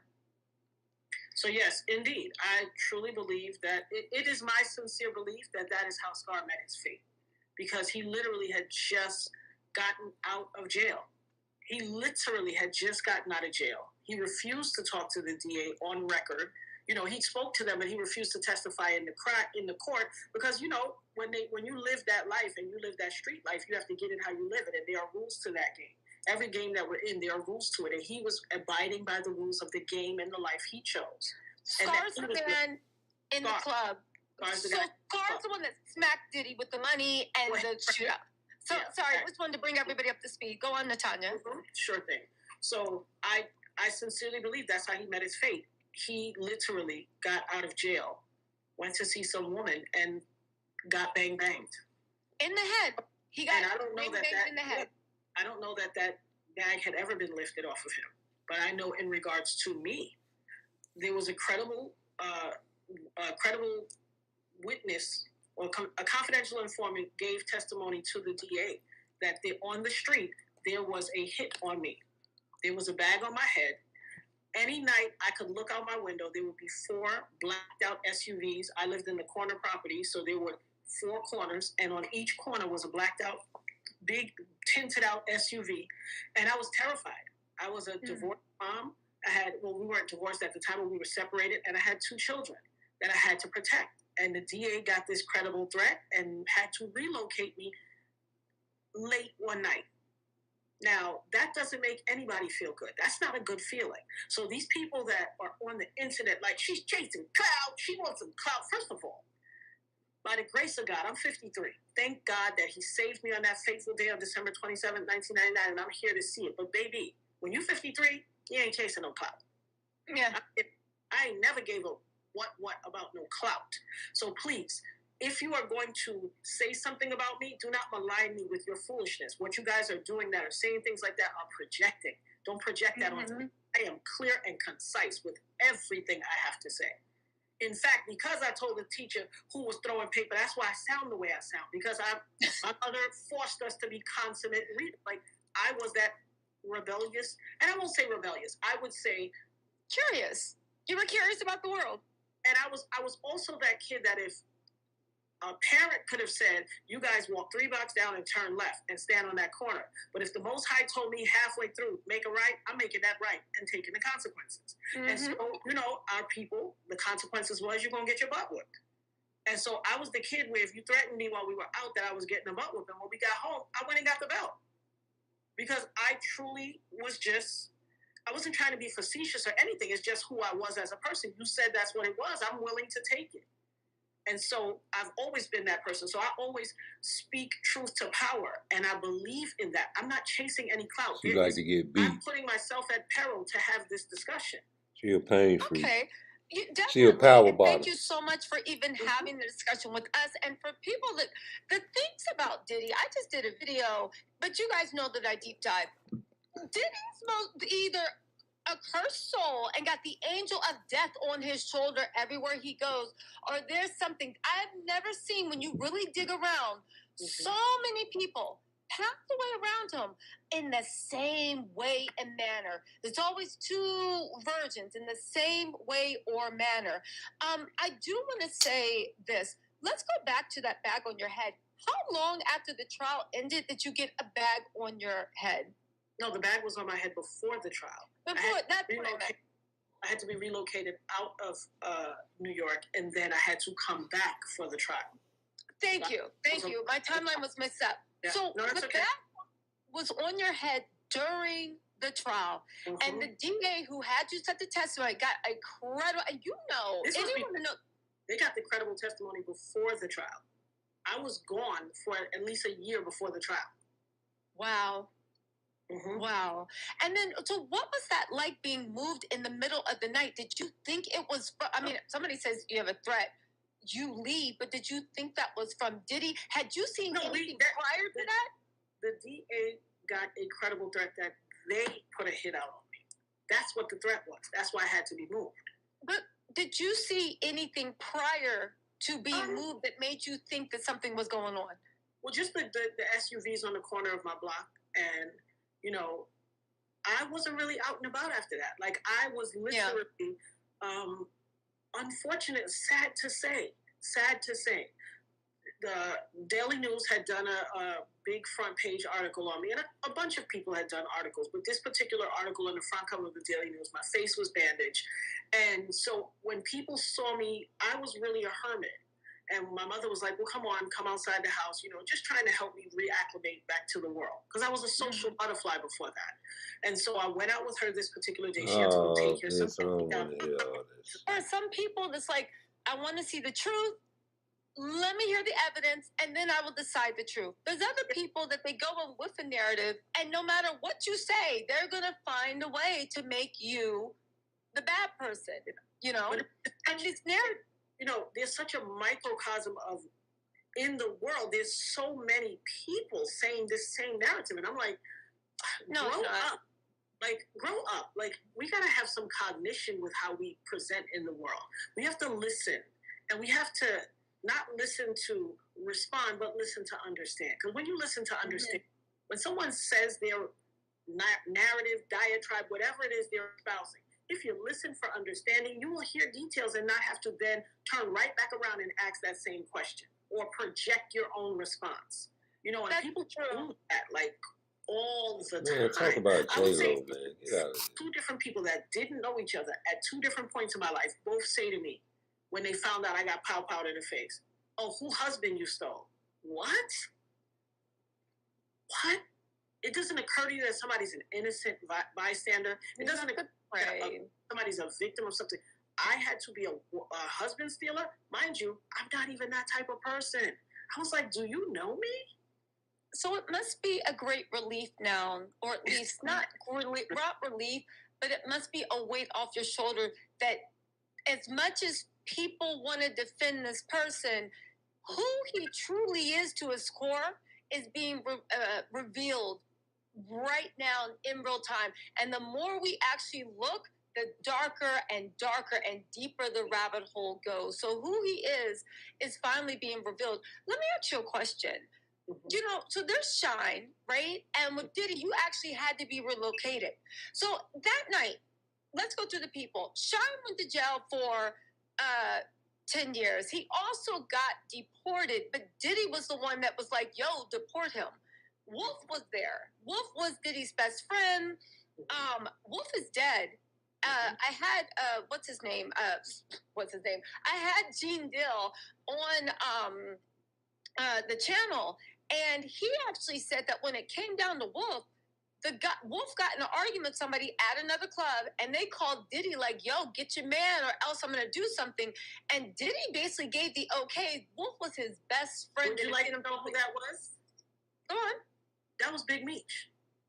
That's yes. Wolf. Yeah, so Big Meech was in the club. There was an argument that ensued, but the thing is, they called. Yeah, because there was a wiretap on Diddy's phone, because apparently Diddy's phone, the Fed's been watching Diddy for a while. This is back in 1990-something. Yeah. Diddy basically gave the okay and said, do what you got to do, and hung up. It was in the early 2000s. I'm sorry, early 2000s. So Diddy said, do what you got to do, and hung up. And that night, Wolf didn't make it home. So the 5 people that were there, Wolf deleted. There was also Scar, person that smacked Diddy, deleted, right? All this happened within a few years of each other. We also have we also have Shine, we know what happened to him. We have Diddy, we know what God's dealing with him now. Let's focus on J-Lo's role, because J-Lo was in that club too. And she has been able to walk away from this, and she was painted as a victim. She stayed by Diddy's side. People even said she wore that green J-Lo dress to kind of change the narrative of people talking about what had happened with her and Diddy. What do you feel J-Lo's role was in the situation? Because a lot of people said she was culpable because she was the one using her celebrity and power, and also her white Latina. Don't come at me, y'all, saying J-Lo is Afro-Latina. She's not Afro-Latina presenting, but using her white Latina privilege to actually, at that time, right? At that time, to get a gun through security, because you look at her, she's a superstar, she's glamorous. What do you say about that? I say you are 100% correct. I have said that from the beginning, because here's the deal. We're not taking a guess. We're not surmising. We have countless stories in history, in the history of now and everything in the last 24 years. If 4 African-American men are in a car and there is a gun, that gun belongs to 4 people. No one gets off. They all go. So the fact that she was allowed to leave because she cried, let's be honest. I've said it before, and I'm not going to even mince words on it. She was using her white skin privilege. Mm-hmm. And you can't tell me that you were so egregiously terrified and egregiously afraid because you stayed for another 2 years. They break up in 2001. I got Bang Bang in 99. So true. You was riding out. You was Jenny from the block riding out, doing what chicks from the block do. Anybody who wants to act like now she can, add water and stir, poof, now I'm upper echelon, by all means, do what you must for your life, but you won't get away with this. The God I serve, his karma is best served. What role? Do you think she played a role? I believe, according to Lil Rod's lawsuit, she brought it in. Mm-hmm. She brought the pow-pow in, according to his lawsuit. And it's not uncommon for what also Cassie said. He would make carry his pow-pow. And then I believe it was somewhere else in history he did that to someone else too. Listen, what I know about old dogs, they don't change their stripes. They do what they do. Complacency breeds contempt. That is something my mother said all my life. If you keep doing a thing, like leaving the jelly open and not wiping the countertop off after you make a sandwich, and I never correct you and I don't get on you and make you know that that's wrong, and you are left to your own devices, complacency breeds contempt. Not only will there be jelly on the jar, it's going to be jelly on the countertop, crumbs everywhere. It's just going to be a nasty roach-infested place if I let you keep doing. It's only when you face correction you change. If it ain't broke, don't fix it. If you have been getting away with nefarious deeds and malicious deeds and no one holds you to the table and holds your feet to the fire, you will get worse. Because now it's the default. Definitely. So let's go back to that. So for those of you guys that don't know, these details were very surprising to me. So from what I understand, once the shooting happened, right? Shine, J-Lo, Diddy, and Wolf all jumped into a car that was owned by Bad Boy Music. They had a driver. They rushed through. They ran almost 20 red lights. There were reports that it was 11, but they ran 20 blocks, and it was red light. If anybody's ever been in New York, you know that if you miss one red light, it's red light. So there's no way you can run a red light and then get a few green. It's red light, red light, red light. They over 20 blocks. Now, Diddy tried to bribe the driver by saying, I'll give you $50,000. The driver should have held out for more. But I say, I'll give you $50,000, and he gave his pinky ring worth of $40,000 as collateral. And then later on, he did pay him $50,000.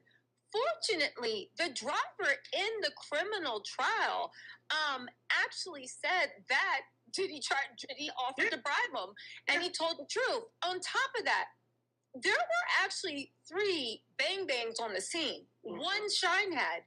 One was on the floor of the car. But also there was a 3rd bang bang that was recovered that the police heard get thrown out of the car. I saw, and one of the police said it looked like a woman's hand.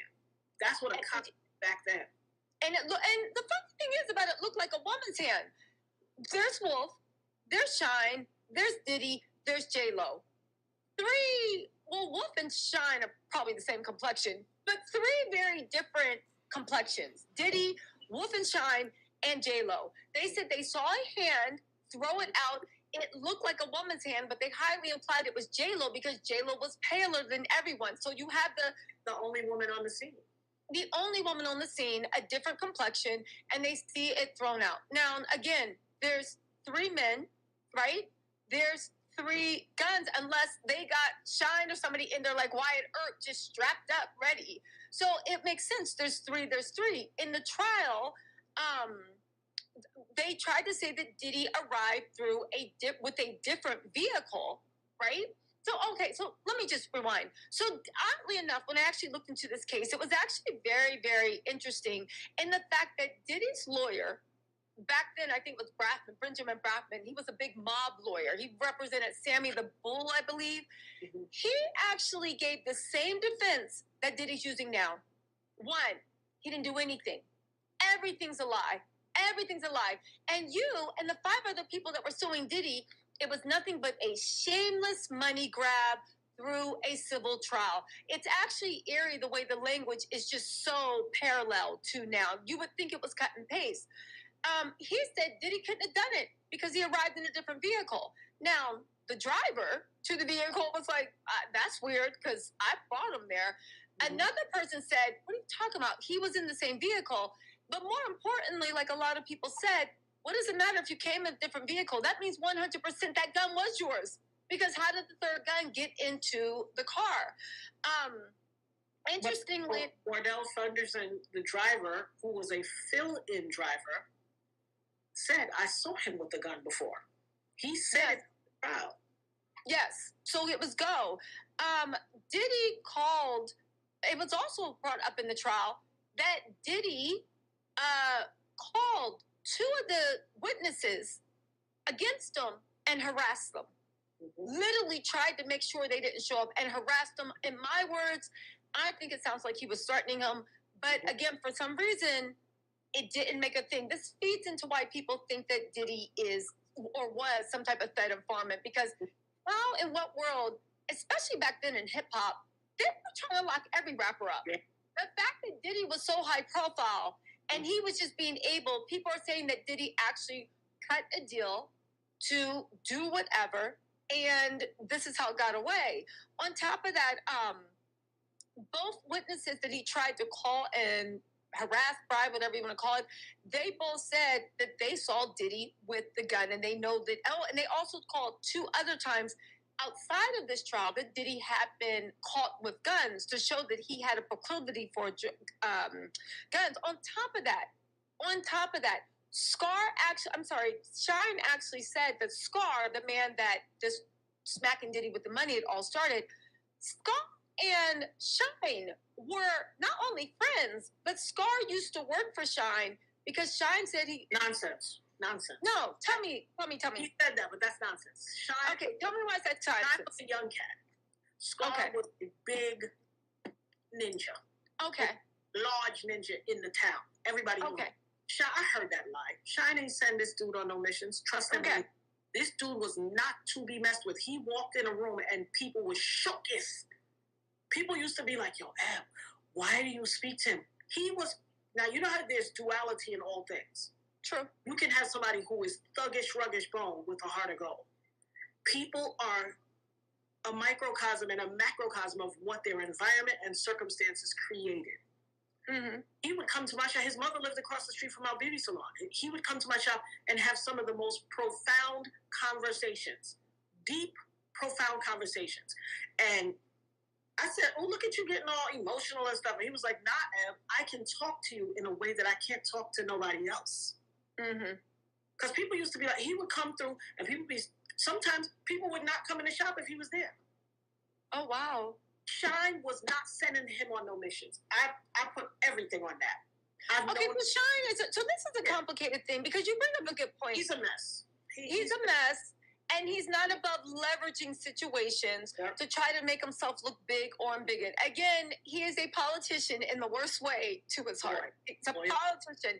So about with Scar, also, there was a certain situation where he was supposed to maybe be paid off for $250K, but he didn't go and pick it up because they were trying to bribe him, telling him, and I don't think there was ever a sincere attempt to give him the money. I think they tried to give him the money to silence him, but it was just a ruse to get him there to kill him. Okay. Again, why are we bringing this up? Because it's like to act like Diddy was just a street producer that came up off the streets, and all of a sudden all this stuff is happening. Diddy's hands seem to be deep. Again, there's credible hits out on your head, on Scar's head, who actually ended up deleted, on Wolf's head. The funny thing is, the only person that had motivation in my mind to do this would be the person on trial. Sean got sent to jail. Wolf wasn't even on trial. Diddy was the only one that would have motivation, hired heavy-hitting mob lawyers, basically did what he did now.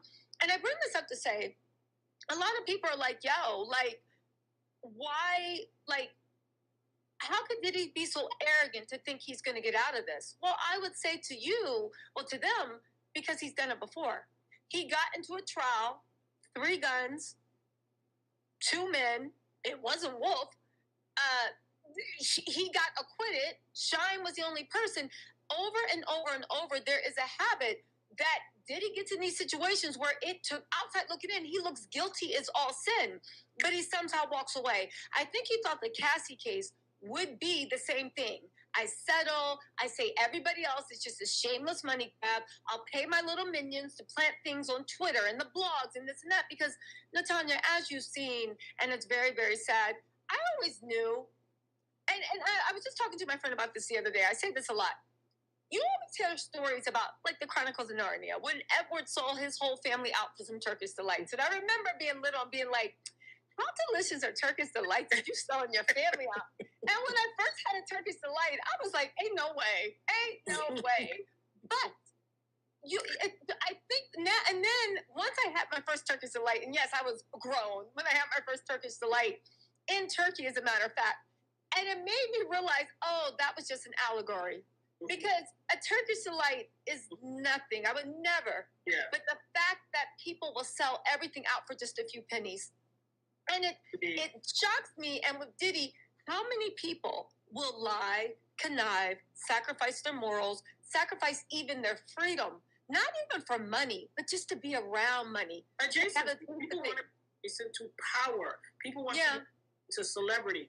People want to be adjacent to anything that has notoriety in the world. Mm-hmm. I think it circles down to how insecure and unvaluable people feel in their lives, that they feel like if only I stand close to this person, then I'll feel better, look better, be more desirable. It's a shame. And the odd, dichotomy is that people always want to get rid of. It's like that old cliche, tying up loose ends. Mm.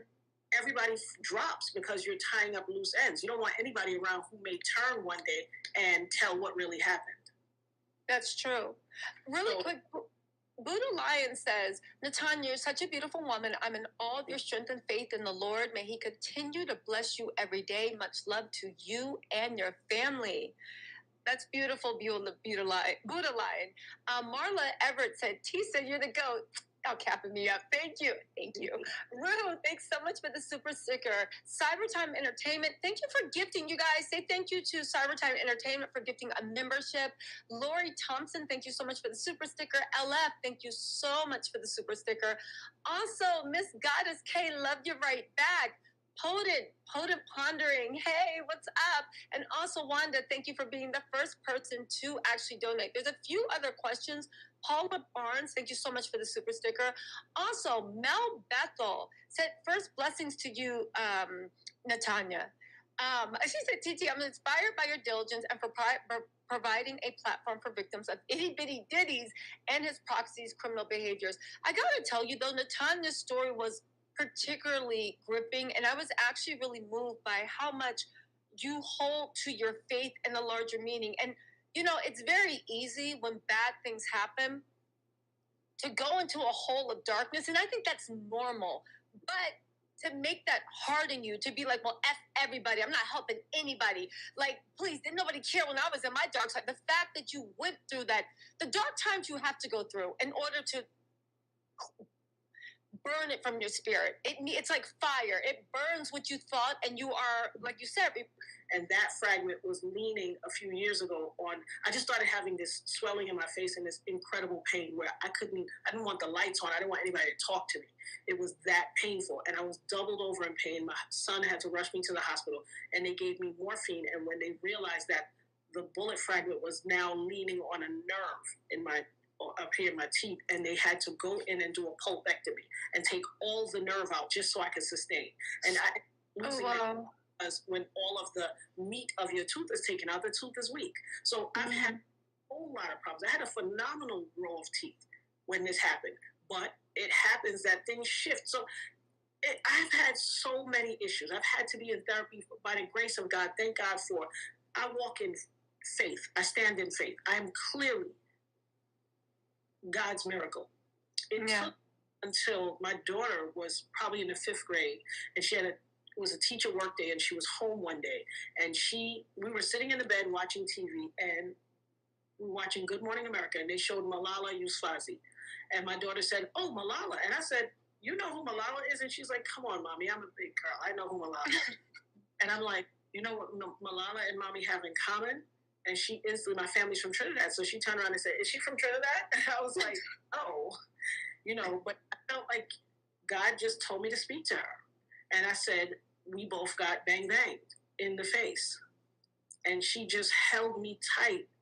And I crying inconsolably. I promise you, my daughter held me tight and said, "You're special, Mom." And here's the deal. When she was telling me, "You're special, Mommy, you're a miracle," so was a voice in my head saying, "You're a miracle." And it was like, her strength kept me. Yeah. She said, how many people survived that, Mommy? And like, what? And it never occurred to me in all those years to ever look up. So I decided to Google it. And it said, of all people shot in the head, or banged in the head, only 5% survive, and that have capabilities. So when I had to have a very therapeutic cry that day. When I see things like that and when I learn things like that, I understand that God saving me was for a reason. And it is my sincere belief that it was for such a time as this. There is, in all that I've said to you, there is so much more. There was a 2017 and 2018, I had so many flat tires. I said, these people trying to take me out. Like, I'm talking. Why don't you tell me about that? Yeah, blowouts on the highway. Like, it didn't make sense. I had the ultimate driving machine. Ain't no way you could get that many flat tires without. And one of the guys said, is somebody messing with you? You got a baby daddy that don't like you or something? I was like, wow. Like, who do you think was doing that with the flat tires? I'm certain who was doing it. Nobody can tell me otherwise. He has minions who do his deeds. Listen, I go to my grave, I will always believe this. No one can tell me otherwise. There's no reason. I don't live a life that has all of this craziness and chaos. I don't. So there was no reason for this to keep happening. And it happened on the same tire. So that's I heard that I heard that back then, Diddy had been in a lot of stuff over the years, and he was able to evade it. And you were the only person, God's miracle, 5%, but you were, for over a couple of decades, the only person that actually had the gumption to not just hold him accountable, but also the gumption that you got a settlement, and a huge settlement. And he was furious about that and never got over that. Ever. So I was the only person to successfully sue him and get paid out of his pocket and live to tell about it. He had to pay me out of his pocket, not an insurance company. Most people that have been harmed by him and got a settlement got a insurance payment. At the time, he dragged out our settlement thing for so long. It was 12 years later that we finally settled. So a lot of people don't know. It was just 12 years. And that's why it was happening. The City College people was 12 years as well. It was trying to break me or ruin my life so that there was no payout because his insurance company refused to pay and then filed bankruptcy and went belly up. He had to pay. He has never gotten over that. It's one thing because you hear these stories where he's like, he don't pay for nothing and he's cheap. It never sat well with him.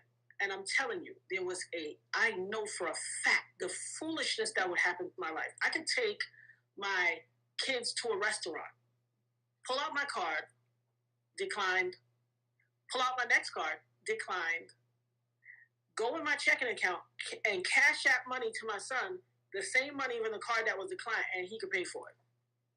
Like, it happens all the time. If I make a live, when this first came out and I made that live, girl, I was sitting at the gas station, couldn't even log into my bank. Telling people since 2016, I'm like, somebody's hacking me. Somebody's hacking me. My girlfriends, and I only found out because of this time that most of my girlfriends, the ones, they didn't believe me. I didn't even know. I think I was more hurt because of that. Yeah. They were like, oh, girl, we just thought you was exaggerating. And why you think about you? And because you can't understand the mind of a madman. You are not him. You don't have. We know now. Yeah, he's sadistic. People can see now the lengths that he goes to. But at the time, I didn't even know they didn't believe me. They was like, oh, girl, for real? Oh, man, I just messed up. I know you was like, he was telling the truth. I said, what? What do I have to lie for? I'm not a lie. Listen, I used to say something when I was in my mama's house. I'm too fly to lie. Hey, guys. Okay, you guys, listen. Okay? I just finished preparing the rest of the links to the book. For everybody that's on live, hold on, we're about to get back into the book. Les, you said this was chilling. To Shmika Williams, thank you for becoming a member. Also, Emily Sher, thank you so much for gifting a membership. You guys, make sure you thank Emily. And Stacey Gregory?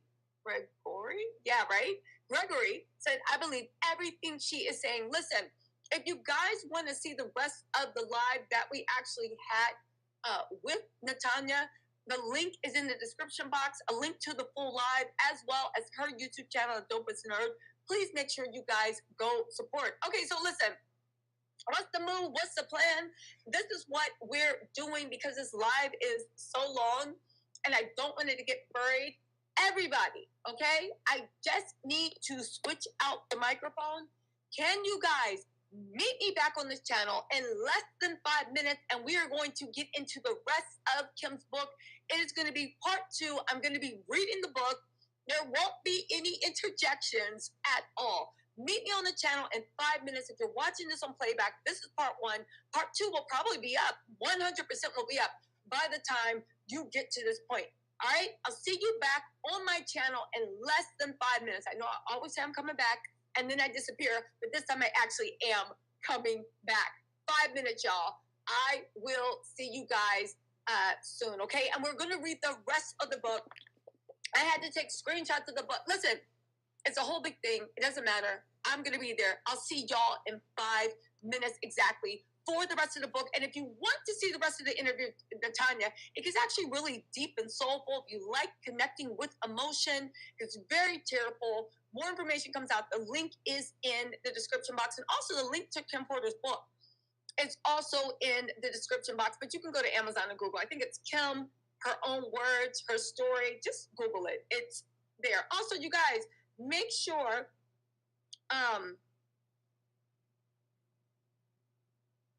oh my gosh. Okay, make sure make sure you guys meet me in 5 minutes. Okay, I will see everybody soon. 5 minutes, be back soon, you guys. If you're watching this on playback, you'll see part 2. Footage of Bieber, Odell Beckham, and Trey Songz. Yes. Oh, that bullshit, man. Fuck that. Hold up. Just like it wasn't seminal fluid that Justin Bieber was wiping away from his mouth when he brought his face up from Odell Beckham's groin in a club with Trey Songz on the lookout. The strange relationship. Shout out to motherfucking Jaguar Wright, man. Yo, Diddy. Keys to the city, man. Yo. I don't wish this shit on no man, but you got the feds on you, homie. And the feds don't care about money. Straight up. Who you gonna tell them? Chris Montana. And a bunch of big surprises that I can't tell you. Cause they're so big, sometimes they get busy and they forget that they committed to answering the phone and this stuff. So, but tomorrow, on my Uncle Vinny's Live, it starts at 3 p.m. East Coast, 3 p.m. and 12 p.m. West Coast. 12 p.m. West Coast. And we can bring the love. You know the love sign? You fuck who? You fuck that bitch. You fuck that bitch. You niggas sick. You fuck that bitch. You fuck that bitch. You niggas sick. You fuck that bitch. I think you got that. I think you got that. Da da da da da. You fuck that bitch. I think you got that AIDS. I think you got that. Da da da da da. I think you got that AIDS. I think you got that. Da da da da da. I think you got that AIDS. I think you got that. Da da da da da. What? You fuck that bitch, you niggas sick. You fuck that bitch. You fuck that bitch, you fuck that bitch, you niggas sick. You fuck that bitch, you fuck that bitch, you niggas sick. You niggas sick, you fuck that bitch, you fuck that bitch. You fuck that bitch, you fuck that bitch, you nigga sick. She sucked your dick, she laid you in her bed, right on top of Gucci spread. Then she made your toes curl. $100,000 girl, taking trips across the world. Pretty, juicy, sexy girl, charge you for a little tongue. Now she got you super sprung. Now she got your dick on hard. Time to make her pussy fall. hard when you get inside them guts. And you remember she a slut, but you got no rubber on. You don't want to hear my song. I think you got that AIDS. I think you got that. I think you got that AIDS. I think you got that.